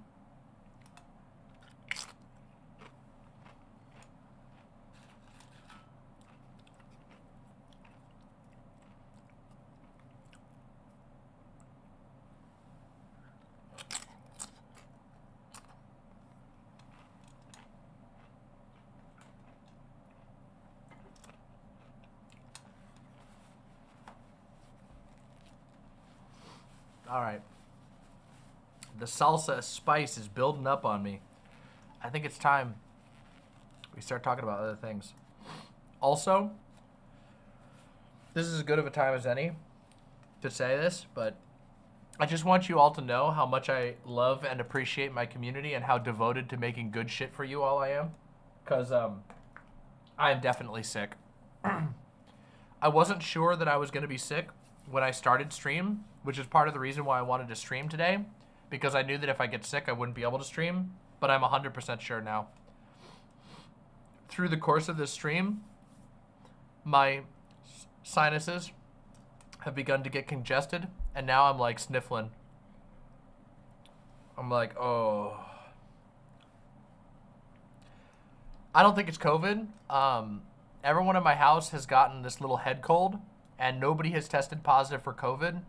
Also, one of my friends was patient 0 for this particular wave of sickness, and they did not test positive for COVID. It's still possible. There are false negatives with the way tests are now, but the symptoms don't quite match COVID. Usually with COVID, there's fever. Nobody's gotten fever so far. It's just been congestion. I think it's legitimately just a head cold. But sucks.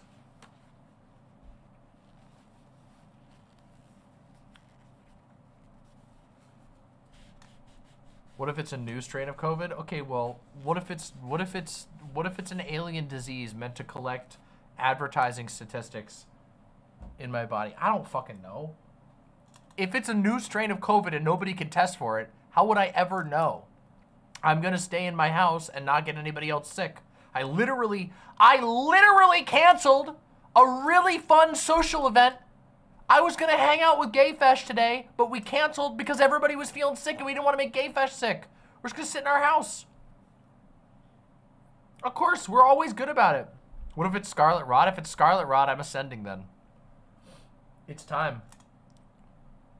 Yeah, we're still hanging out in spirit, true.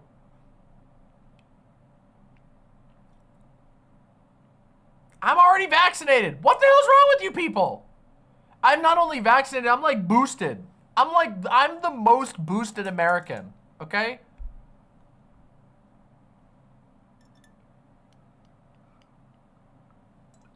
I have multiple brothers.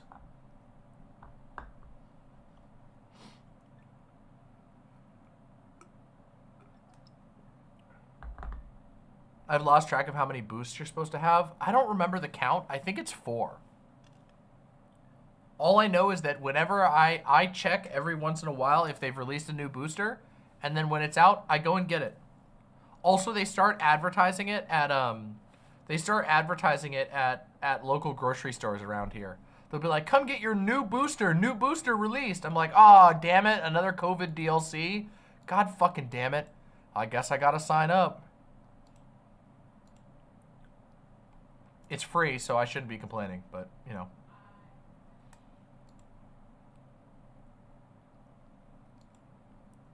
Did I say that, Anarcho-Delphi?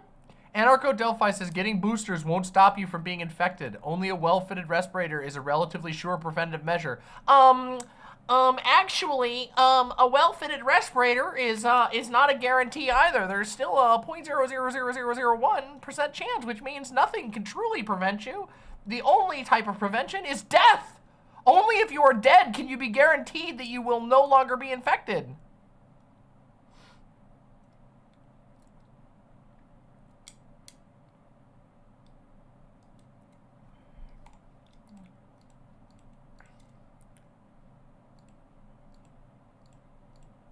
Only by taking the Dr. Manhattan route and teleporting yourself to the moon and saying, "I'm tired of these people, of being entangled in the webs of their lives." That's the only real way.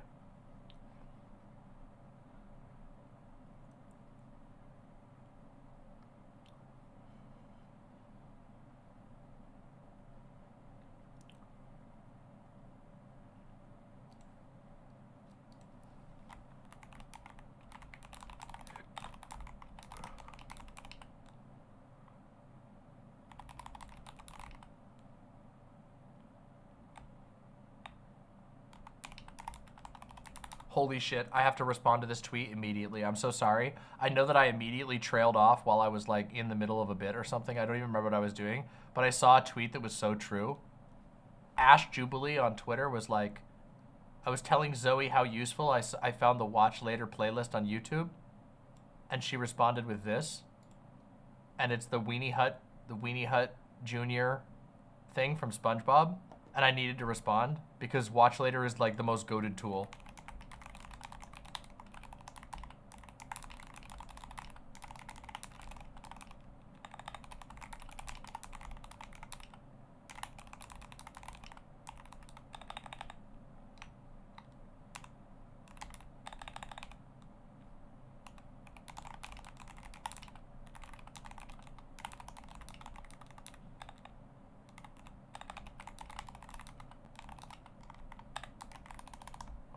There we go.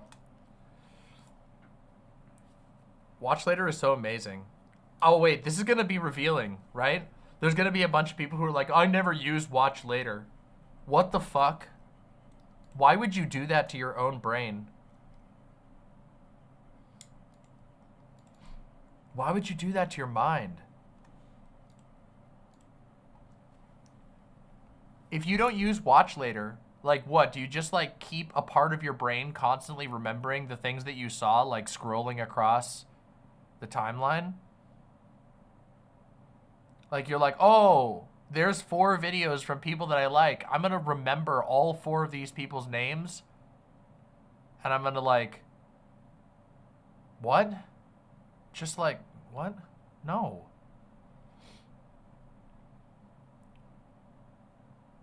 I have 40 tabs open at all times. Look, I use Watch Later and have 40 tabs open, okay? Not 40. Currently, I don't actually have that many. In reality, moving to my 2-computer setup for streaming has been miraculous for my tab mental health.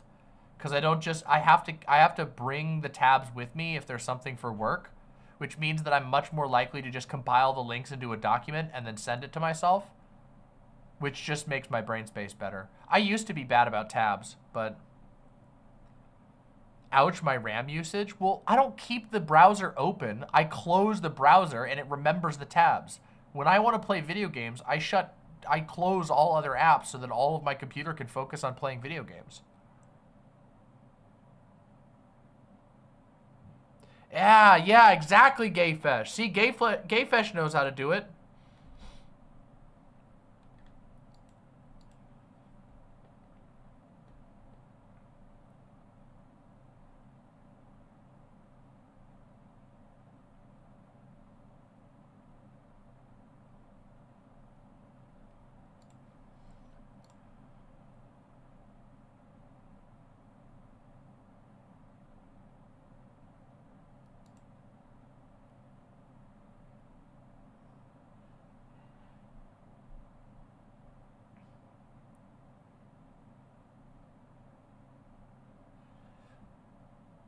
Ba, ba, ba, da, da, da, da. I want to listen to that again. I played it earlier, but it's so fucking good.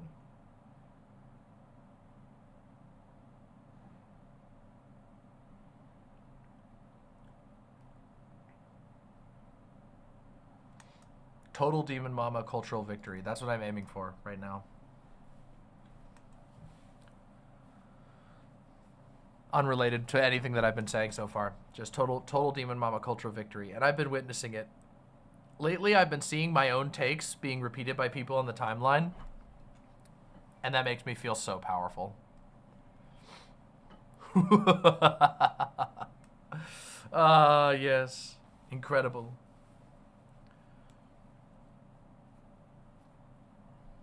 powerful moment. I'm not even like a hot taker usually. Oh man, I really got the chat going about the watch later thing, huh? True, Kazama. True. Kazama says Demon Mama is an eldritch god speaking in the ears of everyone's subconscious. Literally true. You have research docs? What the fuck? Okay, I'm sorry, but you can't just compile a bunch of like your favorite furry images and then call that a research document. That's not how any of this works.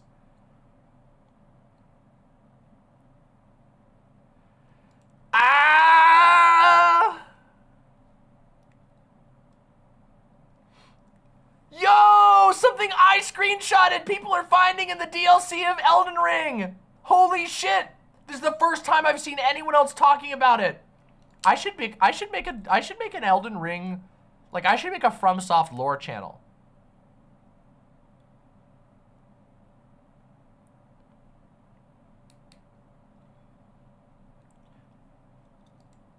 Holy shit.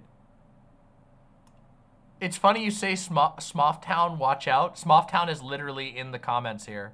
Going, I never saw that. I took a screenshot of this when I found it because I wondered how long it would be. I thought it would be one of the first things that the lore channels talked about. I have seen no lore channels talk about it. I've actually grown so much from when I played Dark Souls 3 and just bumbled through and didn't catch like any of the lore stuff to now Elden Ring, me finding things that nobody talks about until way later and going, damn it, if I had a channel, I would have gotten the scoop. So incredible. So fucking incredible. I can't show it because well, it's not really a spoiler. It's too arcane to be a spoiler. It's such a small detail. But we'll do it later. We'll talk about it later when I get to the lore section. Have him credit you or sue a Scottish ass? No. I didn't post about it. So somebody else did. That said, something really cool.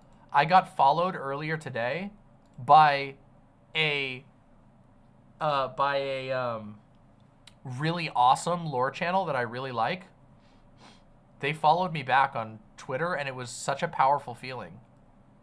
It's so rare, but it felt great. No, I still haven't. I don't think I got the Zeostorm one. Let me double check. I should check I don't have the Zeostorm follow back. What? Why am I? Wait, this isn't the real Zeostorm, is it? Where's Zeostorm? Wait a second. Oh my god, did his old account get banned? This account has no followers. Okay, we'll see. Here, we're gonna see. It was Quaylog.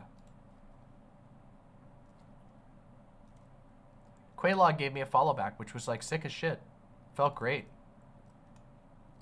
I love Quaylog. No, Zeostorm. I'm not blocked by Zeostorm. Zeostorm's account just has like very low followers, and I wasn't following it. I swear to God, I've been following Zeostorm on Twitter. I see like every Zeostorm video that comes out when it comes out.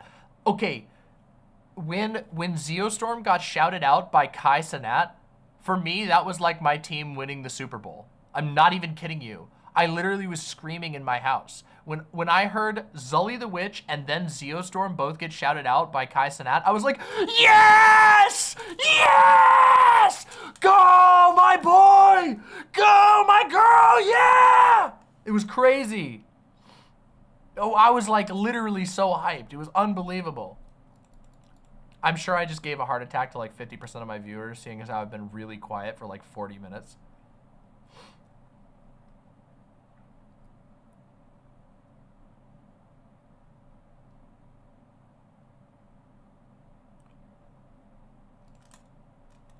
No shot. No fucking shot. This can't be real. Oh my, this can't be real. We need fucking, I need confirmation on this. This guy's like, this guy's sus. Okay, hold on. All right? This could be, I'm warning right now. I'm warning right now. This might be misinformation. Okay? Yeah, Yashar Ali, like a HuffPost guy. I've seen this person post some really sus bullshit. So this could be fucking fake. Yashar Ali says, Biden campaign fundraising email. The bedwetting brigade is calling for Joe Biden to drop out. That's the best possible way for Donald Trump to win and us to lose. And here's the screenshot of the email. The bedwetting brigade is calling for Joe Biden to drop out. Holy shit. They are so cooked. Joe is so fucking cooked. I need to know if this is real. Is anybody subscribed to the Joe Biden campaign emails? Does anybody get them? If anybody has, seriously, I know some of you in my audience get like emails from this. If you go check your emails and see if you've gotten an email from the Joe Biden campaign and see if this is real. If that's real, it's fucking over. Okay?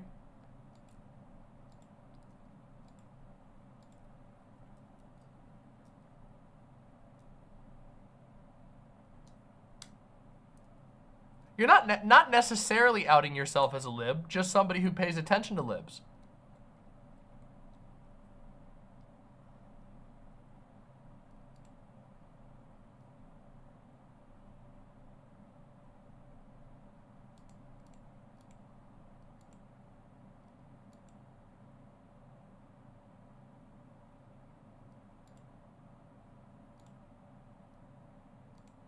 Just put a video on my watch later.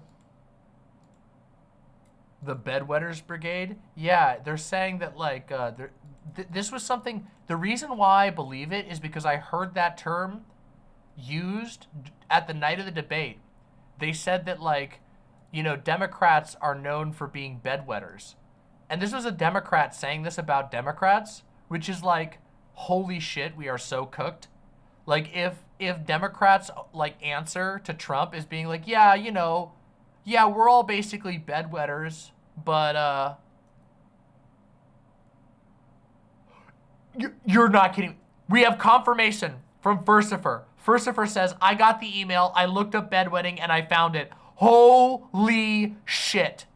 Furcifer, you are a trusted chatter, so I'm going to trust you. Can you forward that email to my demon mama? Can you forward that email to me or a screenshot of it? Actually, yeah, you can just forward the email to me. That's absurd.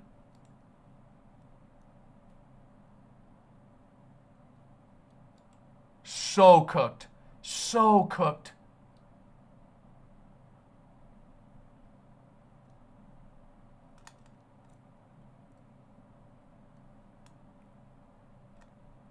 I'm gonna check my email right now. That's actually nuts.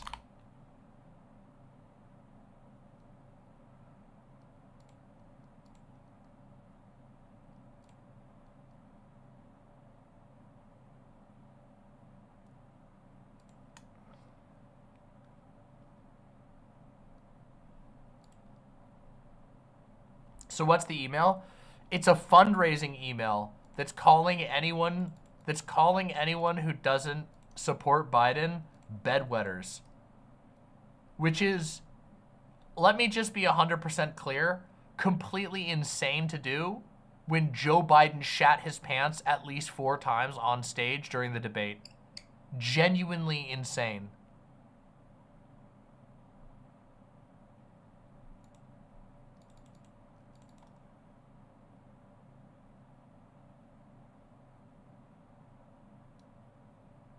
All right, I'm checking my email right now. I gotta see this.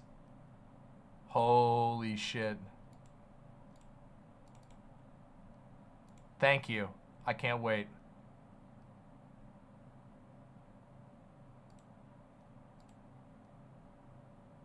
Holy shit. It's real! It's fucking real! Holy shit! Oh my god, it's 100% real! You're not even kidding, it's real!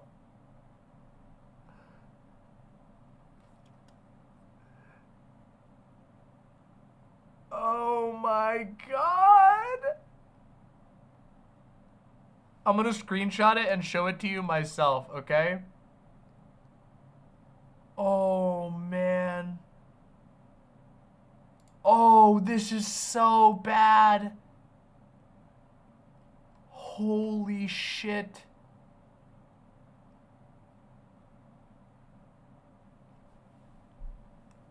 Here are the official talking points. Okay, hold on. I'm gonna screenshot this.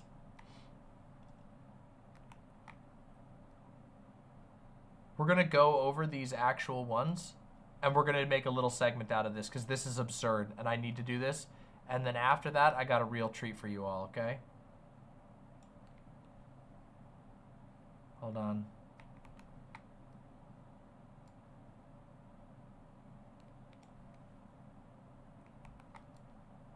Oh, shit.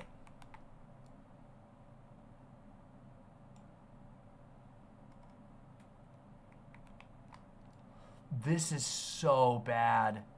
Holy shit. Why do we have to live in the bad timeline? We just live in the absurd timeline. All timelines are no. I was gonna say all timelines are the bad timelines, but they're really not. Okay, hold on. We gotta go through this. Hold on. Okay, here we go. All right, let's do this. My lovely imps, we have just received one of the funniest things I've ever seen. So, following a claim by a Huffington Post writer by the name of Yasher Ali, I asked my audience to check their emails and find out if it was indeed true that Joe Biden sent out an email asking for money that calls anybody who is doubting his performance a bedwetter.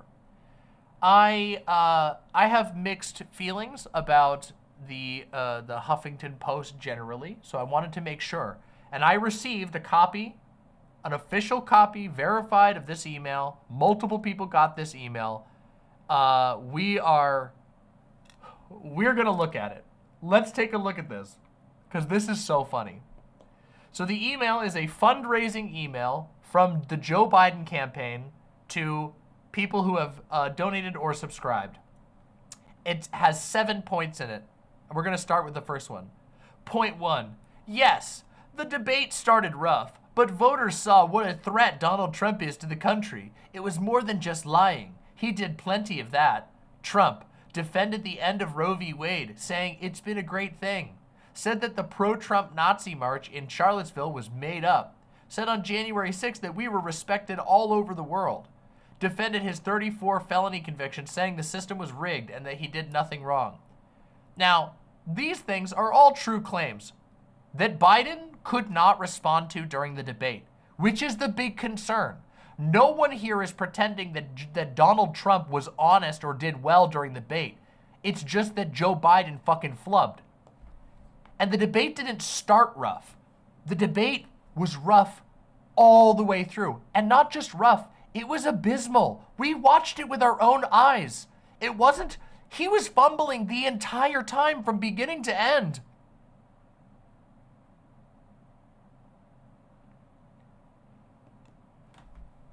Two, actual voters perceive this debate very differently than those who pay attention to politics a lot. Called it. I responded to this exact talking point just earlier in this stream.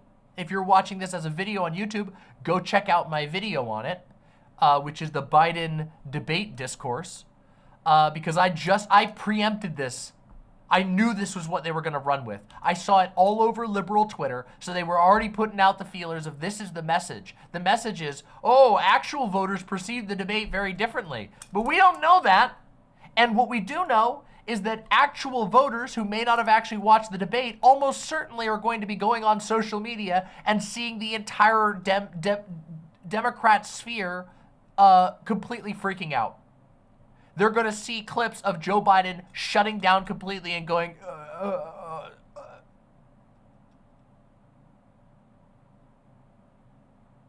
We beat Medicaid. All right, let's continue. Breaking news. People think Joe Biden's old. They did coming into the debate. They do coming out of the debate. At the same time, though, a lot of people have rose-colored glasses about the Trump years. The most important thing about the debate was always going to be that people were reminded of what they hate about Donald Trump, that he's unhinged, out for revenge, and in it for himself. Trump came off as a liar. He didn't come off as unhinged in that debate. This was not Trump's most unhinged moment. Trump played it fairly close to the chest with regard to unhinged statements. There were a few. There were a handful of them. But Joe Biden came off as, unhinged isn't the right word, but unstable would be a better word. Let's go to the next point. That's because the long-term impact of the debate is overstated anyway. Let's all remember that Barack Obama lost the first debate in 2012, and the media panicked too. Bush lost in 2004. This is the biggest cope ever. Do you think they would be saying this if they won the debate? Of course not. Insane cope. And those debates were in October, not June. That goes against your case. That's worse. That's because these debates being in October means that people were more invested in the candidate before the debate. That's so goofy. Mad cope. Actually mad cope. 90 minutes does not negate 3.5 years of results. If you can't win and Donald Trump becomes president because you had a severe mental health moment on stage in front of the entire world, actually, yeah, 90 minutes can negate that, especially if the person you're going up against is the greatest threat to democracy, as the Democrats have been saying. Let's go. I'm not going to read all these stupid points. Literally, this is just them bragging about the accomplishments that they think that they have. I don't care. We've already talked about that. We already know what Joe Biden claimed. He stumbled through like 2 of these during the debate. This is just them building out their resume puffing. 5. The day after the debate, Joe Biden gave a fiery, defiant speech where he tackled concerns about his age head on. So on a teleprompter, he was able to be fiery during the day, but he couldn't at night, specifically after, say, sundown. He started struggling, and when he was asked to answer things that couldn't be read off of a teleprompter because they require creative thinking and spontaneous thought, he completely struggled. Seems like it doesn't fucking matter if he could do it at his own rally with a teleprompter during the midday. Jesus Christ. Here we go. This is the one. 6. The bedwetting brigade is calling for Joe Biden to drop out. That is the best possible way for Donald Trump to win and us to lose. First of all, Joe Biden is going to be the Democratic nominee, period. Super Democratic. Super Democratic. The Democratic nominee, you don't got a fucking choice, Jack. He's the nominee whether you like it or not. You're under our thumb, buddy. Holy God, they are cooked. Actually cooked. I want you to put yourself in the mindset of Democrats that got this email and read it today, who might have had concerns about his performance at the debate. And now they're saying if you don't like it, you're a bedwetter and you don't have a say. We're getting Joe Biden, like it or not. Literally just mask off anti-democratic. Joe Biden is going to be the Democratic nominee, period. End of story. Voters voted. He won overwhelmingly. They weren't. If he were to drop out, it would lead to weeks of chaos, internal food fighting, and a bunch of candidates who limp into a brutal floor fight at the convention, all while Donald Trump has time to speak to American voters uncontested. Why is that? Whose fault is that? Isn't it weird that Joe Biden and his administration haven't even begun to set up an heir apparent for when Joe Biden is out of office, even if he does win? Isn't it interesting that they don't seem to have anybody ready to go? They don't have the internal loyalty to build up trust, to have other candidates who are like, hey, we're setting this guy up to run for president. They're not doing any of that. It's almost like they're asleep at the wheel. They're too busy covering up for Biden and dealing with his myriad of issues to actually play politics hard.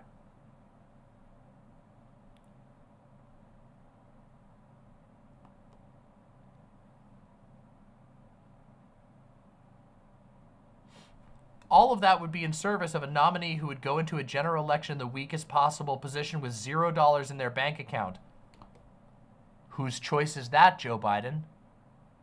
This is laying it bare, by the way, the fundamental that the Democratic Party is following the Trump strategy in the stupidest way. It is not about what's good for the country. It's not about what's good for the Democratic Party. It's not about what's good for democracy. Joe Biden will be the nomination, or you'll suck it up, because he's the guy in charge now. Deranged.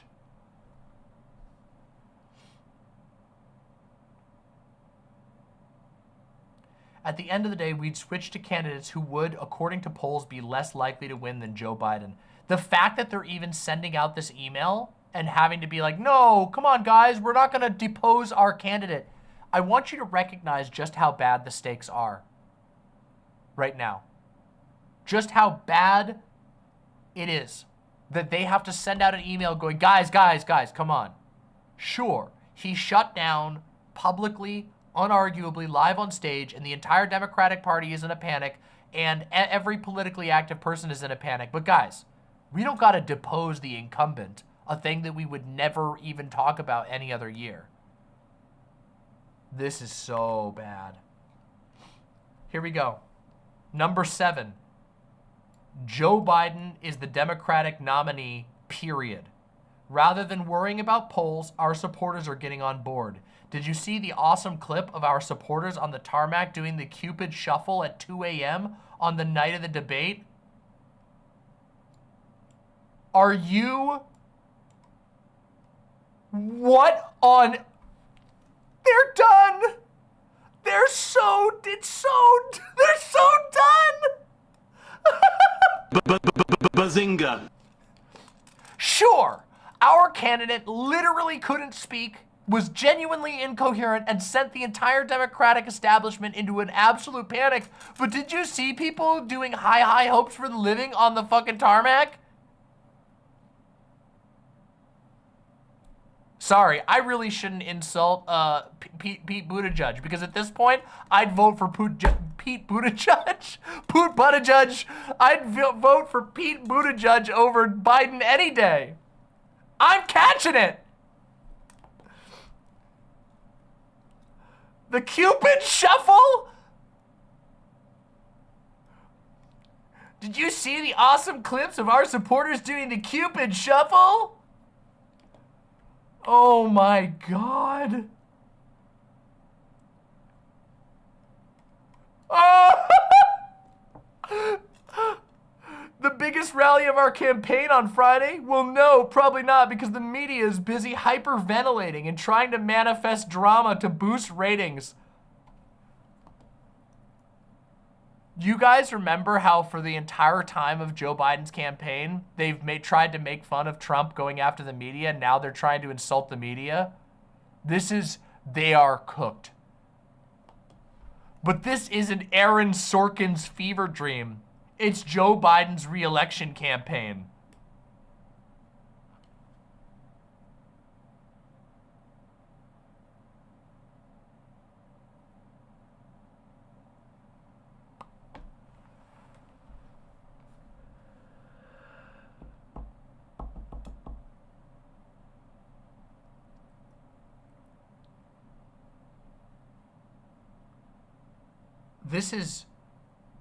This is the most I'm not owned I think I've ever seen a political candidate.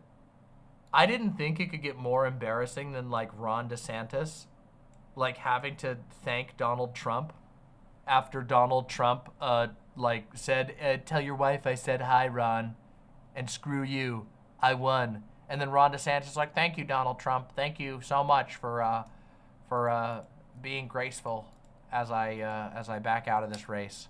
I didn't think it could be much sadder, but this just did it. Did you? You didn't see our paid staffers doing the Cupid shuffle on the tarmac? Are you even in America? The stupid bedwetting loser media, they just want you to think that Donald Trump won the debate and that Joe Biden shat his pants publicly. But he actually shat his pants twice publicly because he's upped his fiber recently.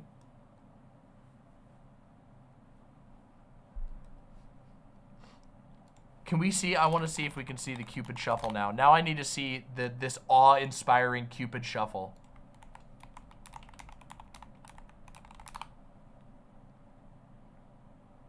Where is it? I don't see any videos of the Cupid shuffle. Where's the Cupid shuffle? I can't even, where is it?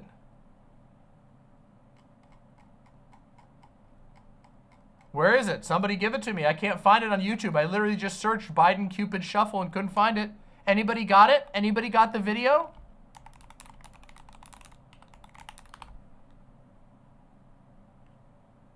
Oh, I see a video from 2 weeks ago of Joe Biden freezing while he was dancing.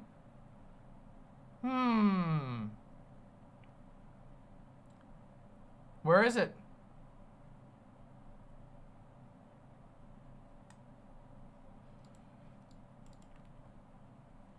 Is it on his campaign website? No, Joe Biden's campaign website literally just has him begging for money all over it. They don't even have a platform.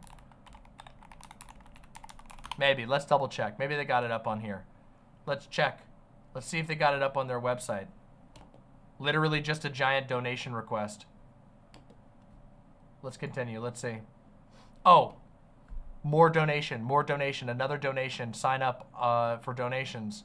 A Joe Biden chatbot that will ask you for donations. A message asking for money. Here's a bunch more donations down below. Yeah, sorry. I want to know. I want to see the Cupid shuffle. I want to be convinced that Joe Biden is going to kick ass, but I can't find the Cupid shuffle. Oh, here's it. When I search Biden staffers dance on YouTube, I get a bunch of videos of Joe Biden falling over, having senior moments.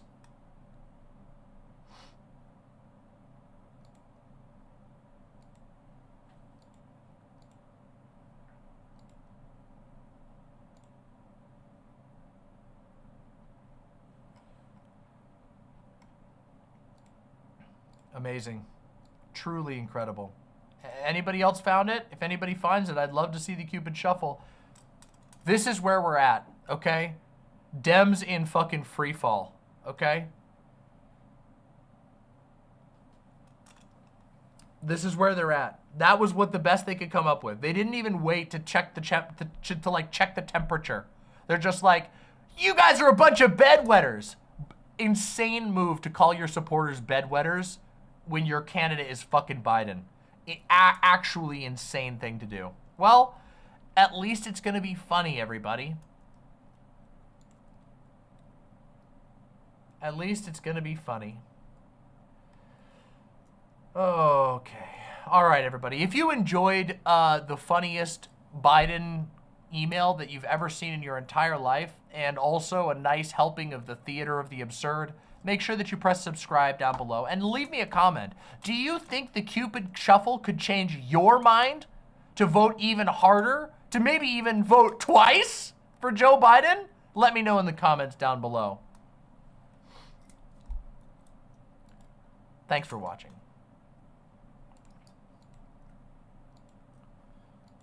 Only the electric slide could change my mind. Yeah.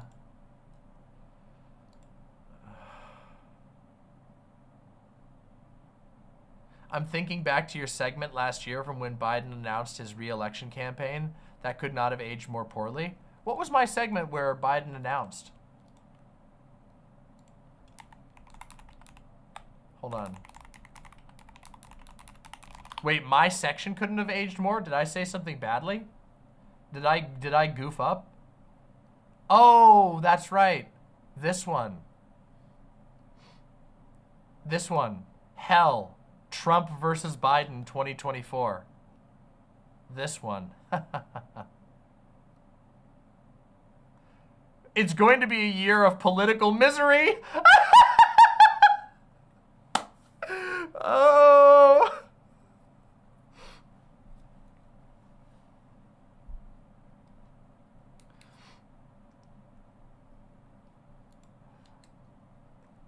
It's true at that point that that Joe Biden was probably the best bet at that point in time, but we're not at that point anymore. And as it turns out, you have to adapt with the times. There was also no other option at that time. They add true. As Bingo Bongus says, things might have been different if they did the cha-cha slide. True. I might have had a totally different opinion, you know? He's cooked.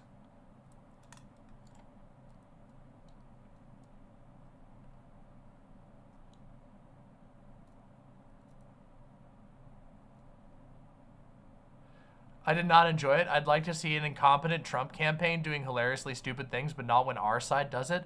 Our side? Our side? I am on no one's side because no one is on my side. That's what I have to say to this. You think the Dems are on your side? You got another thing coming, buddy. Joe Biden has never been on your side. Joe Biden's on Joe's side and literally no one else. And that's even up in the air right now because sometimes I think that Joe thinks that Joe might be his brother.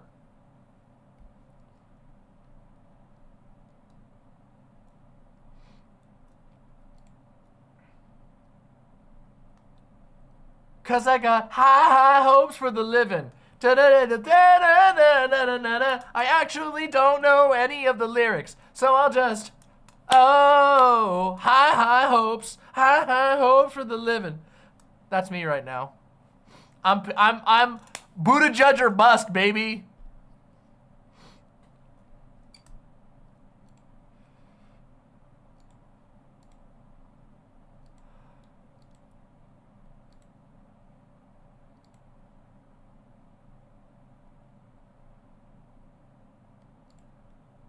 Oh my God, I would love to watch that, but that's copyrighted.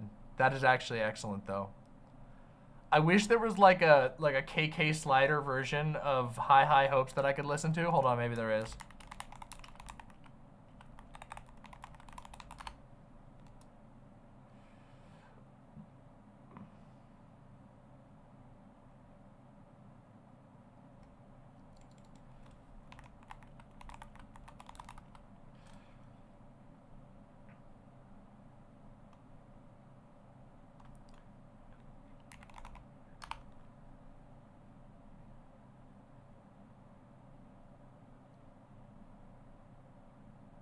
I don't want to get slammed, but also...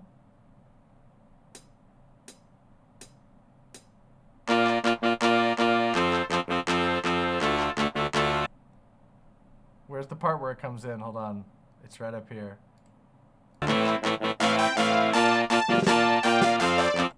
There we go. That's enough. If I play any more, it's going to get me hit. I know it is.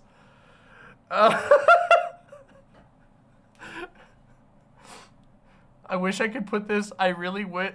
MIDI is safe. No, it is not. I've literally gotten hit before.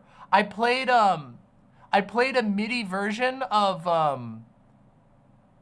the baby elephant walk.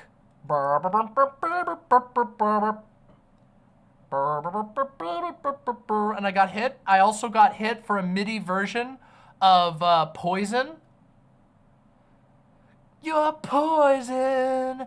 Oh, poison running through my veins. You've literally never seen it? Well, try getting a YouTube channel and doing it yourself.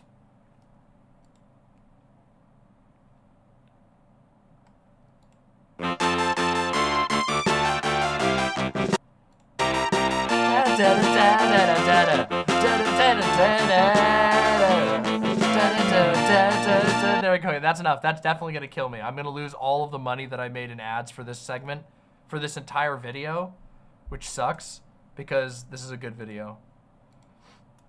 'Cause I got high. Honestly, I hope that's clear. I'm actually genuinely nervous that I'm gonna lose my monetization for that, which will make me want to die.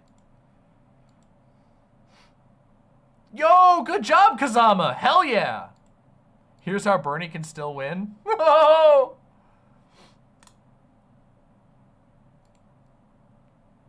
Why are you letting Black Rifle Coffee advertise on my videos? I don't control any of that. What do you mean letting them? Do you know what you have to do to get people to not go on there? The process to get someone to not advertise on your video is literally nightmarish. You have to manually identify which company is serving those ads and then say, I don't want them. And that means you also don't get any other ads associated with the company that's servicing those ads. It's actually impossible. I don't choose any of that. And yes, Windleby, I did get hit for MIDI.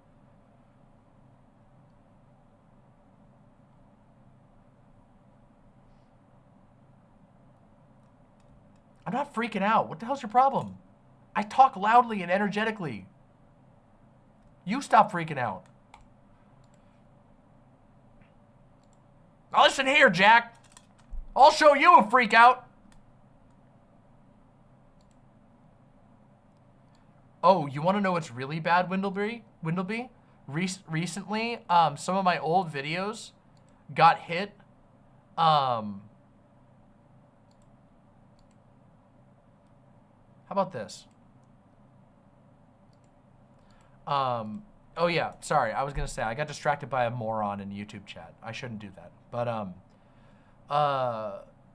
Windleby, in some of my old videos, I've started getting hit by a third-party claimant for sections of the Pathologic 2 soundtrack. And they're not even correct. They're claiming original tracks for the soundtrack as Theodore Bastard tracks because there are Theodore Bastard tracks on the soundtrack of Pathologic 2. But it's a third party. So it's like, there's this whole system. A lot of people don't know this, but the YouTube DMCA system allows for third-party companies to claim on behalf of. So basically, what they can do is you can have a company, and what they do is they go, we're just holding this money for the copyright holders. And then they're supposed to legally give that money to the copyright holders. But whether they ever do is a giant question. It's most likely what they do is they go, hey, just so you know, we found and claimed these things. Just so you know, here, we figure we could send you some money and maybe you let us keep doing this, and they pay them a portion and then they get to keep the rest. It's actually the most corrupt thing I've ever seen in my entire life.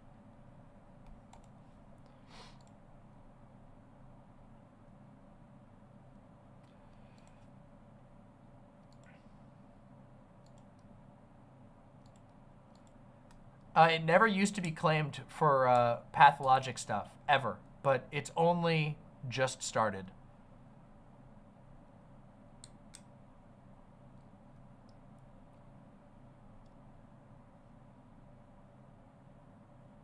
You are explaining innovation? Yes, yes, the most innovated thing I've ever seen in my entire life. So innovated. Getting claimed for a MIDI is so stupid. No wonder Vosh is so strict about it. Yeah, of course he is. He's smart to be so. I still play it risky because I'm an idiot. Is basically how it goes. Like right now, if I wanted to play this alien singing just the two of us, I wouldn't be able to do it because it would still get claimed, even though it's an alien singing it. I can do an impression.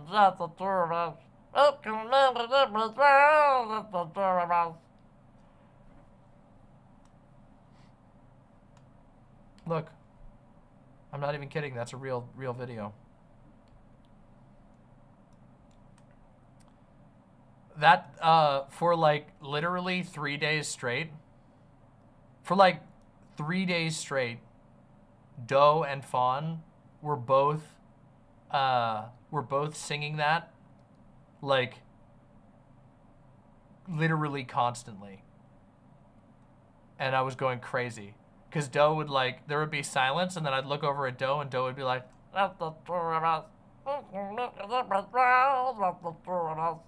And I was like, ah! Taking psychic damage. Fawn is actually F-A-U-N. Fawn. Fawn. But yes, Fawn was called Fawn before we met Doe, though. Not that it would really matter, but just because. Oh,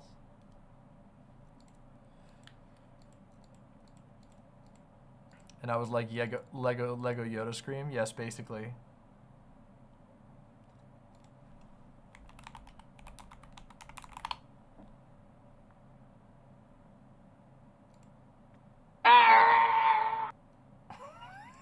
It's so good. Also, here's a video, 1 hour of silence occasionally interrupted by the Lego R2-D2 death sound. We gotta hear that one. I gotta hear that one. Hey,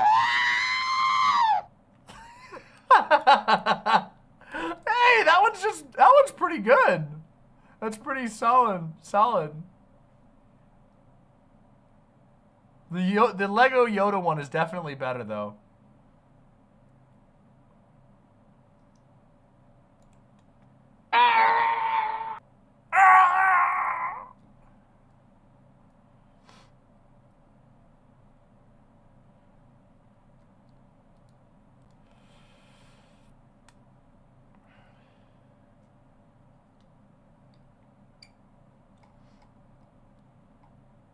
I don't think either of them would use that word to describe it, Arlo.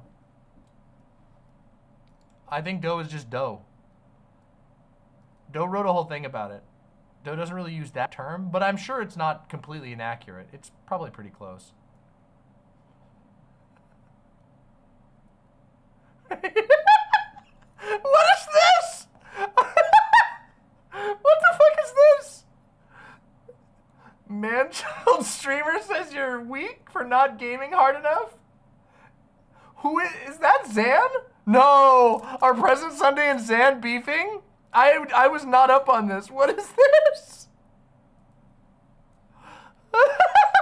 This thumbnail is insane. I'm sorry, I need to... No, stop. I need it to not... Don't play. There we go. Look at... What is this thumbnail?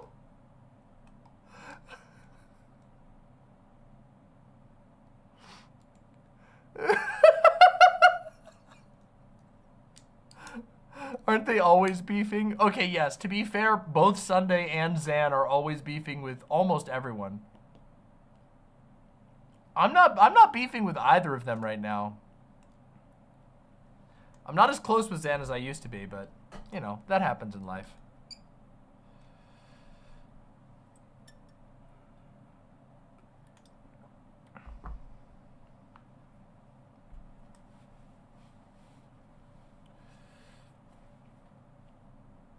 Okay,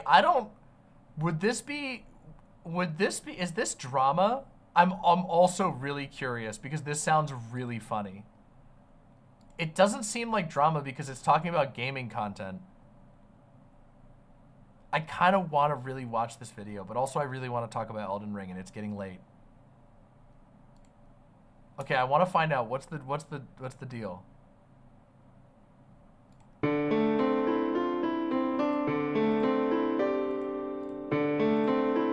Stop. So this is Xanderhal. Nick Merck's the dumbest streamer. I don't know what's happened to Nick Merckx, and I don't care. But what I've heard is that Xanderhal is insufferable to the point of it being magical in this segment. So I hate you all. I hate you so much for picking this. Like, dear God, 43 votes, 37% Xanderhal cringe. Like, I have to react to this. Okay, I'm sorry. Really? You made me react to this. Like yourselves. All right, here we go. I hope the intro sucks. Your choice, Canadians. Thank you, Connor, for $10. No, I think that intro's fine. Familiar with the god-awful gaming content creator named Nick Merckx. This guy was really big back when like Fortnite and COD Warzone were really big. He like blew up during that 2018 to 2020 era of Twitch, and since then it's kind of... What's the flag on Zan's wall? The intro sucks. Your choice, Canadians. Thank you, Connor, for $10. Familiar with the god-awful... Is that Super Earth? Is that a Super Earth Helldivers 2 flag? Gaming content creator named Nick Merckx. This guy was really... Okay, to be fair, I was gonna say a little bit of, but then again, I also have Mesmer the Impaler in my backdrop, so I can't really say anything at all, to be completely honest. Big back when like Fortnite and COD Warzone were really big. He like blew up during that 2018 to 2020 era of Twitch, and since then it's kind of been fizzling out. Like you can look at his numbers; they're high, sure, but they're way lower than they used to be. He's fallen off quite. That's funny. That's actually funny, Xanderhal, because as it happens, if I look at yours, oh come on, load, damn you. You're down. I think still about. Where was he before? Like. No, don't do this. Number comparing cringe. Never do it. Never do it on. Well, okay. You never do it on behalf of somebody else. Listen, if somebody fires first, it's fine to respond and be like, your numbers suck. If somebody's like, you're unwatchable, you're dead in the water, it's okay to fire back a little bit, but like never be the opener to try and like compare numbers, because it always opens you up. And the thing about the internet is you can basically always find a metric by which you're doing better than somebody else, so they can just do the same thing. Anyway, we're not gonna do this for long. I'm just really 92,000 subs. He's going back up. That's good. Let's see. I'm interested. I want to know what the take is. 2.4 thousand. 8.9. That's not bad. Okay, I don't care about this. Tell me. Oh, this is it. Okay. This is it. This is. I saw this clip. This is why I wanted to cover this. Okay, we'll go on to what if all this after this, because I lied. I'm not gonna cover this whole thing. Dear God. But just. You can't call it covering. No hate, but you can't call it covering when you're just making fun of somebody's gaming video. That's not coverage. Okay. Just drink it in. I want you to. Okay. All right. Let's see. It's actually not Nick Merckx, it's his forehead that we're criticizing right now. Not that one. Elden Ring! I love Elden Ring! So have fun with your little dreamland. Man, this guy fucking blows at Souls games. Something you find is really common about these dude bro, like, brain rot dudes who, like, you can tell they only ever play Call of Duty and sports games, is that they fucking blow at any games that require actual skill. You know? Like, they might be passably okay at first-person shooters from playing them for, like, their entire lives, but you put them into, like, a Souls game, and they like, it's like Asmongold playing Jedi Fallen Order, where he didn't know how to climb because he wouldn't read the prompt on the screen. Like, who's seen that clip? Alright, this is boring. Okay. I thought this was gonna be funnier, but this is actually not funny. This is just boring. Damn it. I thought it would be funny. Whatever. It's all right. That was not planned or anything. I just saw the thumbnail and it made me laugh. I will say, credit for the thumbnail. Yeah, it's just, you know, whatever. I mean, he's not entirely wrong, but also like Zan's he's just riffing, right? Like, you can't get mad at somebody for just riffing. It's kind of true though. Like, people who are like make their personality around a single game, like, you know, if you're a Call of Duty streamer, a lot of times you're really bad at other games. And if you're a Call of Duty streamer with a huge ass ego, you're going to be bad at a game. You're often going to be bad at a game that requires you to kind of divest from your ego a little bit. Sunday got annoyed at Xanderhal thinking that being bad at Souls games means anything. Okay, yeah, but being mad at someone for saying that they think that being bad at Souls games mean anything is also kind of the same thing, right? Like, if you're like, I'm going to take time out of my day to say that I think it's wasteful to think it's impactful to be good or bad at Souls games, but you're also doing the same thing, right?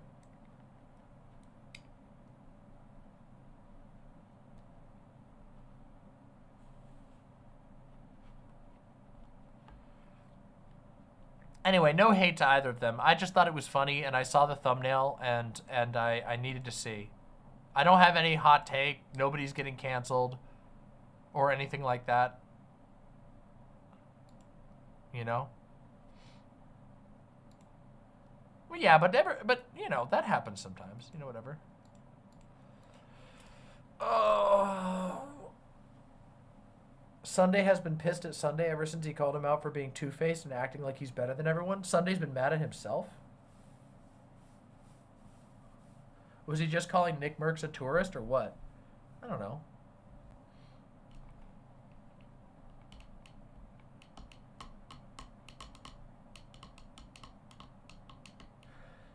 I have remarkably low bad blood. My blood's all really good right now. I'm basically a pure blood knight. You know, it's sick.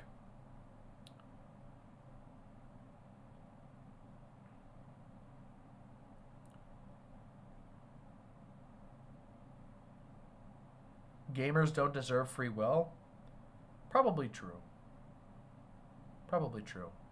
But that's not very cash money of you to say.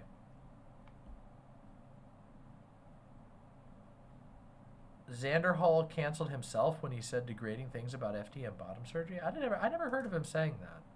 That seems out of character for him. I'm not gonna lie. And I also I don't think, I've literally never heard that, so I don't think he necessarily canceled himself.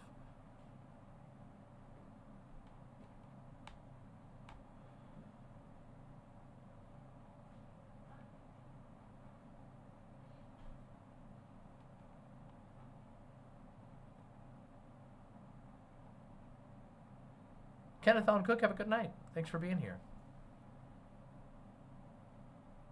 If you want me to stay, please no more politics. I missed the poll. There was no poll. We're not doing any more politics. We're all done with politics. From here on out, we're just having fun. I mean, we might end up talking some politics, but not like explicitly. It's all fun from here on out. You guys you have no idea what's coming.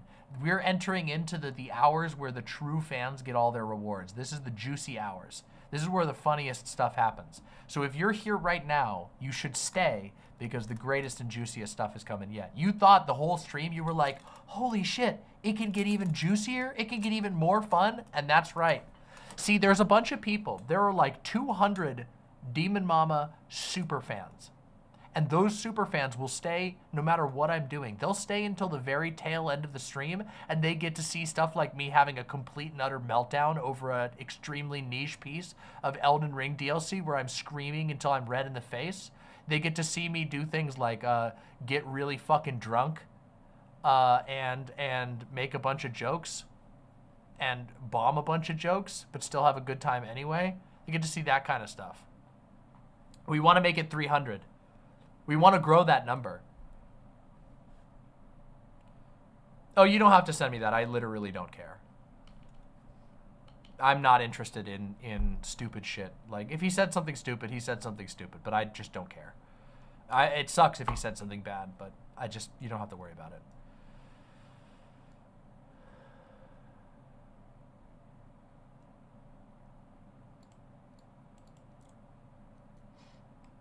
I lost 300k runes in Elden Ring. Don't worry. You'll get them back. I have lost... I wish there was a... I wish there was a stat. No, 300,000. I wish that there was a stat that could tell you how many runes you've lost through your entire playthrough, because it would be staggering. The most I lost was 6.8 million. Just why? There's no excuse for that. That is, you deserve that. Losing 6.8 million is like, time to go to bed. That's crazy. If you didn't go turn in those runes, that's on you. 100%.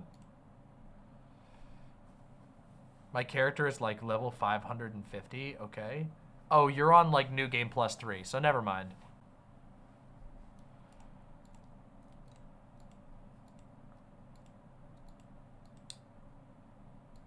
That doesn't sound like spreading misinformation. It just sounds like he had a stupid opinion. Spreading misinformation would be like giving out false stats. I don't care. Stop talking about it now. Literally, Jesus Christ. Can you get a fucking message?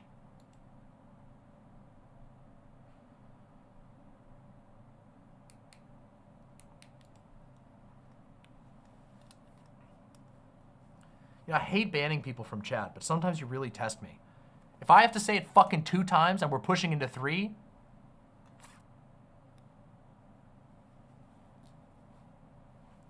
I clicked on the fucking link because it had a funny thumbnail, not because I wanted to hear your take on some fucking thing he issued on a stream 7 years ago. I'm not fucking looking for drama with anybody. If he said something stupid, he said something stupid. Take it up with him. Jesus Christ. I know, and here I'm lucky. Normally it's only 1 warning.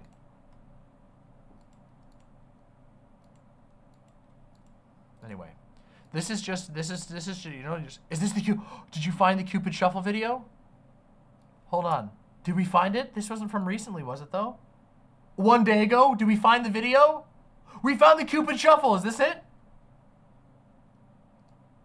No, no, this is just a performance from a dude. This isn't on the tarmac, is it?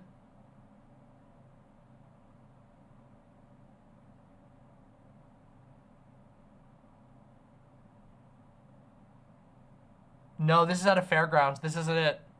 Shame. Not it. I thought we found it, but it's not.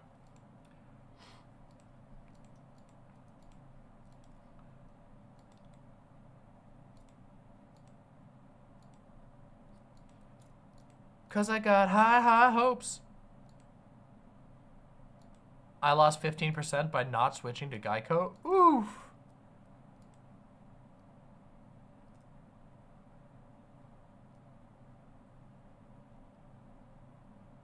I'm wondering, Maxwell K says, wondering if you have heard of the controversial PhD scholar Amon Hillman and his work on biblical translations. I can't say I have. That's, at least not off the top of my head. Maybe with a little more info. But no, I don't. I can't say that. Okay. Everyone, I want to talk. Okay? I want to talk. Another bored person with the $5. Thank you so much. Just imagine them all doing the Snuggie dance with a worried look on their face. That's great. Oh, that's so good. Thank you, another bored person. By the way, if any of you out there are watching and feel it in your hearts to throw a few donations my way, it would mean a lot. But also, if you don't want to donate to me, I want to take this quick opportunity to ask you to consider donating to a friend and fellow content creator. I'm going to link this GoFundMe. This is the Polish GoFundMe site. Okay. Luce Haze, our a wonderful, wonderful, and incredible content creator who has been doing on-the-ground research in Ukraine about the war in Ukraine from a Polish perspective, a Polish leftist perspective. Lucy has been on this show many, many times and is a very, very close member of this community. And Lucy has been trying to get the equipment to be able to remote stream from Ukraine.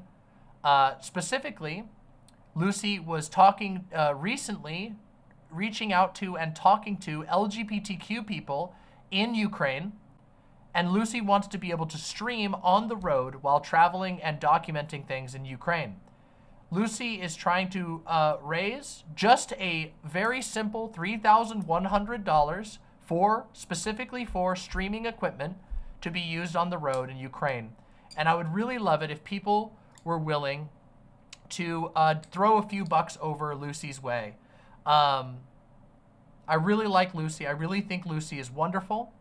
And I told Lucy I was going to shout out this GoFundMe because I want to support Lucy in all that she does. Since May 22nd, 2024, Lucy has regularly traveled to Kiev, Ukraine to speak to Ukrainians about their perspectives on the war, interview organizations including Save Ukraine and others about their efforts to assist in humanitarian aid and the war effort, engage in local volunteer work, preparing community defenses and barriers. It is vitally important to get an on-the-ground perspective during this conflict. Lucy has a deep knowledge of Eastern European history and gives us access to a perspective that we would not get otherwise, especially in the West. The goal we've set is approximately $3,100 USD. This fund is primarily to help Lucy get the equipment she needs, remote streaming equipment, travel fees, etc. Please consider giving what you can to help us create content that matters. And that's a link to Lucy's channel.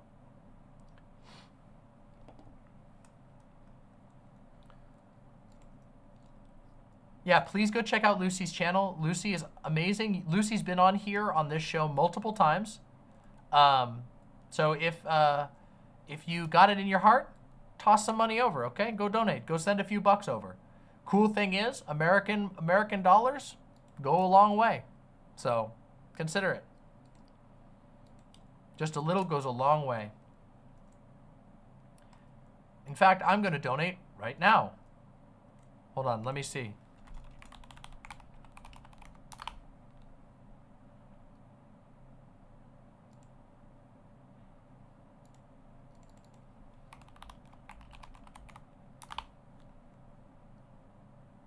All right, I got mine.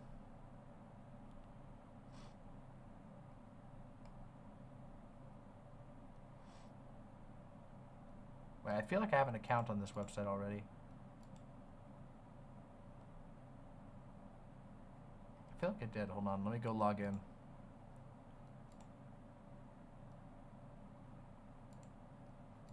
How do you do the,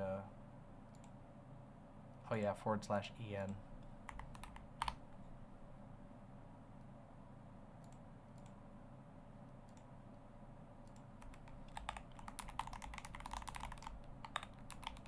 I'm gonna do a quick dono myself.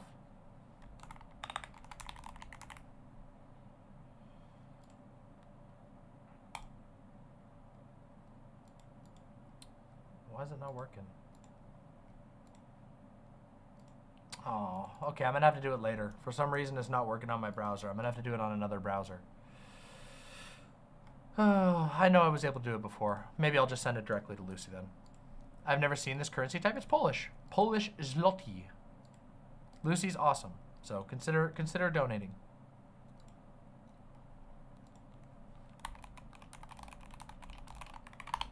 Lucy's doing good stuff, and Lucy's been very, very ambitious. Little small channel on the rise, and an opportunity for us to help someone doing something good. It's not working on mine either. Yeah, it might be an issue with Firefox. Worst case, you could just donate directly through Lucy's stream. If you don't want to donate to the GoFundMe, you could just say that it's for that. I'm sure that would be appreciated. But I think it's literally, I think I remember now, I feel like I had to donate using like Edge or Chrome or something like that instead of Firefox. All right, everybody. I want to talk about Elden Ring, okay? I want to talk about Elden Ring. And I want to talk about the Elden Ring DLC, but I'm not going to go into spoilers, okay, until I say I'm going to go into spoilers, okay? Obviously, there's always some risk that someone in chat will mention something vaguely spoilery, but you should not expect to encounter major spoilers until I say so. There will be a section where I will be unable to avoid spoilers, and I understand if people want to, you know, spread out at that point, that's fine, I get it, I understand. But we're going to talk for a while without spoilers. Perfect question! Maya Ostro says, hey chat, does anyone have advice for someone struggling to click with Elden Ring? Oh, see you later, Windleby. Sorry about that. Maya Ostro says, hey chat, does anyone have advice for someone struggling to click with Elden Ring? I can give you some advice with that. So, a couple things to understand. Elden Ring is a game about struggle. And it is also a highly, highly adaptable game. In fact, the most adaptable of any of the FromSoft titles to date. There are so many builds and so many different ways to approach battles that you can take a lot of different approaches into each boss, and you should. You should approach the game with the mentality of doing what you need to do to win. It is okay to fight dirty. It is okay to use tools that you otherwise wouldn't have. Try to figure out what might be effective, and if you find something that's effective, use it for as long as you continue to have fun with it. In Elden Ring, lots of people like to impose their own personal challenges on themselves to make the game more fun. Like, for example, sticking to a specific build, or setting their own, rules like no dodging or no leveling up or all these kinds of things. But that is not the normal, like the baseline way to play. The baseline way to play is that the bosses are difficult and hard, they require practice, and you should have fun in that process to the best of your ability. You will die a lot, almost guaranteed, but the game is designed to reward that process, to make that process fun in and of itself. Trying the bosses is fun. You learn a little more with each one. Now, obviously, sometimes you might encounter some frustrations, but that's okay. You can always, A, take a break if you need to, which is not that big of a deal, or if you're like me, you can continue to play until you get it, because it makes you mad that you're losing and you want to overcome it and get that feeling of victory. I have gotten stuck. I am a veteran to these games. I've gotten stuck many times, and I assure you, the feeling of victory is incredible. So try to find a way to keep pushing through.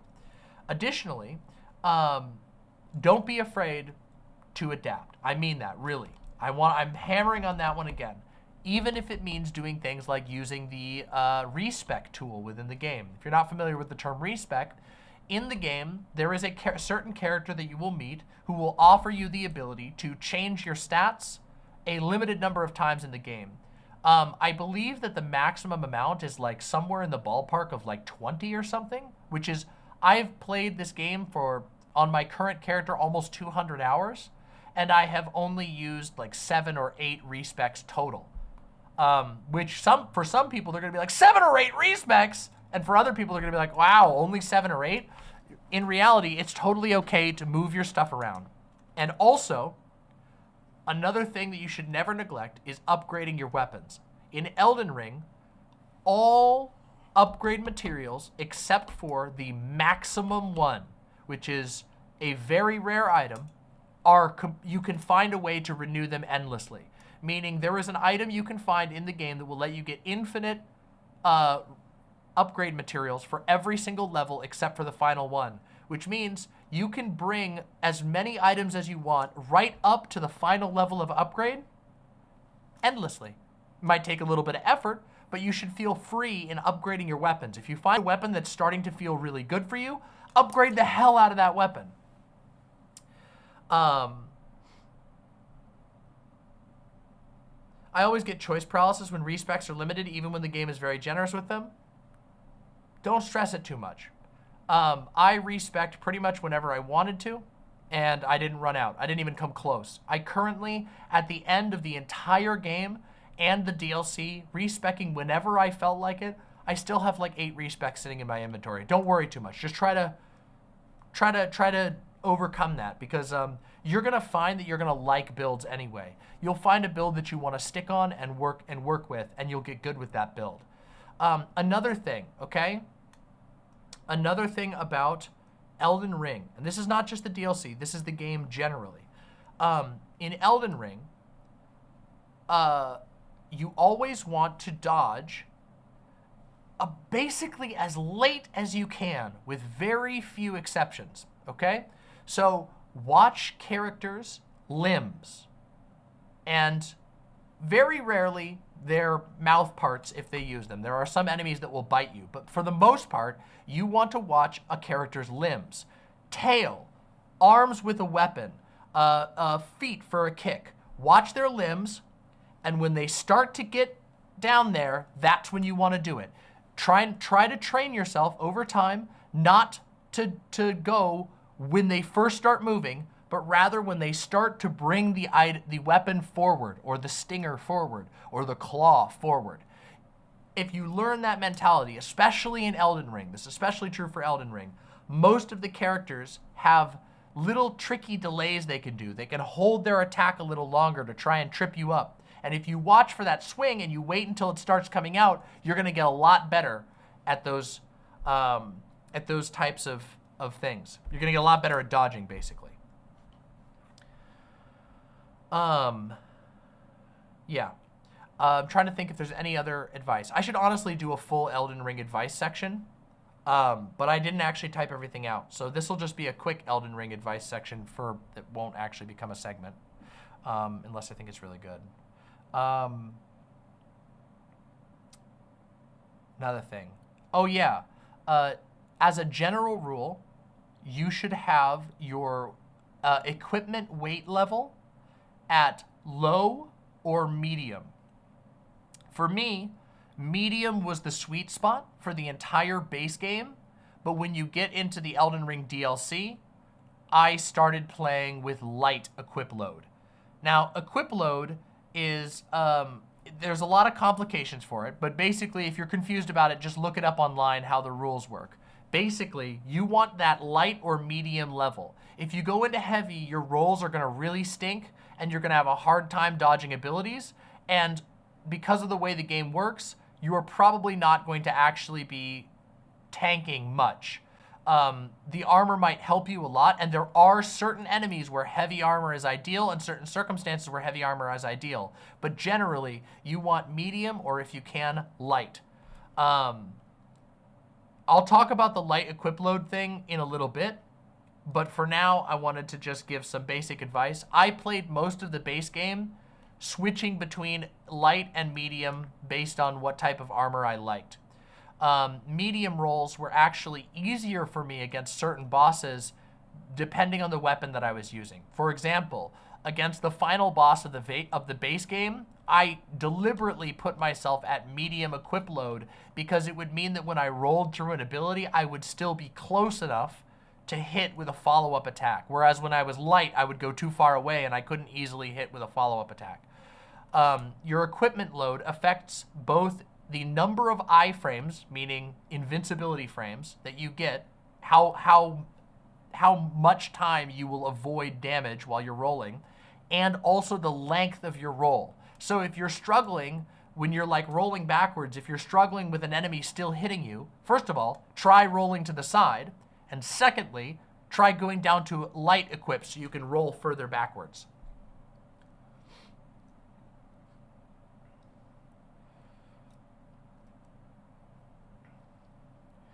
Maya Ostro says, what about enhancing shield's guard boost stat? Make them more stamina efficient since upgrading doesn't seem to raise it. So for boosting, guard boost is going to largely be a matter of the Ash of War that you've equipped onto it, and the shield itself. Guard boost, so for most enemies, you don't want to over-rely on guard boost. So, or I should say for bosses, you usually don't want to over-rely on guarding. Bosses can hit you for so much that they're going to take a lot of your stamina. So you want to usually, with a few exceptions, you usually want to consider the dodging bosses things. For everyday enemies, that shield strength really makes a difference, and you might just want to move to a slightly heavier shield or consider putting on a Ash of War that allows you to, stance up. I think there's a couple of them that allow you to increase your guard level. Great shields are the shields that are the big exception. If you are doing like a big heavy strength build and you want to use a great shield, then you can start considering how you manage your stamina against bosses. But blocking bosses is a pretty tough thing, and you usually have to build pretty specifically. Bosses are meant to be very threatening, and you're not supposed to be able to sort of like block your way through them. You gotta think through it. Yep, that's exactly what you want to do.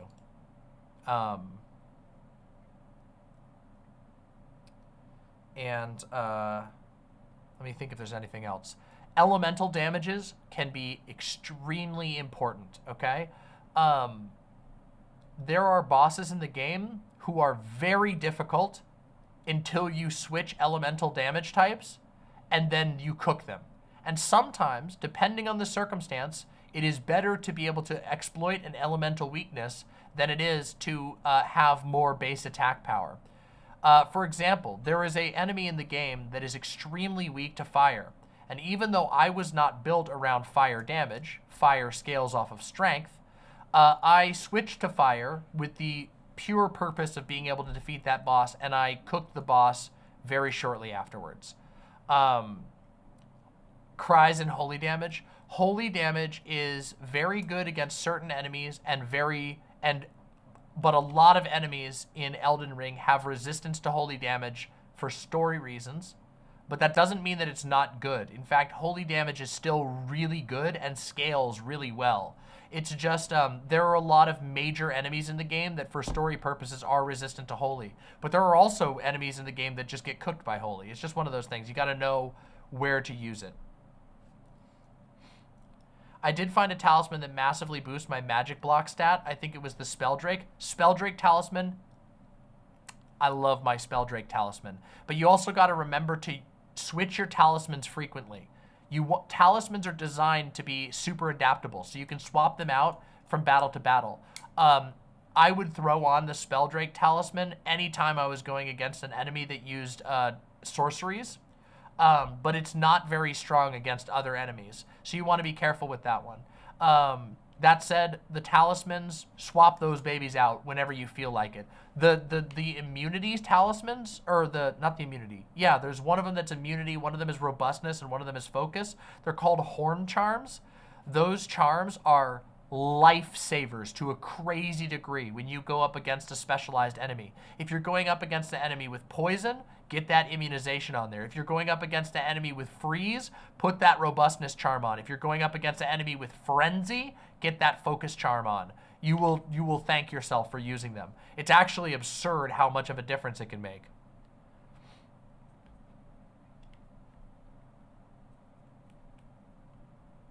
The horn charms in the DLC are busted.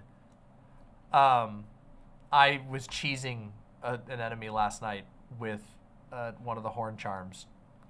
It was very silly. They're really, really strong. Lightning Infusion is not hot garbage. It's just a little bit limited. Lightning is really fun, actually.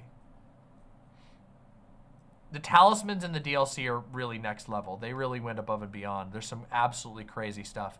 The DLC is one of my favorite things about the DLC, which I'm gonna do a whole review of the DLC shortly, but one of my favorite things about the DLC is that they truly embrace the most niche builds you can imagine. It's actually nutty. Are there other projectile parry Ashes of War like Stormwall? Yes, I believe there are a couple of those. Yeah.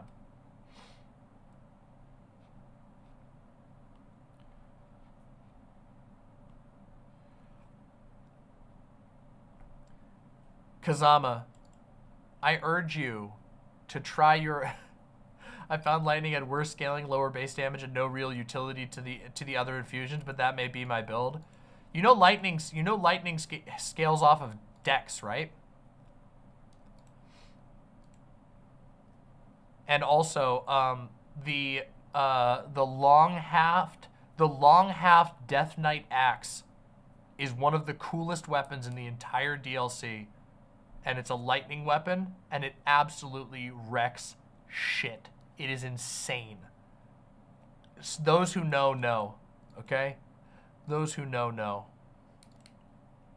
So many people are going to miss that weapon, too, because it's down in a dungeon. It's so incredible.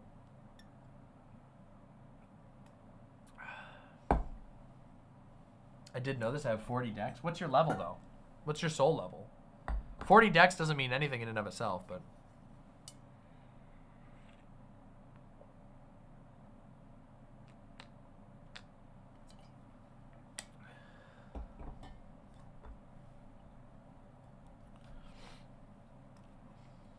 $170?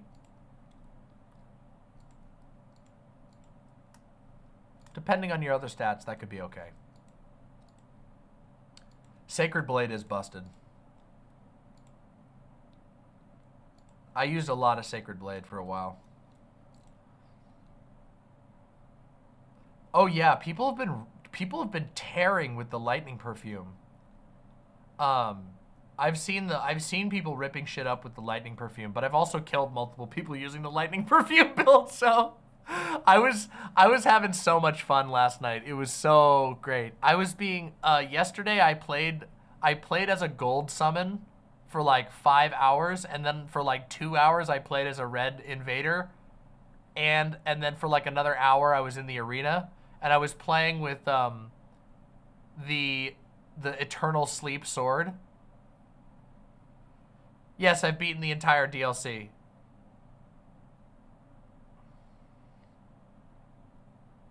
True, Arlo is correct to say you should probably try to aim towards Dex 80 if that's your main damage stat.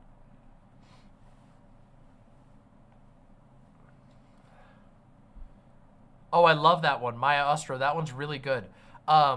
Something you should know about that Ash of War, That Ash of War is really good on weapons that you want to do poise damage, aka if you're trying to stun people, you can absolutely break the game with that Ash of War with certain enemies, because the one that covers your sword and stones, the following hits afterwards, it will do an amazing amount of stamina damage to enemies. You can't see stamina damage, but you can test it and learn it. And when you stun them, you're going to get them open for a crit. And it's crazy. It's crazy good.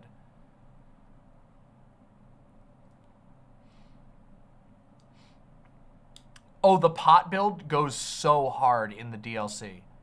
Actually off the chain. The pot build was already good on the in the base game, but pot build now is like terrifying. Truly terrifying. You want me to bring back duels? I was thinking about doing that. I was thinking about dueling people on Elden Ring. But I gotta wait a little bit more because people are gonna be mad about spoilers still for a while. I would also really love to play like Elden Ring summons, but I don't want to spoil bosses for people. We're gonna do an Elden Ring playthrough, but I didn't... I want to complete my Dark Souls 2 playthrough really badly, and I recognize that, I mean, there was no way I could have timed it out correctly to make it so that I played Elden Ring. I could just start playing Elden Ring on stream too, but the thing is I've been streaming a lot lately, and I don't want to overdo it, you know? But maybe I will. Maybe I'll do some Elden Ring stuff, but...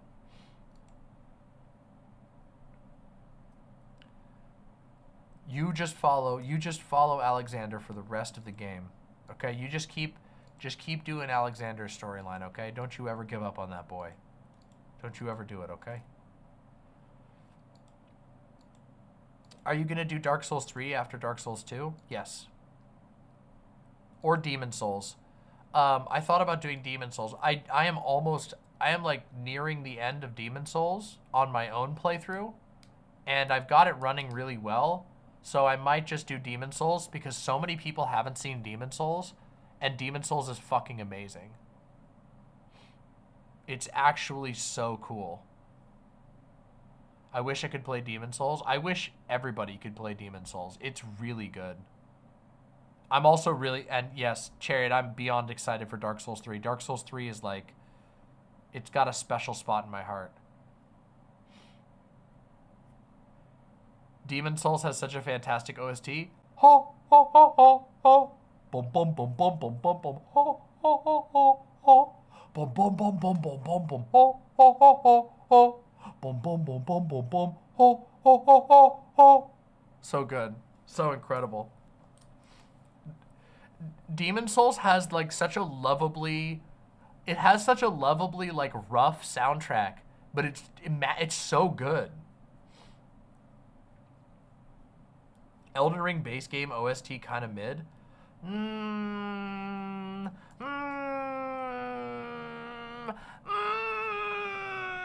don't think so. I don't think so. It's not as good as Dark Souls 3, that's for sure. Dark Souls 3 is like a all-time great. But I've listened to Arlo. Hold on. Oh my god. I can't believe I got to do this. Go listen to some of the boss music. Hold on.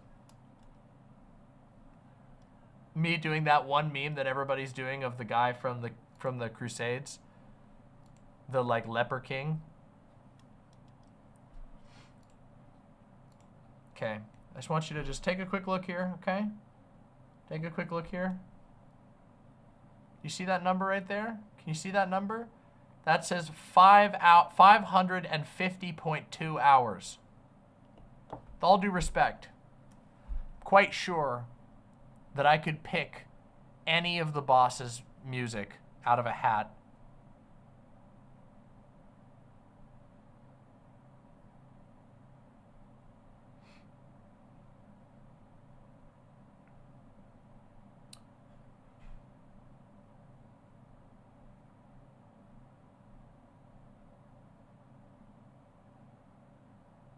I can understand not digging the visual aesthetic, but blurring together,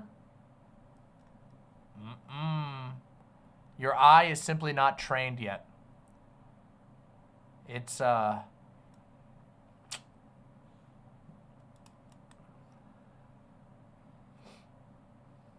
can definitely understand it not being your thing. I'm trying not to be a hater, but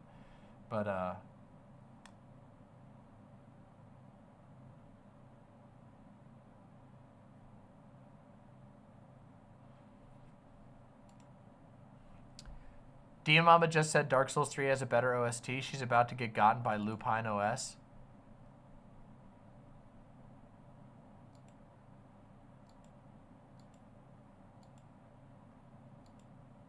No, Gamefish, no, you're so wrong about that. Oh my God, no. Oh my God,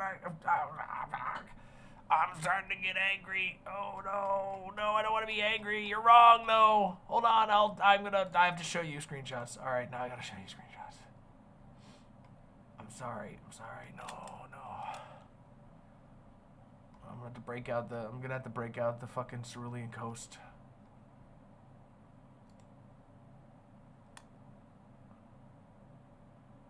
Yeah, I mean, okay, to be fair, if you've only seen, it depends on the games. I would agree with you for Dark Souls 2.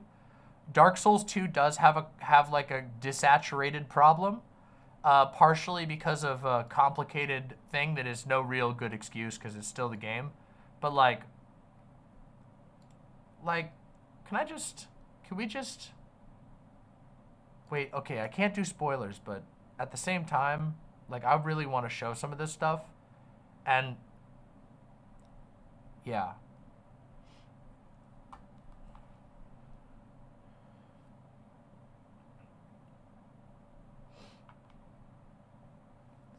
I'm looking at my photos right now and I'm just like, this is gonna blow your mind. It's more of everything is green, brown, and gold.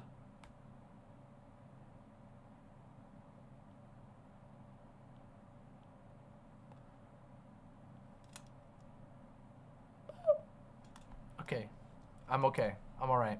I'm alright. I'm okay. I'm okay. I'm okay. I'm alright. I'm definitely okay. I'm okay. I'm totally fine. I'm not mad. I'm not mad.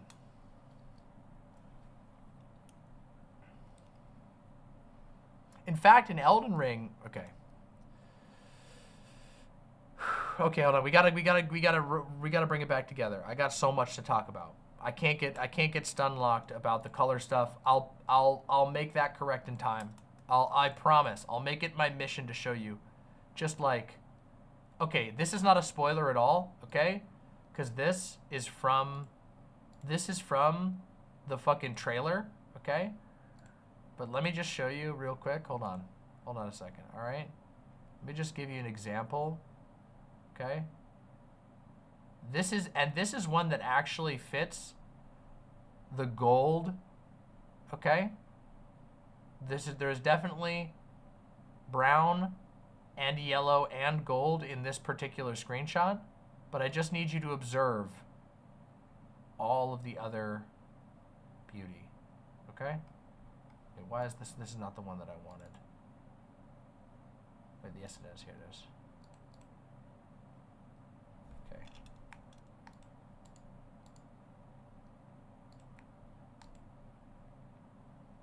Hold on 1 second.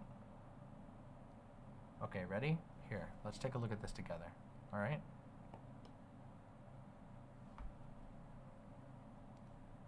Here's my little. This is one that even falls into the gold rule. But look at my character. The feathers of orange, the deep regal cloak, the red wood handle, orange rune filigree, rust on the chainmail, a little golden chain, dripping bright yellow. We got a burst of green life over here in the distance. And this is one of the ones that I was saying I could show another one. Let me see if I got another one that's not from the DLC. Oh yeah, I totally got one from not the DLC. Fuck yes, I can show you this one. Hold on. Here we go. Wait, well, why is my character naked in all of these? Here we go. I wanted to show the one with her eyes. Here we go. This one, she's not naked. Here we go. Oh, that looks not as good on stream. Hold on, let me pull up the full version. Here we go.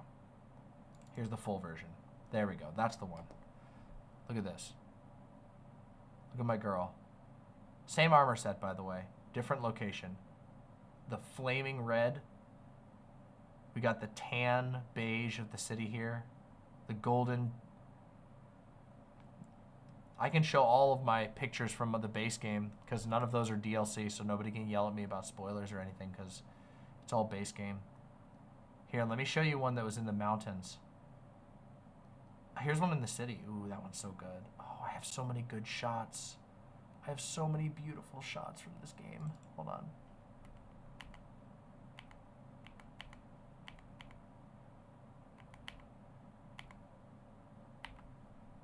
Oh, this was when she was younger! This is when Luna was younger and she was a witch! Luna's my character I've been playing. Oh my god! Look at, she wore the witch hat and her robes back when she was a witch before she went crazy and became a deranged shapeshifter. Oh my god. Here's her standing. This is the overlook of Raya Lucaria. But look at this one. Beautiful. Whoosh. Let me see what else I got. Ooh. That's not the best one. Yeah, here's up in the mountains. Look at her. This is in her Magic Knight arc. Blue gems, red gems. Ah, I love it.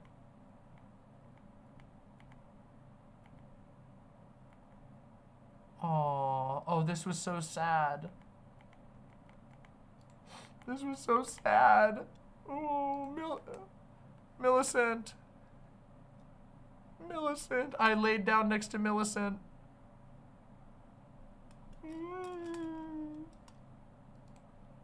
I'm gonna get sad. Here's me down in the blood swamp. It's a little dark. This one wasn't, I didn't get the lighting right on this one because I was hiding in the shadows trying not to get killed. But I did take this picture of the blood swamp, which is pretty cool. Okay, but we're honestly, I'm getting stun locked without actually talking about what I wanted to talk about.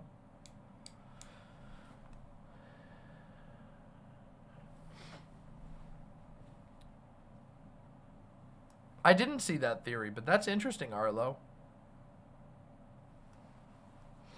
Except, it's interesting, except there's parts that don't 100% make sense.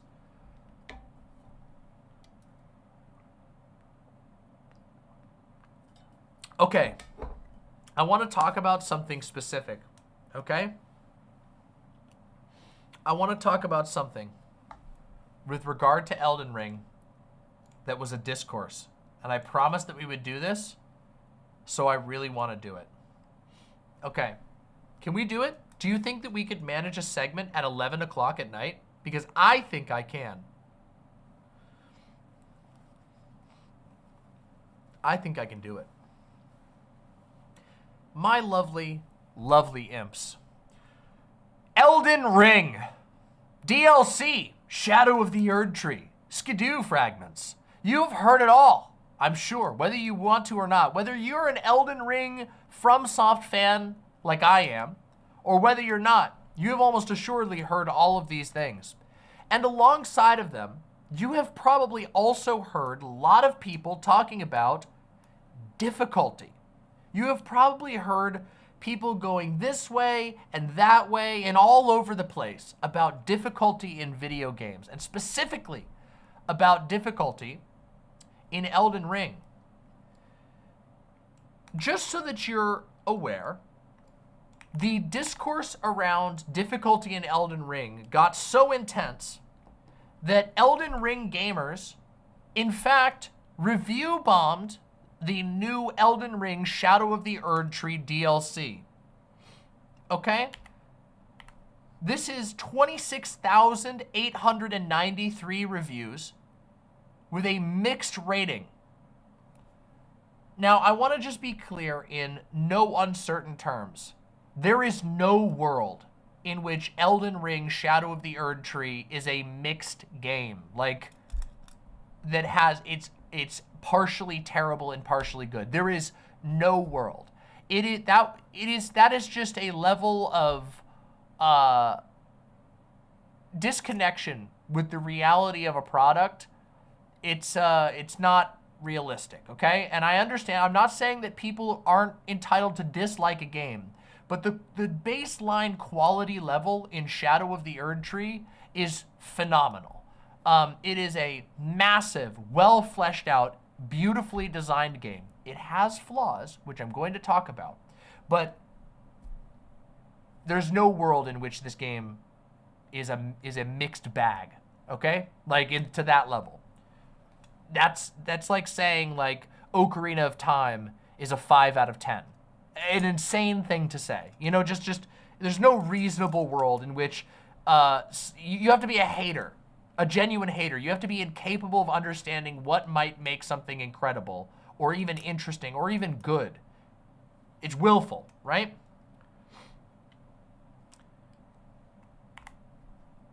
And if you go and read a lot of these negative reviews, it is people very, very angry about the difficulty. These are just a few examples. This was by a creator that I really respect named Zeostorm. As you all know, I've been a longtime fan of Zeostorm. If you haven't seen his stuff, go check it out. Zeostorm. Real easy to find on YouTube. He's an Elden Ring content creator who does some of the best videos out there on Elden Ring. Quick, snappy, interesting, full of information. Love Zeostorm stuff. But he was talking about how many negative reviews there were. There were a phenomenal amount of negative reviews about talking about the difficulty of the Elden Ring DLC. And I wanted to talk about this because difficulty is a topic that pretty much constantly comes up around FromSoft's games. And most of the ways that people talk about it does not really make a whole lot of sense to me personally. And some of that is like, you know, it's just people's assumptions that they have coming into it. And other things are just a culture of people being unwilling to meet a piece of art where it is at. Weren't people saying this about the Ring City? Yes! And in fact, I'm going to get into that in just a minute. A very, very controversial DLC for a previous From Software game, the developers of Elden Ring and all of the Dark Souls games, was a DLC called The Ringed City. The Ringed City was for Dark Souls 3, and it is, in my opinion, one of the greatest DLCs that has ever been released for a game ever. It is incredible, beautiful, high quality, full of stuff to do, very, very challenging. And people hated it when it came out. Part of the reason is the same reason they're mad at this DLC. It was very difficult. But the thing is, that difficulty is kind of a hard thing to define when it comes to these games. Especially when it comes to Elden Ring. Most people would agree that Elden Ring bosses are some of the hardest ever to be made in the Dark Souls series. On just like a basic level, how many moves they can do, how fast they attack, how hard they hit, all of these things are very aggressive and they're tuned out of the favor of the player. However, at the same time, there are a lot of players who go into Elden Ring and find it kind of easy in comparison to the older Souls games, even though the bosses are technically like tuned way harder. If you were to go play Dark Souls 1 right now, and then jump right into Elden Ring, it would strike you immediately how different the bosses are. the most crazy boss in Dark Souls 1 has what appear to be baby combos by comparison to the first boss of Elden Ring. The first boss of Elden Ring, Margit the Fell, is a guy who wields two weapons of differing sizes, a dagger and a golden hammer, and he also has a tail claw. He can do flips over your head. He does 6-hit combos with his weapons. He can hold his abilities to trick you, and he can use magic. There isn't a single boss that hard in the entirety of the Dark Souls 1 game. And yet, there are bosses in Dark Souls 1 that when you go fight them, they feel harder. So this whole concept of difficulty is very complicated. Part of the reason why some of the bosses in Dark Souls 1 are harder, even though they're not as complicated, even though they don't require as much memorization, they don't have as many tools, is because you have less tools, and because the systems that are at play, swinging is slower, recovery times are slower. You can't animation cancel, meaning you can't like interrupt a swing by rolling. You have to wait until your character recovers from swinging their weapon. And in Dark Souls 1, you actually only have, when you're locked on with your camera, you can only roll in 4 directions. Whereas in Elden Ring, you can roll in basically, I think it's like 6 directions? 3. I think there's 3, but there might even be half steps. In Elden Ring, you can roll all over the place. You can roll in whatever, while you're locked on, while you're locked off, doesn't matter. And in Elden Ring, you can jump over stuff, which is something that tons of players neglect. There is an unbelievable amount of abilities that you can jump over in Elden Ring. You can't do that in Dark Souls 1. So, all of this is to say, difficulty is really complicated. Now, I was tying the new Elden Ring DLC to the Ringed City DLC, which of Dark Souls 3, which also suffered from negative reviews at release. And one of the things that I've found is very similar between the two of them is that both the Elden Ring Shadow of the Erdtree DLC and the Ringed City both require a fundamental rethinking of the approach towards the game.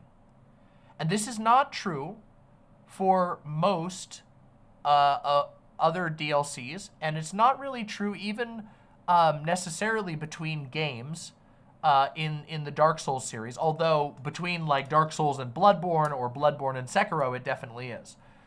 When you go from Dark Souls 3 into the first DLC, Ashes of Ariandel, you can basically play more or less the exact same way that you were playing when you ended Dark Souls 3. When you go into Ringed City, if you try to play the exact same way that you played in the base game, you will have a bad time. You won't necessarily have a bad time, but you're going to have a hard time. An example of this. Enemies have big health pools. They're more complicated. They deal more damage, and there are more of them. All of this means that if you try to like march through an area and kill every enemy that you see in order, which is something that's totally viable to do in the base game of Dark Souls 3, you're going to have a hard time. You're going to find that the enemies are really, there's like a lot of really high health enemies that deal a lot of damage.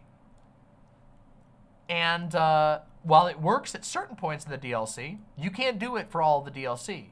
For the DLC, you have to change your tactics on a fundamental level. You can't just fight everything you see up front. You got to get dirty. You got to be willing to run around things. You got to be willing to sneak around things.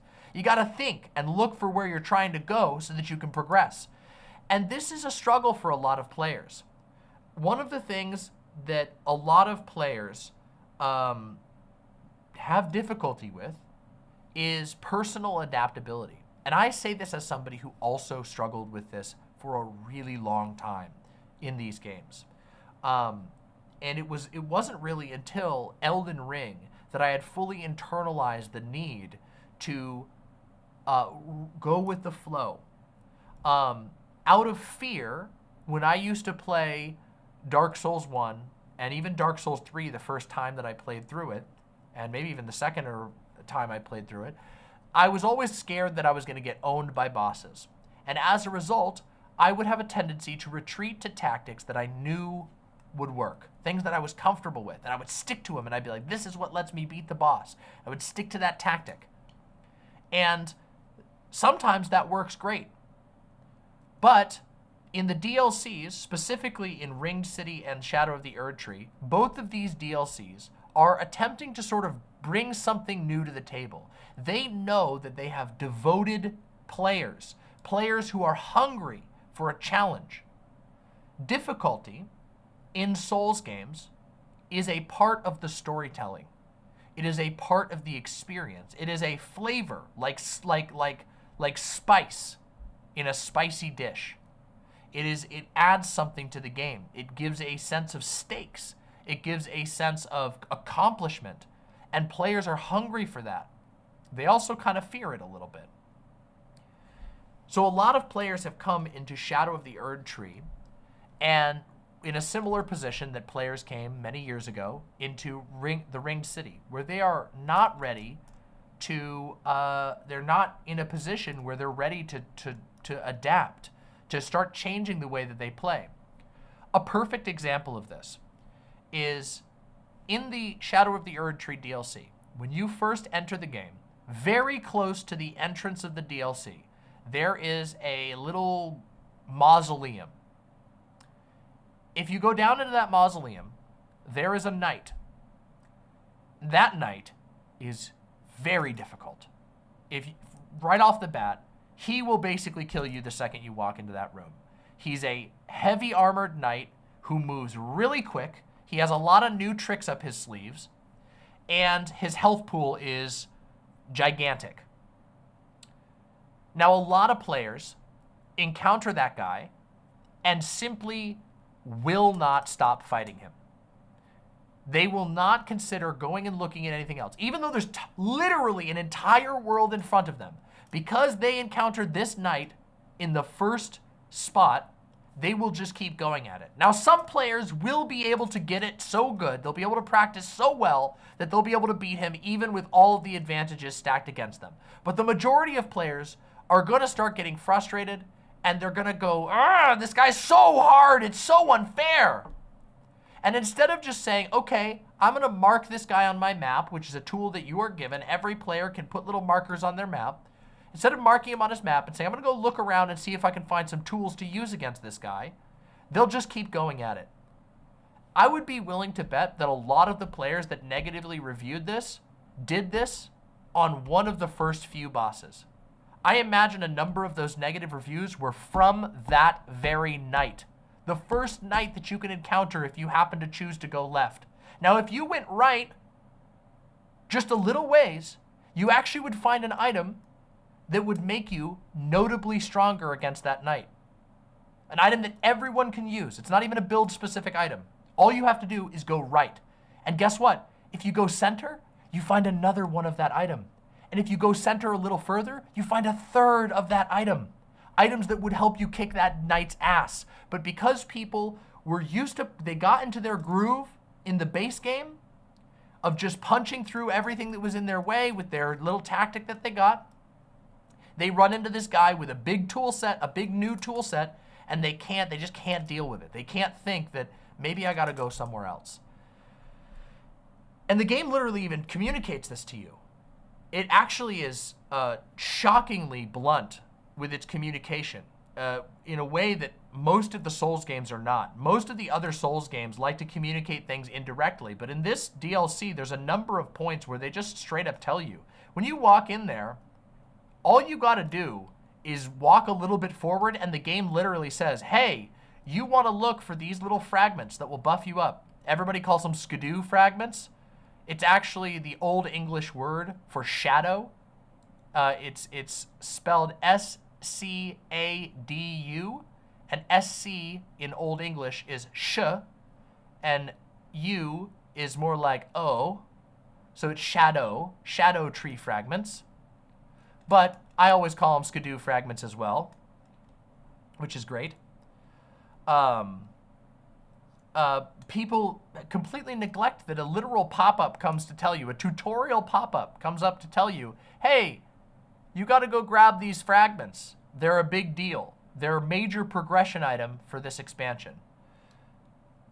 Additionally, this DLC is a DLC on a game that is already catered to players who have a high tolerance for certain types of difficulty. And the type of difficulty that a lot of FromSoft's players like is a difficulty that doesn't soften itself for you.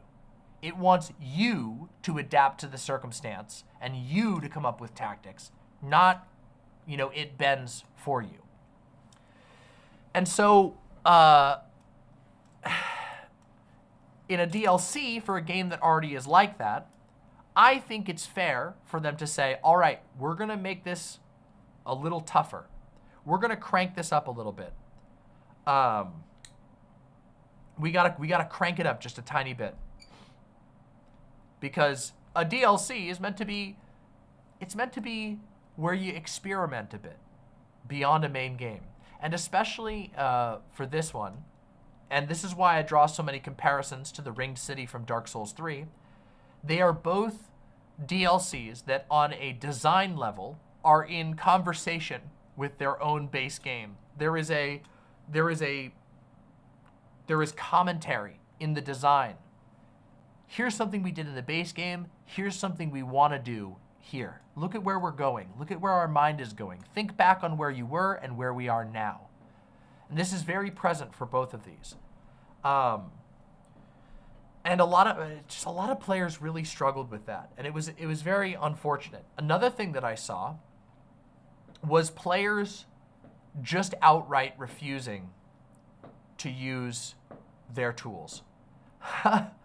I mean, I'm not talking like they're not even looking for the skidoo fragments. I'm saying they wouldn't even consider trying throwing items, pots, summons, rune arcs, alternate healing items that this expansion gives you. This expansion gives you a repertoire of new items. And I have seen videos and videos and videos of people raging at this game and refusing to use any of them, as if it's like a point of pride to like not use tools that are at your disposal. I don't know. There's a weird thing, and I don't know exactly where this happened and like what brought it in. Somewhere along the line in Dark Souls, challenge runners became perceived as like the real way to play.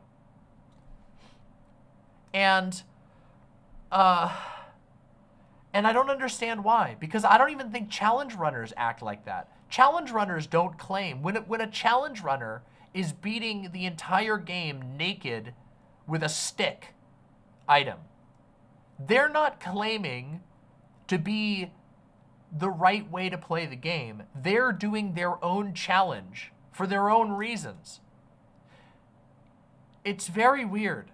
I don't quite understand where the idea that there's only one way to play the game, like where that came from. I don't know where it came from. I wish I knew. I've been playing these games for a long time and I've always perceived them as difficult, but I've never understood where it originated from.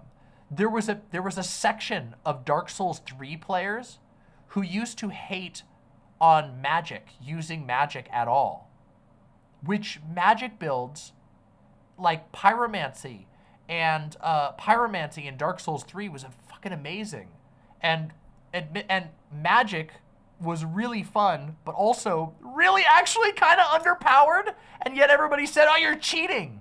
You're not cheating at all. The designers put love and care into an entire magic system. They built entire items specifically to be used with the magic. So where does the idea come from that like you're cheating or something by using magic? The same thing goes, by the way, super hardcore for this thing in Elden Ring called Spirit Ashes. Spirit Ashes are like a little friend that you can summon. And there are literally like 30 different ones or more. All of them are little friends with storylines They're amazing. It adds so much to the game to play with spirit ashes. You can get a bird. You can get a little goo blob. You can get a wolf that fights with you. You can get a pack of wolves that fights with you. You can get a little snake. You can get an imp that has a giant head that spits cannonballs. And they're just your little buddy that helps you fight. And they're like lovingly crafted. Lore was written for every single one of the spirits. And people are like, nah, if you use those, you're full of shit. And Shadow of the Erd Tree kind of puts a sock in the mouth of those people. Ties them up in the basement and splashes them with cold water. Because the DLC is very hard. And if you are not willing to use the tools at your at your fingertips, you're gonna have a hard time. And you're just missing out on something that's really fun. When I played the DLC, I beat bosses. I respect 4 times just in the DLC. Completely changed my build and switched items that I was using 4 separate times in the DLC because I thought that would be the most fun thing to do. One time I switched just because I was kind of getting bored of my current build, and the other 3 times I switched because I thought that I had an idea for a build that would help me do really well in a certain area and against certain bosses. And I had a blast with it. I beat bosses solo. I beat bosses with spirit ashes and without spirit ashes. I beat bosses with and without summons, NPC summons, and I beat bosses with and without player summons. In fact, I'm going to admit something to you all. I beat the final boss of the DLC. I practiced against that boss probably 30 times. And I finally beat it when I summoned this beautiful character. I saw this character's golden summon sign and I was like, wow, you have a sick ass outfit. Your character looks beautiful. Come help me. And when I summoned them in, they leaned down and did this. They did this motion like this, which is called "Let Us Go Together." It's a very specific. Kind of looks like they're proposing to you. Honestly, I use it all the time now. They gave me that one, and I knew that moment that we were gonna do it. And so me and a single gold summon walked in and we fucking did it. Finally, we aced it. Seeing that other character come in, another player, make a cute little emote towards my cute character filled me with hope. And we aced the boss and it was amazing. And at the end we were jumping and emoting at each other and saying, "You're beautiful," and "Hello," and all of that. And it was sick. It was so fucking awesome. There are people out there who are hard stuck on that boss, who are mad. They're having a bad time. And they could have summoned Alana Kareem. That was what her name was. They could have summoned Alana Kareem and had the moment of jolly cooperation that I had. And they won't because of pride. It is so sad.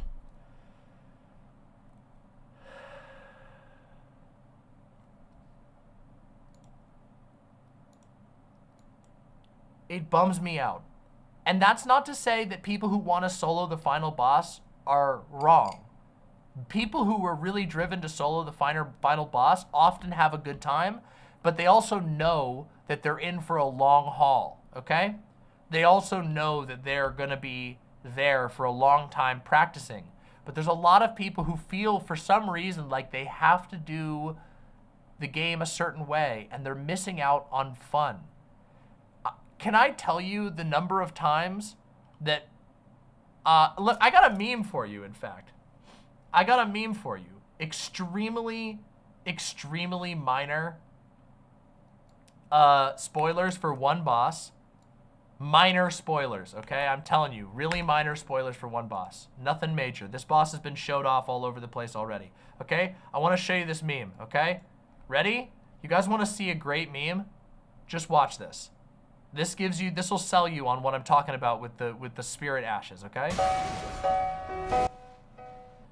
I can't play the music. Dun, dun, dun, dun. There you go. Right over here. No! The spirit ashes takes a hit. Da, da, da, da, da, da, da, da, da, da, da, da, da, boom! No! Ah! Avenged!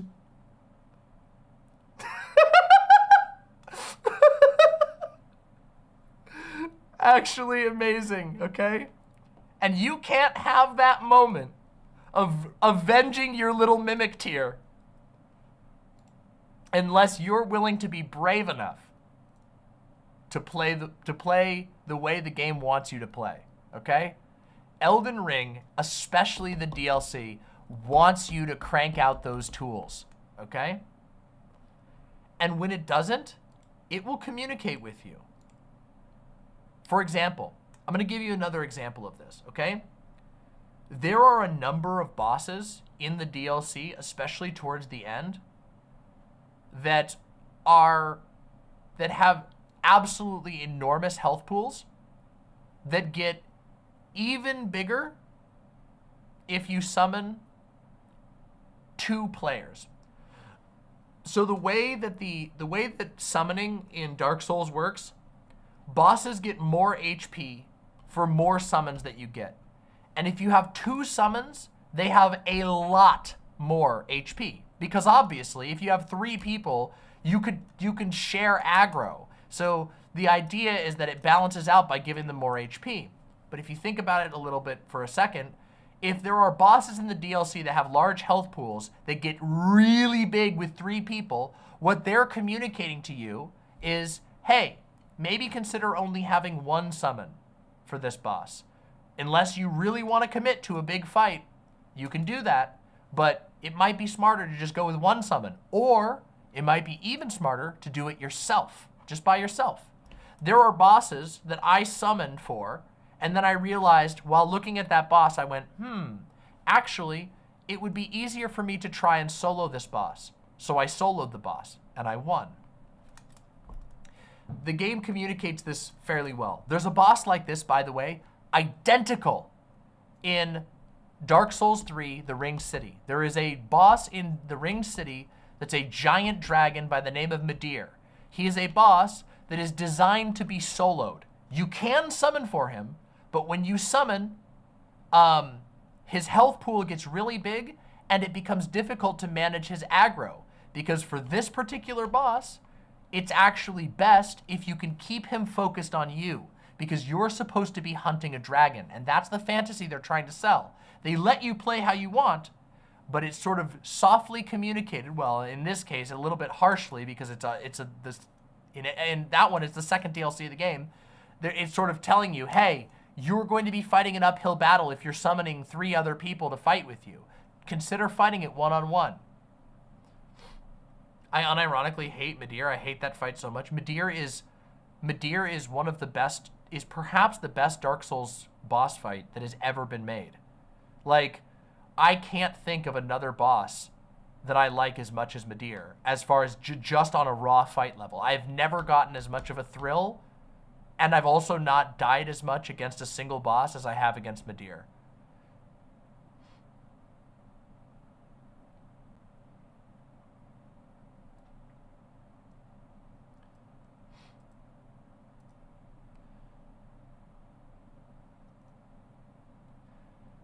Yes, great, exactly, yes, Maya Ostro. Maya Ostro says, both of the Black Rabbit Brotherhood fights in Lies of P also felt like they were teaching you that sometimes summoning can have drawbacks. Exactly. Exactly. Gale is too easy. That's my biggest problem with Gale. Slave Knight Gale is like thematically one of my favorites, but he's too easy. They should have made him like at least 50% harder. Frida was hard. Frida was really hard. Easy, you crazy? Both times I've beaten Gale. I've beaten Gale 2 times, and both times it was easy.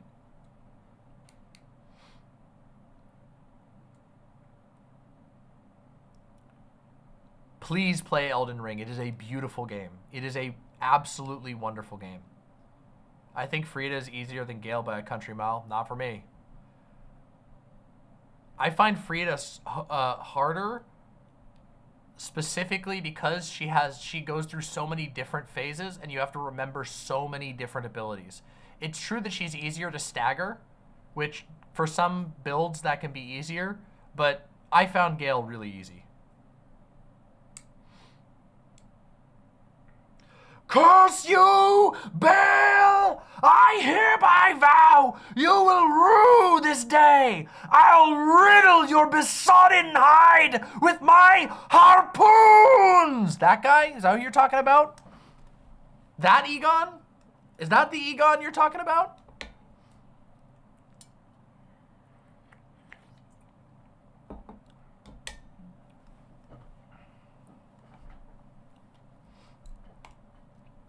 Egon, I didn't like him when I first encountered him, but he did warm up with me over time. The first time I encountered him, I was like, Captain Ahab, really? And then I was like, actually, I actually kind of like this guy. The more I played, I was like, actually, you know what? I do like this guy. But the first time I was like, bruh. He's literally Captain Ahab. There's like no ifs, ands, or buts about it. It's just Captain Ahab. He literally has the Captain Ahab accent. Holy shit. I beat the final boss of Elden Ring before Let Me Solo Her did. What the fuck?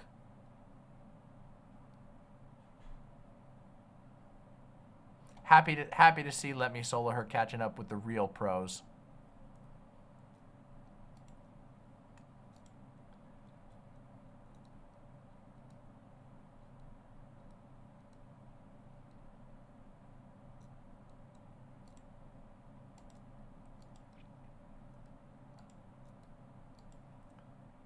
Oh yeah, true, Let Me Solo Him. Let Me Solo Him is training up. I forgot, Let Me Solo Him weird transitioned. How you doing there, Bob? Hey there, Bob! I'm gonna take you fucking down, Bob!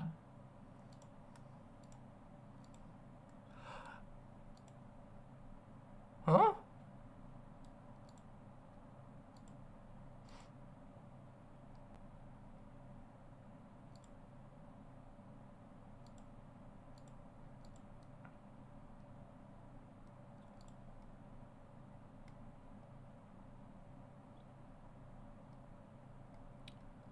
Baal, okay, this is, oh, hold on, all right. I don't want to do spoilers. No spoilers. We'll get into spoilers in a minute, okay? Anyway, I wanted to just talk about, that was a really, really long rant about the discourse around difficulty, okay? It's going to require a little bit of editing, but I'll try and make sure I let Danny know. I wanted to talk, before we finish up on this section about difficulty, I wanted to touch on 2 things, okay? 1, I wanted to just touch on an article from the director, the famous director of Elden Ring, Hidetaka Miyazaki. Miyazaki admitted that he usually does not play his own games. And most interestingly, he also admitted that he did play through Elden Ring. In preparation for Shadow of the Erdtree, here we go, sorry. Leading up to the release of any game, I'll be very hands-on playing it and getting as much time on it as possible. But after the release, I tend to not want to touch it, because I know I'm either going to find things that I left on the table or issues that bug me. And once I become a player, I'm powerless to do anything significant to change it. So once a game is out in the wild, I tend not to play. By the way, oh my God, I have so much to talk about with this quote. I need to save this quote specifically. Hold on, I gotta save this quote. I have so much lore shit to talk about with this. Oh my God, I'm actually a genius. I hadn't read this article when I was writing stuff about the lore the other day, but we'll get there. Okay. Sorry. In preparation for Shadow of the Erdtree, I played through the main story of Elden Ring. I want to preface this by saying I absolutely suck at video games, so my approach or playstyle was to use everything I have at my disposal, all the assistance, every scrap of aid that the game offers, and also all the knowledge that I have as architect of the game. The freedom and open world nature of Elden Ring perhaps lowers the barrier to entry, and I might be the one who's benefiting most of all of that as a player, more than anyone else. I was greatly amused by the image of Miyazaki, controller in hand, tormented by the very world that he wrought, all of its imperfections which only he would notice. That's true commitment to his game design philosophy of improvement through failure, a creed that seems to permeate his whole life. Miyazaki is an extremely hands-on director, and all of his games bear the unmistakable imprint of his influence. But he has also been attempting to pass down his knowledge and artistic approach to others at From Software in the 10 years that he's been its president, ensuring that they too have room to fail.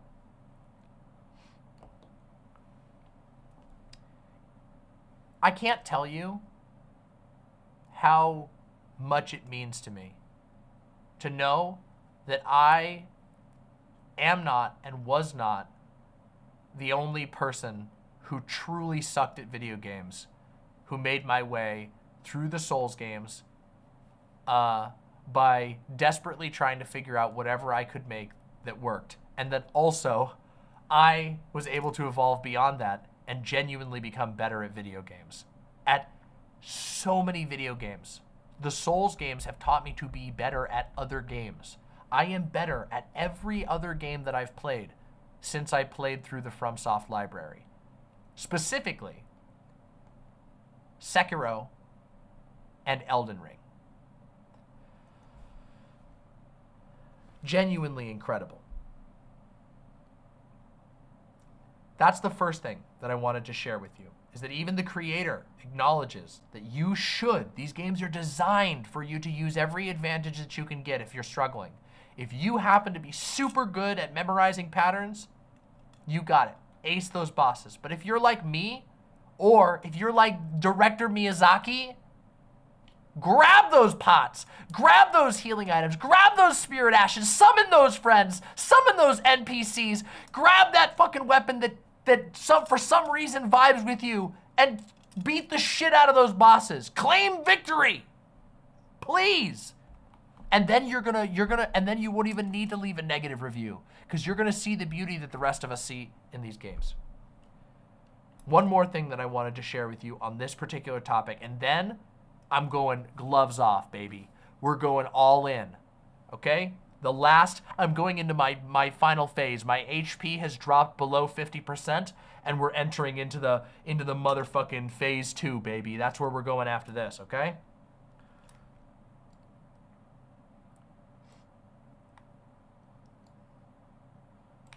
One moment, let me bring this up. I just want to show you one other thing, okay?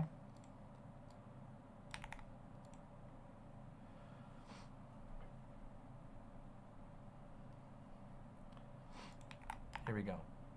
This was reposted by Iron Pineapple, another incredible YouTube video creator who makes stuff all about FromSoft games and much more.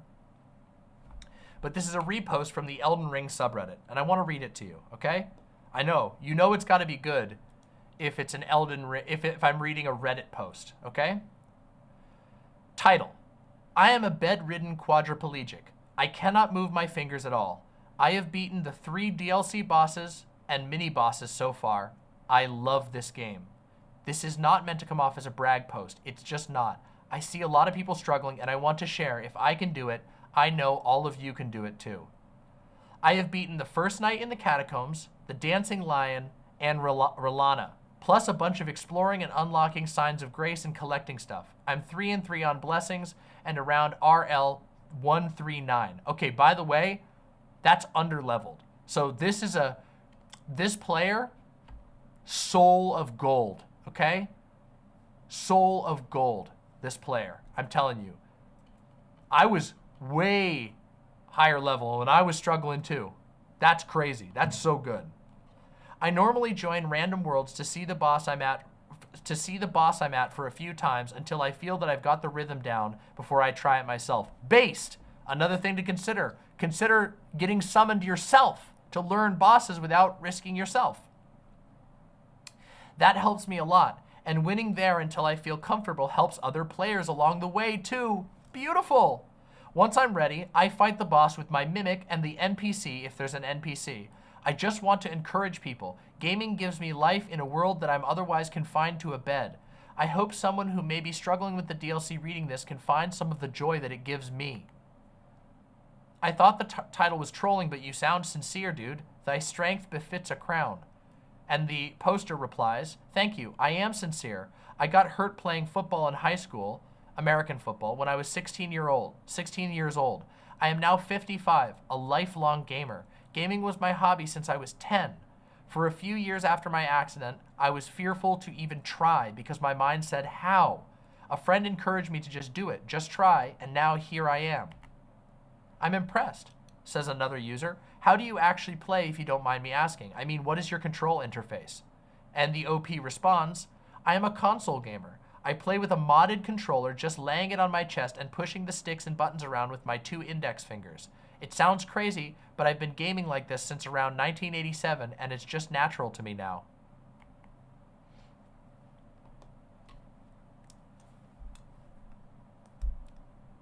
Genuinely amazing. First of all, really cool in like 4 different ways, but an incredible attitude. And also, I want to point out, loving it. If somebody who is willing to struggle that much to play this game is able to not just beat it. It's not like this poster is saying, "Oh, I beat it." This poster is saying, "I beat it and I loved it. I got something from it." You can too. See? I've seen a lot of people talking about, raging about the difficulty, and it is hard. The Shadow of the Erd Tree is a very hard expansion, but difficulty is part of communication in these games. It is part of the artistic vision, and it's hard, but it's hard in ways that you can overcome. That even somebody like me who was not good at games, this is the first DLC that I've ever felt like I went into it being okay and I still got my ass kicked. Okay, I need you to understand, I died a lot. I had to practice against bosses a lot, and I had a great time with it. And I know you can too. All right? Seriously. Anyway, that's all I have to say right now on the Elden Ring Shadow of the Erd Tree difficulty discourse, of which it seems to never end. I want to encourage everybody out there to adopt a open-minded approach, to learn to roll with the punches, and most of all, adapt and evolve. These games want you to evolve. They want you to change the way you play. They want you to introspect and get better, and you will, and it'll be worth it, and it'll be awesome, and you'll fall in love with these games just like I have. Thanks for watching. If you have thoughts about the difficulty discourse or everything that I've had to say, please leave a comment down below. I'd love to hear from you. Thanks for watching, Demon Mama.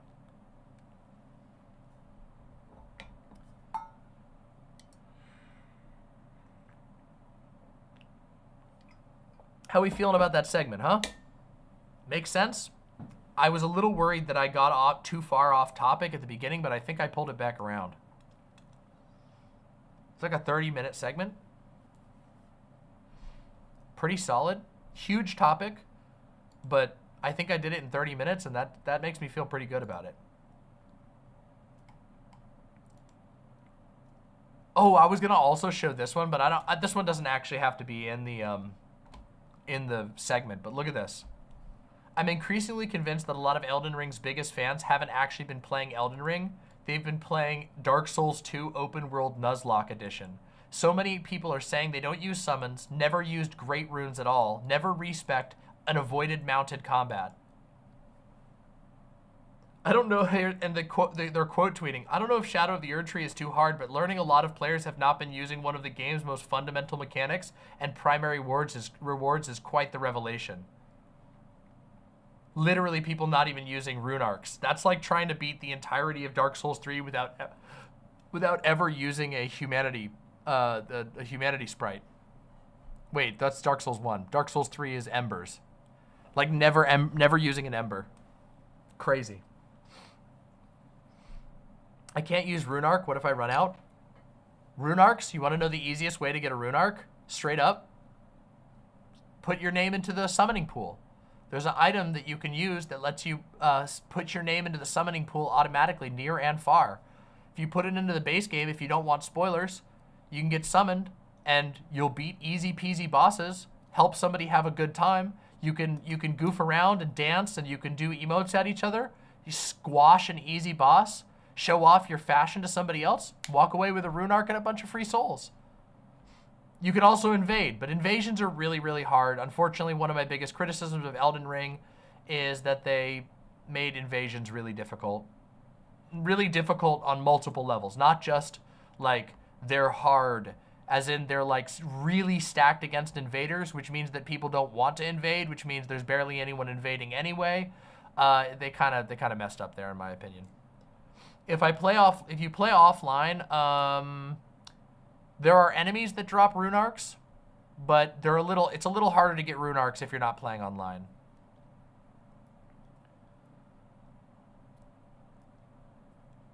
The first time I played Elden Ring, I was really hesitant to use rune arcs, and then I realized I was being very silly, and every time since, I've used my rune arcs, like I've burned through my rune arcs and been very happy about it. It's just really fun to use your rune arcs. They let you do builds that you otherwise wouldn't be able to. They let you be beefy as fuck. They're awesome. They're really cool. Yeah. They kind of made PvP bad. Yeah, unfortunately, PvP is pretty rough in Elden Ring. What time is it? How many hours have I been going? We've been going for 6 hours and 43 minutes.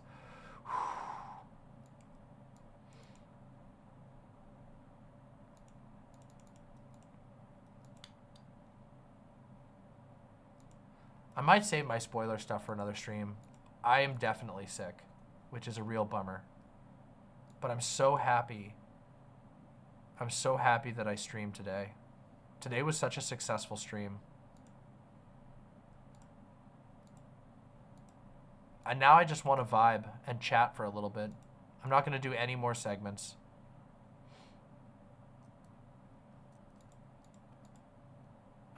Maybe in a minute, Mr. Krabs. I need a breather.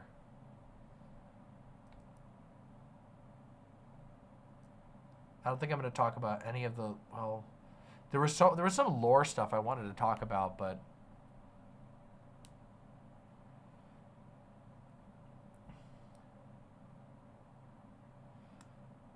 do it? You mean the lore stuff? I don't know. I feel okay. Can I just talk about something unrelated that conveniently allows me to avoid doing the thing?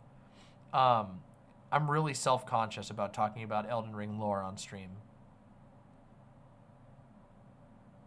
I want to overcome it, and I know I need to overcome it, but I'm super self-conscious about it.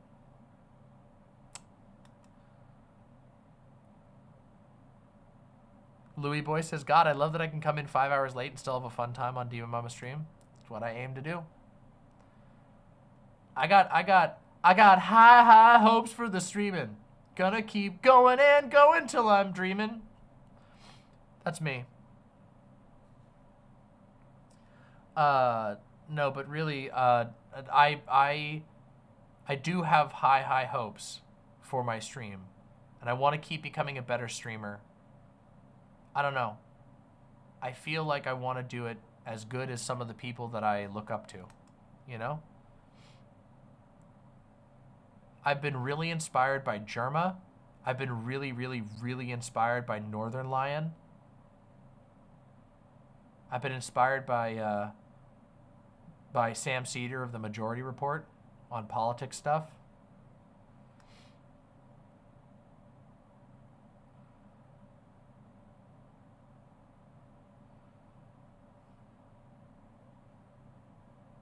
Is the lore that deep?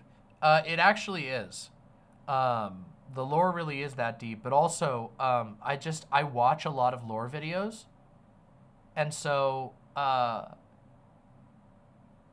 watch a lot of lore videos, and lore videos are like, the people that I watch are so good at it. They present it so well. They do their research so well. They have editing to their advantage. They can show all kinds of stuff. Like, they'll, because they're doing like video essay style stuff, they can have stuff pop up on the screen to support their case. I can't do that. I have to talk about it in a compelling manner without making everybody confused. And then there's the other side, which is that I'm not really like a lore streamer. So I always worry that like I'm going to start talking about lore and people are going to check out and that people are going to be mad at me. I don't know. It's just a whole thing. You know? That's why.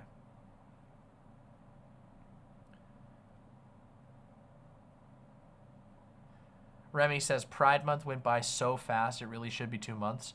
True. Oh my God, you're right. True. We should have 2 Pride Months. Pride Month went by way too fast for me. I've been so fucking busy this month. I didn't even get to go to a Pride event. But to be fair, my house was basically a Pride event. I know that that sounds like really goofy, but I literally had so many people over this month. I am like, it's weird. You know that I'm in a crazy place and that I've been crazy busy when I'm streaming as a way to alleviate social burnout because it's slightly less, it's like a different type of socializing.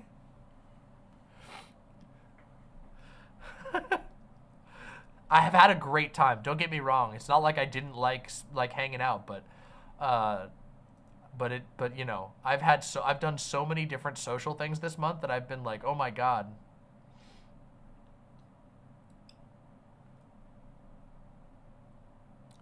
It was a really good month though. I had a really good time with a lot of really good people.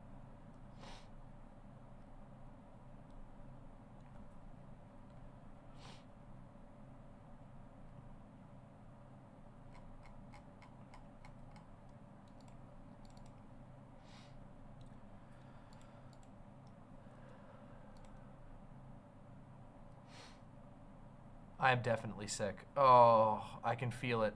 You guys have probably heard me sniffling for the last, few hours.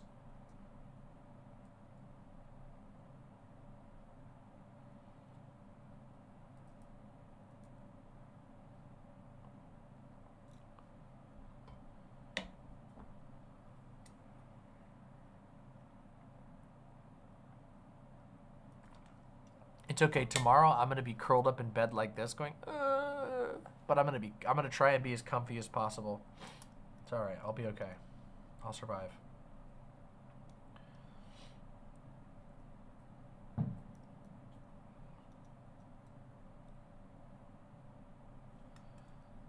Have you used dry leaf arts? Yeah, dry leaf arts is really cool. Okay, so 2 things I want to talk about with regard to Elden Ring.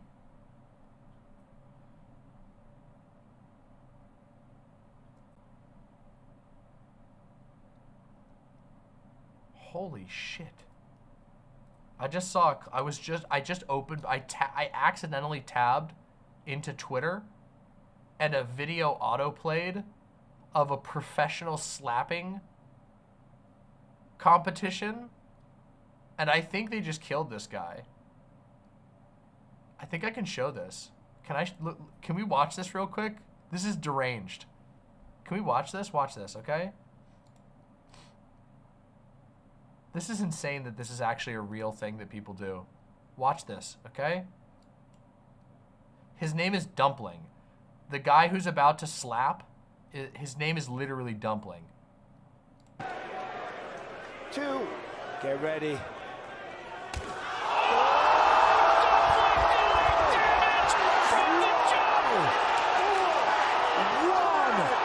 And done. He's out for the count.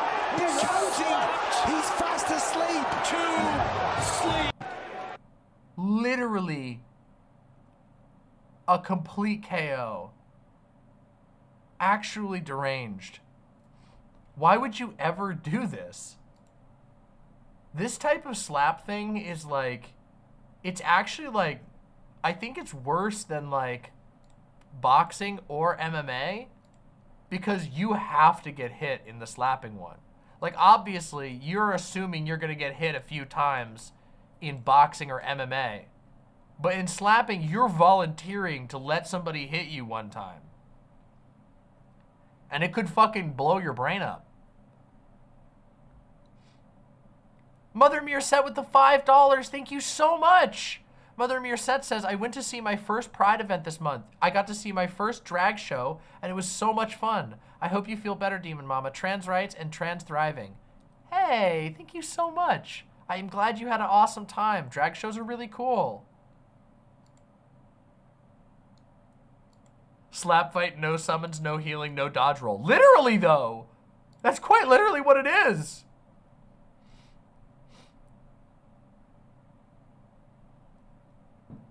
Oh yeah, Holy Mackerel would 100% win the slap fight.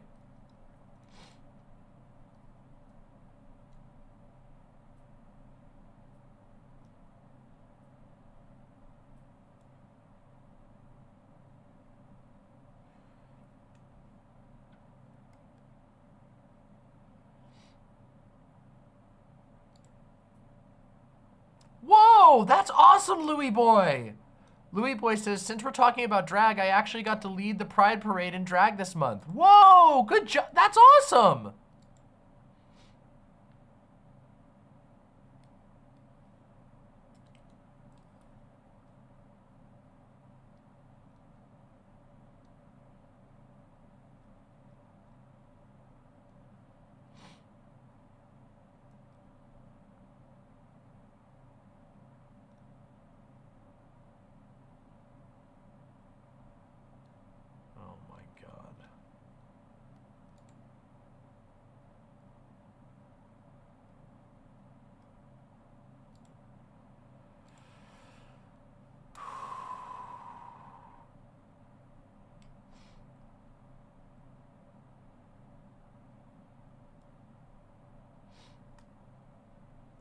Onyx Knight, yo!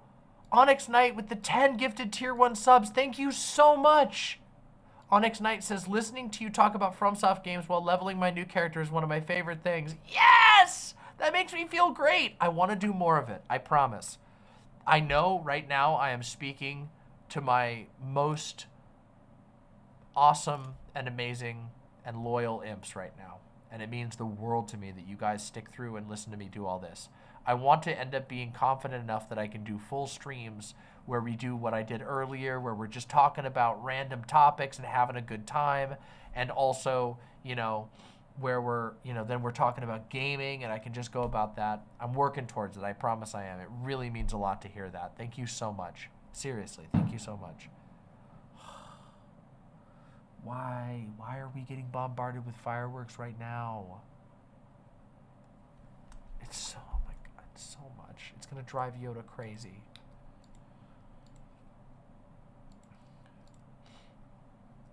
It's not even July. Is there a holiday today?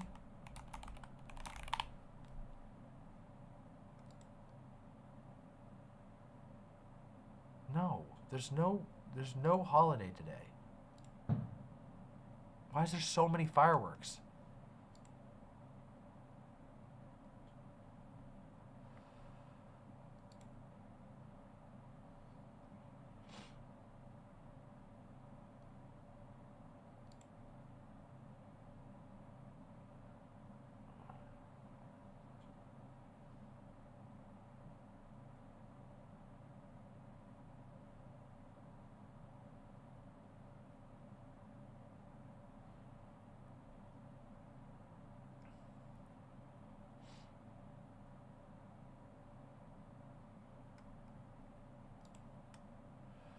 It's Canada Day tomorrow? Yeah, but I'm not in Canada.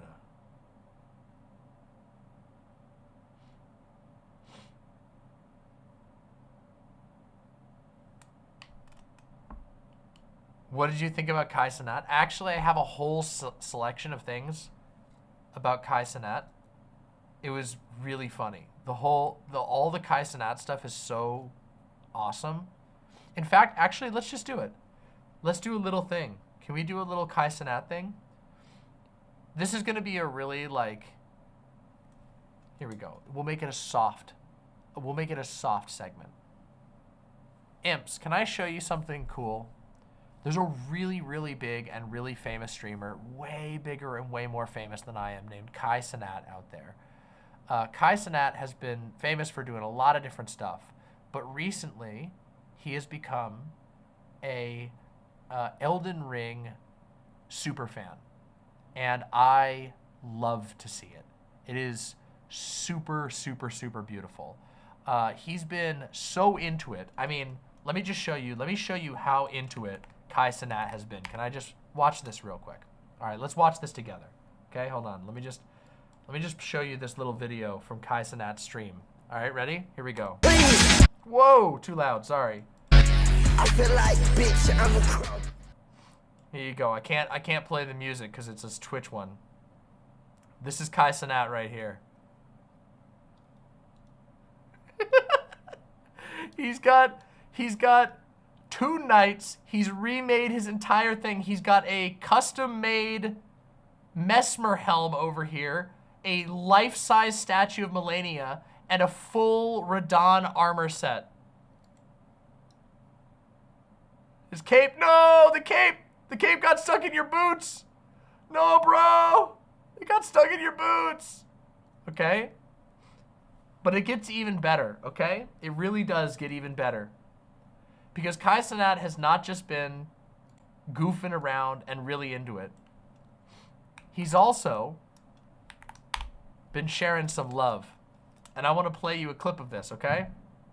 This is such a great clip. I love this clip. I'm genuinely in love with this clip. It's one of the most positive and exciting things. Okay, watch this shit, all right? I'm a happy dude. I opened up the Melania statue, and you know, I'm a happy dude. I opened up the Melania statue, and I'm a happy dude, and I played the game, and I feel like we went crazy the last marathon. But I did see a lot of people who was like kind of upset that people who've been playing the game. Hold on, I gotta boost this audio just a tiny bit. Hold on. Let me boost this audio real quick. Give me a minute. I didn't realize this clip was so much quieter than the last one. Last one was loud. Here, I'm gonna boost it just a tiny bit. For years, or since it came out, haven't gotten anything. Here we go. And here we go. You know, I'm a happy dude. I opened up the Melania statue, and I'm a happy dude, and I played the game, and I feel like we went crazy the last marathon. But I did see a lot of people who was like kind of upset that people who've been playing the game for years, or since it came out, haven't gotten anything. So I went amongst myself, and I did some research.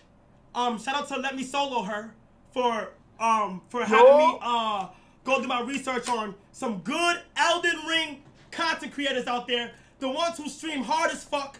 The one who put this shit in, who live, eat, and breathe this shit. Okay? I want to do something special for y'all. And I want to try to create something to where like I can create to where only you guys have it. Or like I can talk to them and see if they can send you guys something, because honestly, I ain't gonna lie, y'all deserve it, bro. So let me read off this list real quick, because I deep dive into this content, and with this list, I ain't gonna lie, I actually enjoyed their content and what they made and okay. Shit, okay? So first of all, before we get to the list, I do want to say the energy here is amazing. And nobody should feel bad for just getting into Elden Ring now, or for getting into the FromSoft games now. I am one of the people, even though I am small and humble, I am but a single small hollow. I am one of those people who just, I can't get enough of this. I've been talking about it. You guys know I talk about this stupid shit all the time, and I welcome all of you. Anyone out there who watches this, who watches Kai's stream and somehow sees mine, doesn't really matter. I welcome you. You could start playing Elden Ring tomorrow, and I want to see that. You could start playing Dark Souls 1, Demon Souls for the first time tomorrow. You are as real as the rest of us. So get the hell in here. I agree, is what I'm saying. Anyway, let's get to the rest of the list. The first shout out And this is for only the Elden Ring niggas who go crazy. And put me on game. If I'm missing some niggas, put me on game. If I pronounce the name wrong, I'm sorry. We got Let Me Solo Her. Based. We got Chase the Bro. Don't we know got Chase. Lil Aggie. Do know we Lil got Aggie? Zuli the Witch. Yo, Zuli the Witch! Yes! We got Vaddy Vidya. That's the one that did the lore and stuff like Vaddy, that. famous. Vaddy Vidya. Shout out to you, bro. You got me to like do the lore, like so I understand shit. We got Iron Pineapple. Oh, Iron Pineapple. ONG Bao or Ong Bao. We got Zeo Storm. Zeo Storm! Yeah! Woohoo! Yeah! Zeo Storm! I'm like the biggest Zeo Storm supporter. I love Zeo Storm. Fuck yes. We got Scumnut.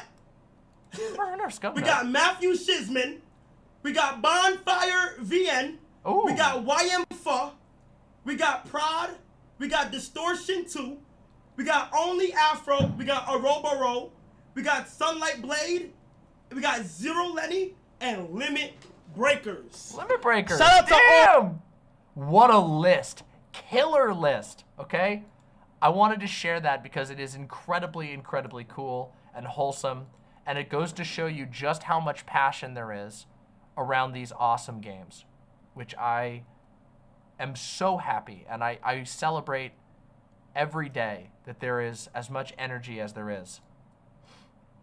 I also want to show you one more thing, which is very funny. Now, I am happy to tell you, don't get too sad, okay? Cenat did end up defeating the final boss. However, Cenat got stuck on the final boss in Elden Ring for 60+ hours on stream. And had to have his therapist come on to talk him through it on a mood level, which is, I am not laughing out of cruelty. I just think it's a very funny occurrence. And the reason why I led by saying that Cenat did defeat the final boss is because I knew he would do it. I knew he could do it. Sometimes you gotta need some help getting through it, but he fucking did it in the end. I want to watch this clip real quick. No, it sounds like this character's giving you a hard time. So what you need to do, instead of being angry that he's being annoying and angry that he's kicking your butt, be excited to win. Be excited that you're gonna beat this game, and this is gonna True! Getting your butt kicked is part of the fun. gonna be another game on this list of games that you beat. That's the energy you need to focus on. I'm gonna beat this game. I beat these games. I know I can do it. And that's a way better headspace than getting frustrated and angry at this character that's gonna continuously beat you. If you're giving him that angry energy, it's gonna meet you right back. Pow! I need you to get in that positive, confident, resilient energy that you have, because you do have it. You beat 7 games thus far. You're almost done with this one. Can I show you a run real quick? Let's see. You want to see how scary this is? Let's see how scary this is. No, it's not scary. Okay. You want to see how fun this Let's is? see how fun this is. Yeah!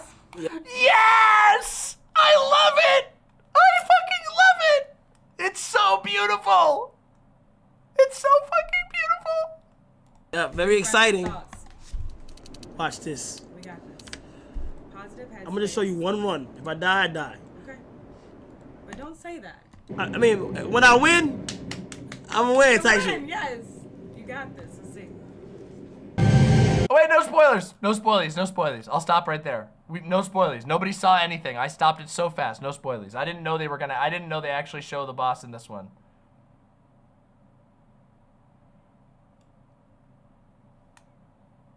It's okay. Nobody saw anything, okay? Don't rewind. You didn't see anything. You're good. Here, let's see. They stopped fighting the boss now, okay? Here we go. I feel good about that run too, and I don't even watch this game, but I did watch you. No, that was actually a good run. Wanna go at it again? No, I don't want to go again. I just, yeah. Take a break. Okay. So you gave him a good run. You said you feel like you got greedy. What do you That mean? was like, that was. Now, I gotta be real.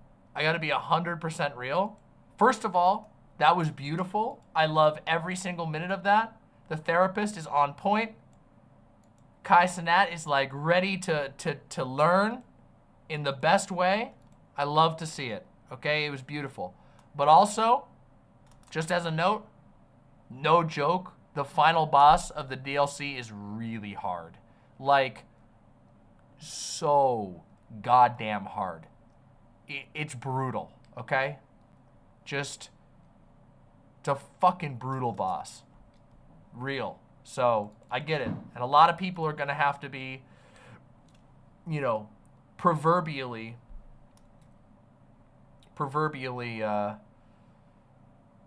talking to their therapist on stream, you know?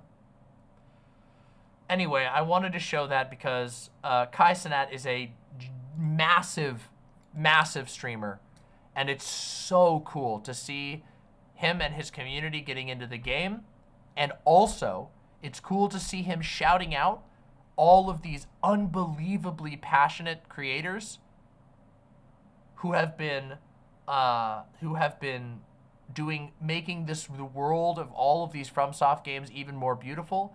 And it's awesome that he was willing to showcase a positive approach to the game. Even if he had to push through anger, even if he had to push through rage, that he ended up pushing through and winning and having a positive mentality. I think that is so cool. I think all of that is so cool, and I'm so here for it. Anyway, thanks for watching. Demon Mama out.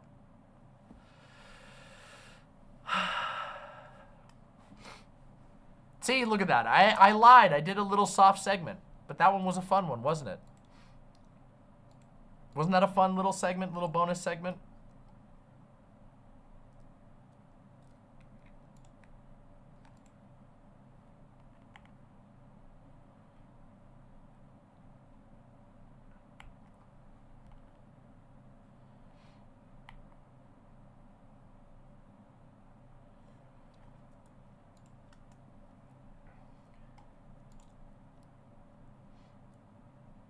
I still need to do my actual review of the DLC. So but I'm not gonna do that tonight. I'm gonna do that next stream. I'll do the actual review and then we're gonna talk lore on the next stream. I actually I just want to vibe for a little bit longer, and then I gotta go get rest so I don't get really, really sick tomorrow. Yeah, actually, let's do a meme. Let's do the Kaneko Man meme. We got a little Kaneko Man meme. Let's do it, shall we? Here we go. Let's do it.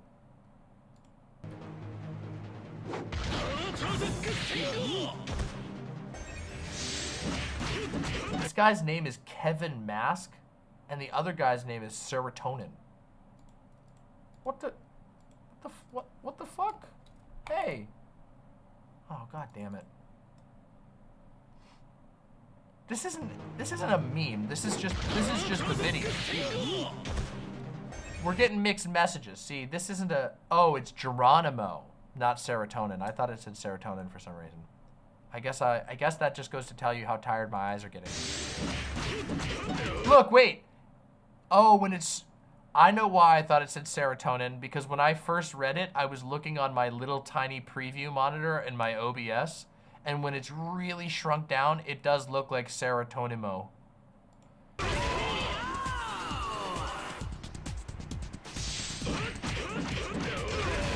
I'm having a Joe Biden moment right now.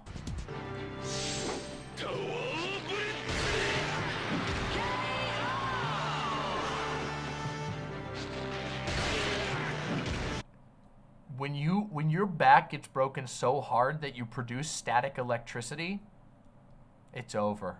It's over, bro.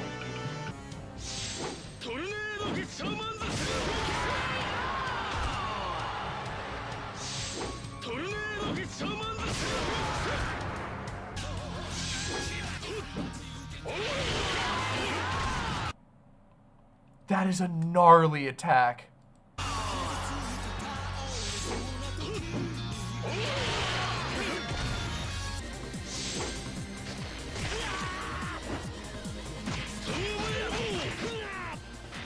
This 3D game, I don't like the graphics of the 3D game as much as the 2D game, but I will say some of the breaking moves in this game are so gnarly, it's shocking.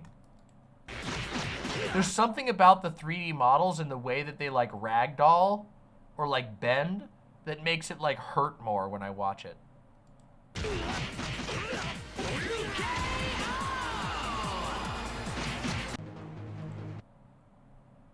Thank you, Mr. Krabs. That was a great one. That was a really good one, Mr. Krabs. See? Balance has been restored. It's so great. Nasty Redacted says, I'm in need of serotonin. I don't know if I can give you serotonin, but how about some dopamine? Can we have a moment real quick? If you're watching right now, okay, listen up. If you're watching right now and you've seen my thumbnails, those are all made by Nasty Redacted. If you like them, can I get a hypers in chat right now? Can we get a fuckload of hypers in chat for Nasty's thumbnails? Because I gotta be 100% real. His thumbnails have been so fucking on fire, and it's actually, like, people are clicking on the videos like fucking crazy, and that's because Nasty has been knocking it out of the park. Nasty's thumbnails are, like, genuine works of art, and I feel proud every single day to know that my videos get to be dressed, like what I put in the world gets to drape Nasty's handmade art like a beautiful gown. It makes me feel wonderful. I hope you know that, Nasty. Seriously. Well, a 15 combo at midnight just for you. Now, I know chat could do better on prime hours, but I'm gonna guess there's a couple of snoozers in chat and a couple of TV watchers right now who can't put emojis in chat. Well, look, here they come in. See, here's some of the snoozers are catching up right now. EP Joes, yeah. But still, a 15 combo at midnight is damn good. Also, people, I mean, you know this because I always send you the comments of people loving the thumbnails.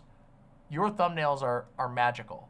And I don't want to just fixate on what you do for this channel, but the reason why I feel so honored to have you as my thumbnail artist is because I know that you are like one of the most incredibly talented artists on this entire frickin' planet. And it is like beyond thrilling to me to know that you make art for my channel, and it means the world to me. So there you have it. Oh, Aska, you're not getting away either. People on this channel haven't got to see all your art yet, Aska, which you should definitely post your art in the Discord. But Aska, you're not getting away, because Aska's art is fucking crazy too. It's actually crazy. Like, I genuinely can't even believe. Just hold on, let me get Aska's art. I want to show up Aska's art too, because I don't want Aska to get away from this untouched. Can I, here, look at this. Aska posted a work in progress on Guts from Berserk. It's so fucking good. This floors me. It is so good. It's like, it's a different style than the manga, and yet it communicates Guts' character and armor so well. It's like the perfect adaptation. It's the type of art, it's the type of like fan art that I love to see. It's like deeply transformative while still communicating the same character. It's so awesome. And I want to show another one of my favorites. Hold on, I have to scroll back a little ways to find it. One of my favorite Aska pieces.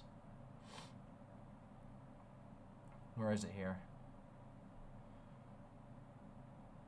Oh yeah, Aska.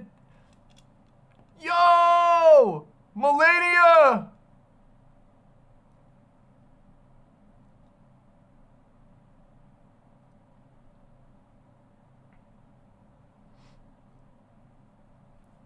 You can share it. Just don't. Just be careful with it, JS Masochist. You can share it. Just don't be like, oh, I did this here. Just post it so people can see, and don't answer questions and be serious about it. Otherwise, it's totally fine. It's art. Art is art, and we'd love to see your art. This is one of my favorites. Wait, where's the full one? I wanted to, oh, I can't find the full Godfrey one. Maybe that's on your Blue Sky. Yo, Knights Cavalry! Knights Cavalry!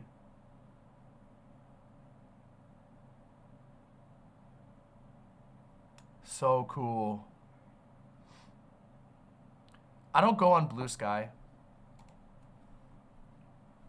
I actually can't handle Blue Sky.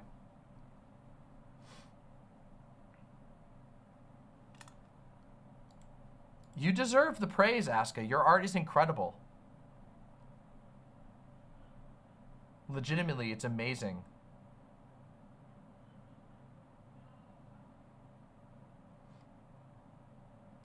By the way, if any of you want to go follow Aska, here. Wait, how do I go back to your main page? Here we go. You go follow Aska there. Bam, bam. On Twitter. I would post Blue Sky, but I would have to log into Blue Sky, and I don't... And your links are there anyway.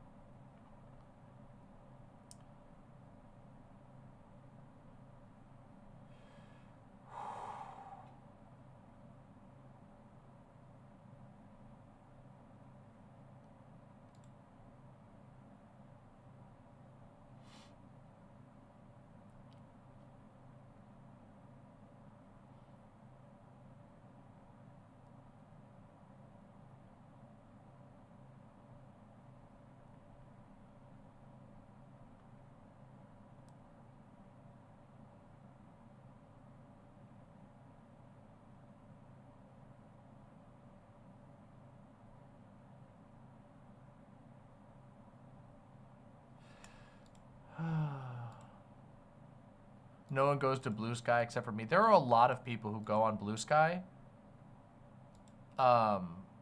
It's just that Blue Sky... Okay, let's have a real... Can we have a real talk? I feel like I've said this before, but I'm going to say it again. And then I actually am getting so tired and I can actually feel my throat giving out. So I'm going to have to stop soon, unfortunately. As much fun as I've had today. I feel like today was a golden stream. Blue Sky has a bad problem. It's insufferable. That's the best way to describe it. Blue Sky has an insufferability problem. Every time I go on Blue Sky, it is the like most cranked up, like inside baseball, internal discourses. It reminds me of Tumblr at its worst, but formatted like Twitter. So it looks like you're on Twitter, but the way that people talk to each other and treat each other is like, keep out the undesirables, crank to 11. That is 100% for real. Like Blue Sky is like, oh my God. No, that's the wrong term to use. I won't even say it because it's going to make people mad. Doe always describes Twitter as people venting their neuroses at each other, like unprompted. That's how Doe describes Twitter. Doe is just like, Twitter is just people venting their neuroses at each other, like unprompted, and that's pretty accurate. But I honestly think that Blue Sky is that like cranked up to 11. It is the most neurotic website I've ever been on in my entire life. It's so weird. It feels like everyone is pissed off all the time. I mean, they're just like, there's like this weird lecturing tone that the general atmosphere on Blue Sky has, where like every post is people lecturing each other about something else. It's like super policey about behavior. They're always like, excuse me, you posted during a posting blackout in honor of something that you've never heard of? What the fuck is wrong with you? Don't you know the culture of the place that you're in? Stop doing a fucking colonialism on my website. I'm just like, Jesus fucking Christ. Gayfesh says, one of the first discourses I remember on Blue Sky is people unironically saying, if you're wasting your invites and not giving them to vulnerable trans people, they will be murdered on Twitter. I believe you. I didn't see that one, but I 100% believe you. I'm just like, the fuck? Alora says Blue Sky is a drama pressure cooker. It is truly, it's where like, where drama goes to putrefy, you know? It's like, it needs to be, it's got dark conditions, heavy pressure, and the drama sludge goes in, and it like, under the pressure, it like bubbles and turns into a stinky black fluid. It's actually unbelievable. I've never heard of Blue Sky. I promise you, you're not missing anything. I tried. I gave it a fair shake. The thing that I knew that Blue Sky wasn't for me was when I logged on to Blue Sky multiple days in a row, and people were just reposting arguments from Twitter, and I knew because I followed people on Blue Sky and on Twitter, and I went to their Twitter, and the argument they were having on Twitter, they had reposted to Blue Sky while being like, guys, I'm trying to get away from Twitter, but I'm directly grafting the discourse from Twitter to Blue Sky. And I was just like, I can't do this.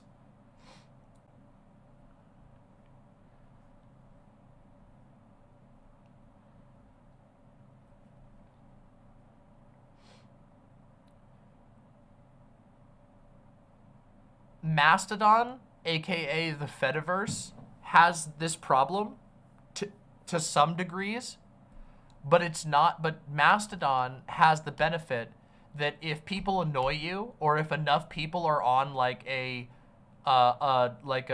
they're on like an instance that's like basically a mental asylum, then you can just block that instance. You can just basically, we're done, we defederate from that one. You can be like, hey admin, can you defederate from this fucking annoying shit? And then you don't have to see it anymore ever again.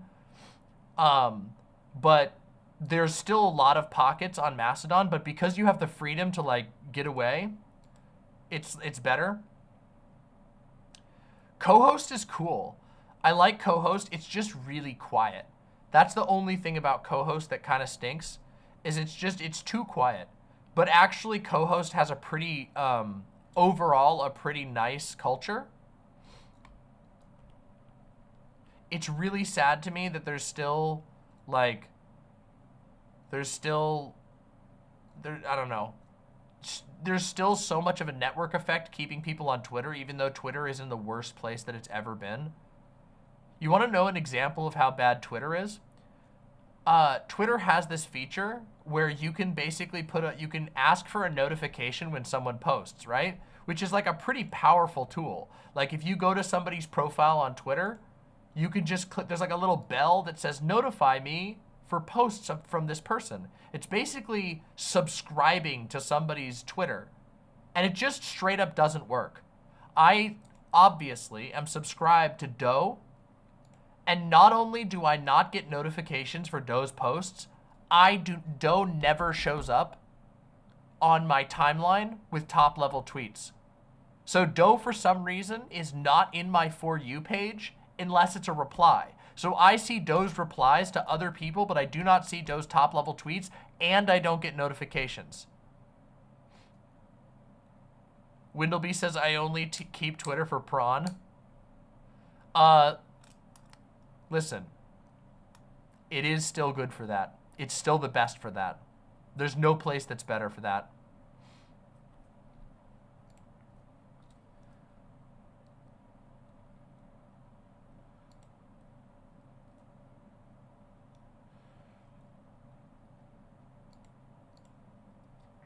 Fortnite, do you have all of your Scadu fragments? Seriously? If you don't, go get them. It's a lot easier to collect all of them than you think. There's only a handful that are actually, there's literally only like a few that are hidden. If you're, okay, you're at max level then. Don't worry about it then. Never mind, take it back. It's legit wild. But you're right, Windleby, it is still really good for prawn.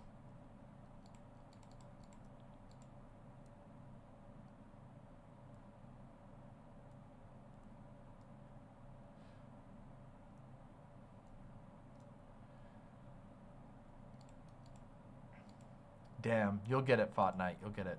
I know you will.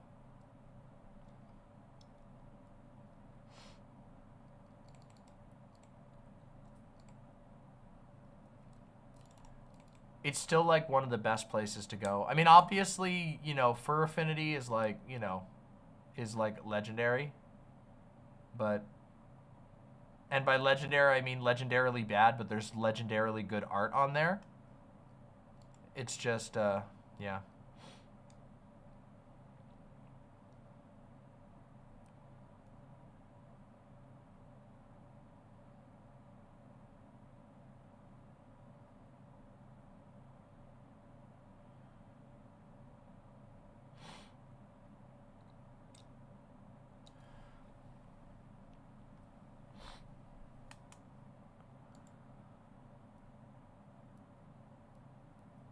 A lot of people won't let go of Twitter. Well, it's hard to let go of Twitter, right? That's why I was hoping that it would like completely crash and stop working. Which it looked like it might have. It seemed like it was gonna for a while. And then they pulled back somehow. I guess they threw enough money at it, you know? But the truth is,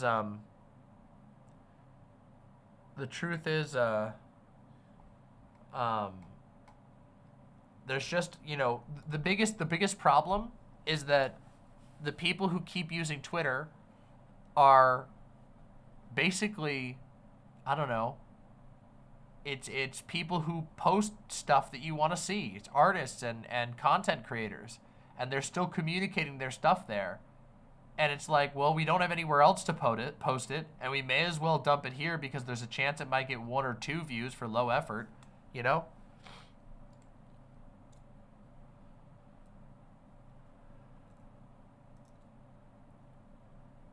Like, I've been going back and forth. I started posting again on Twitter after not posting on Twitter for a really long time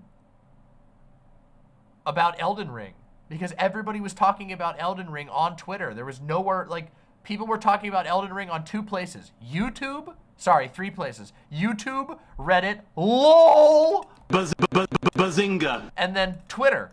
So I'm like, well, obviously, I want to talk up to people about Twitter. I want to see what people are saying about the DLC. I want to read people's theory posts. I want to read people's bad theory posts. Where else am I going to fucking go? So it's like, you know, before that, it was like literally almost a month. Yeah, let's see.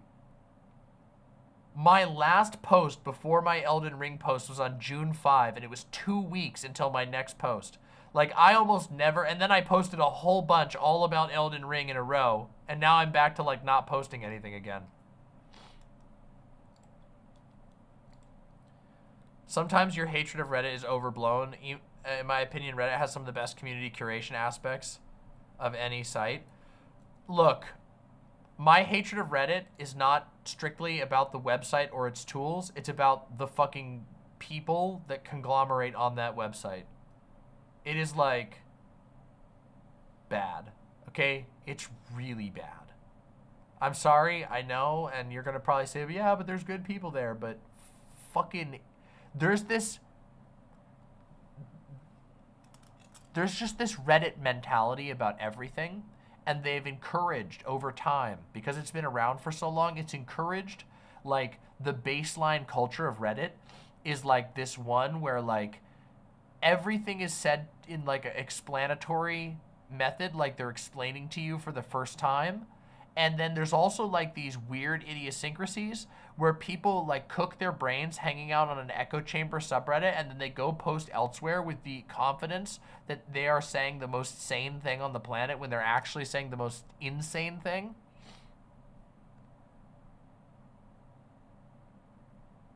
I try not to make it overblown, but I truly hate the website, and I won't go there. I can't, every time I go to Reddit, I regret it. Unless it's for, like, a very specific post that's, like, dealing with a bug, which it is good for that. I'll give it that. It is good for, like, hey, I'm having this issue with my game or with my software. Can you help me? And then people respond. That's what it's best at. It's basically It fills the role of what forums used to do.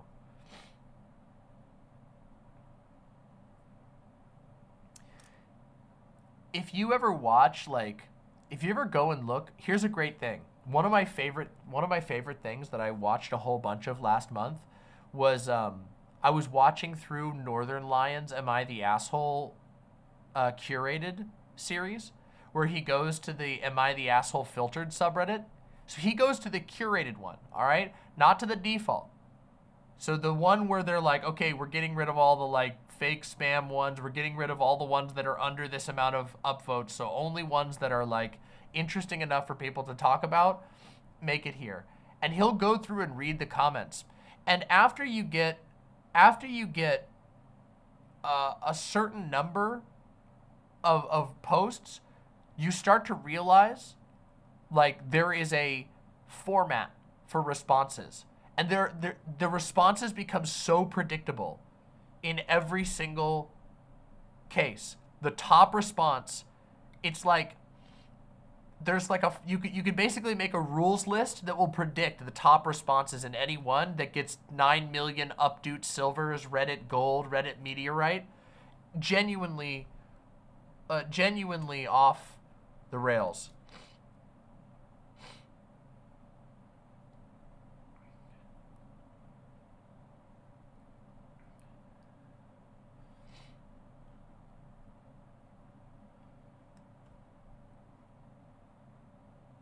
What the hell?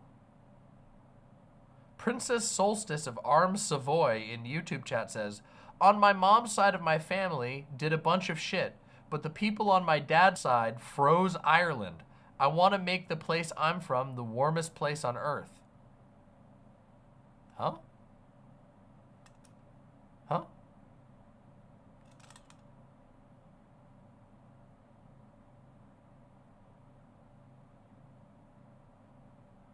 Can you clarify for me? I can't tell if that's like a code.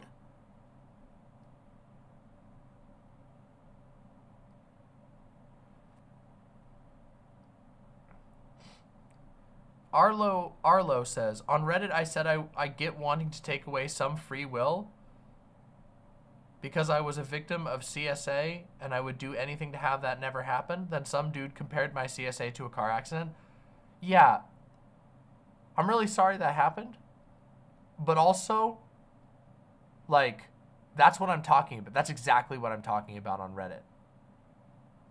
There's a certain type of, like, logic lord insanity that is just so hard to deal with and so infuriating. Princess Solstice of Arms Savoy says, Central New York is the coldest place on earth. I don't think it is. I don't think it is the coldest place on earth.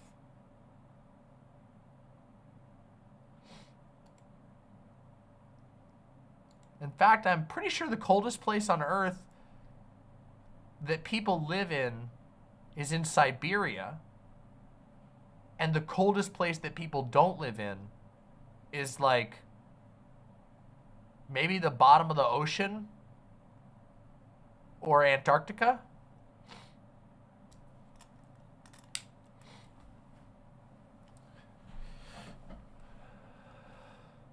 All right, everybody. I am so tired, and I know that I'm going to be sick tomorrow. So I want to say thank you all for coming to my stream. There are almost 200 of you still watching this many hours into stream. I had a golden and beautiful stream, and I want to thank you all for being here, for contributing to my wonderful chat, for being kind to one another, for supporting me, and for having a great time. I'm going to go get some rest. You'll see me again later this week once I'm bounced back from whatever this is.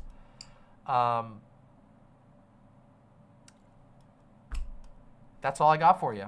Just remember rule number 1. Do not fucking die. All right? Seriously? Seriously? Do not fucking die. Much love to all my imps. And I'll see you all real soon, okay? Good night. Good night. Thank you, Jacob. I appreciate that.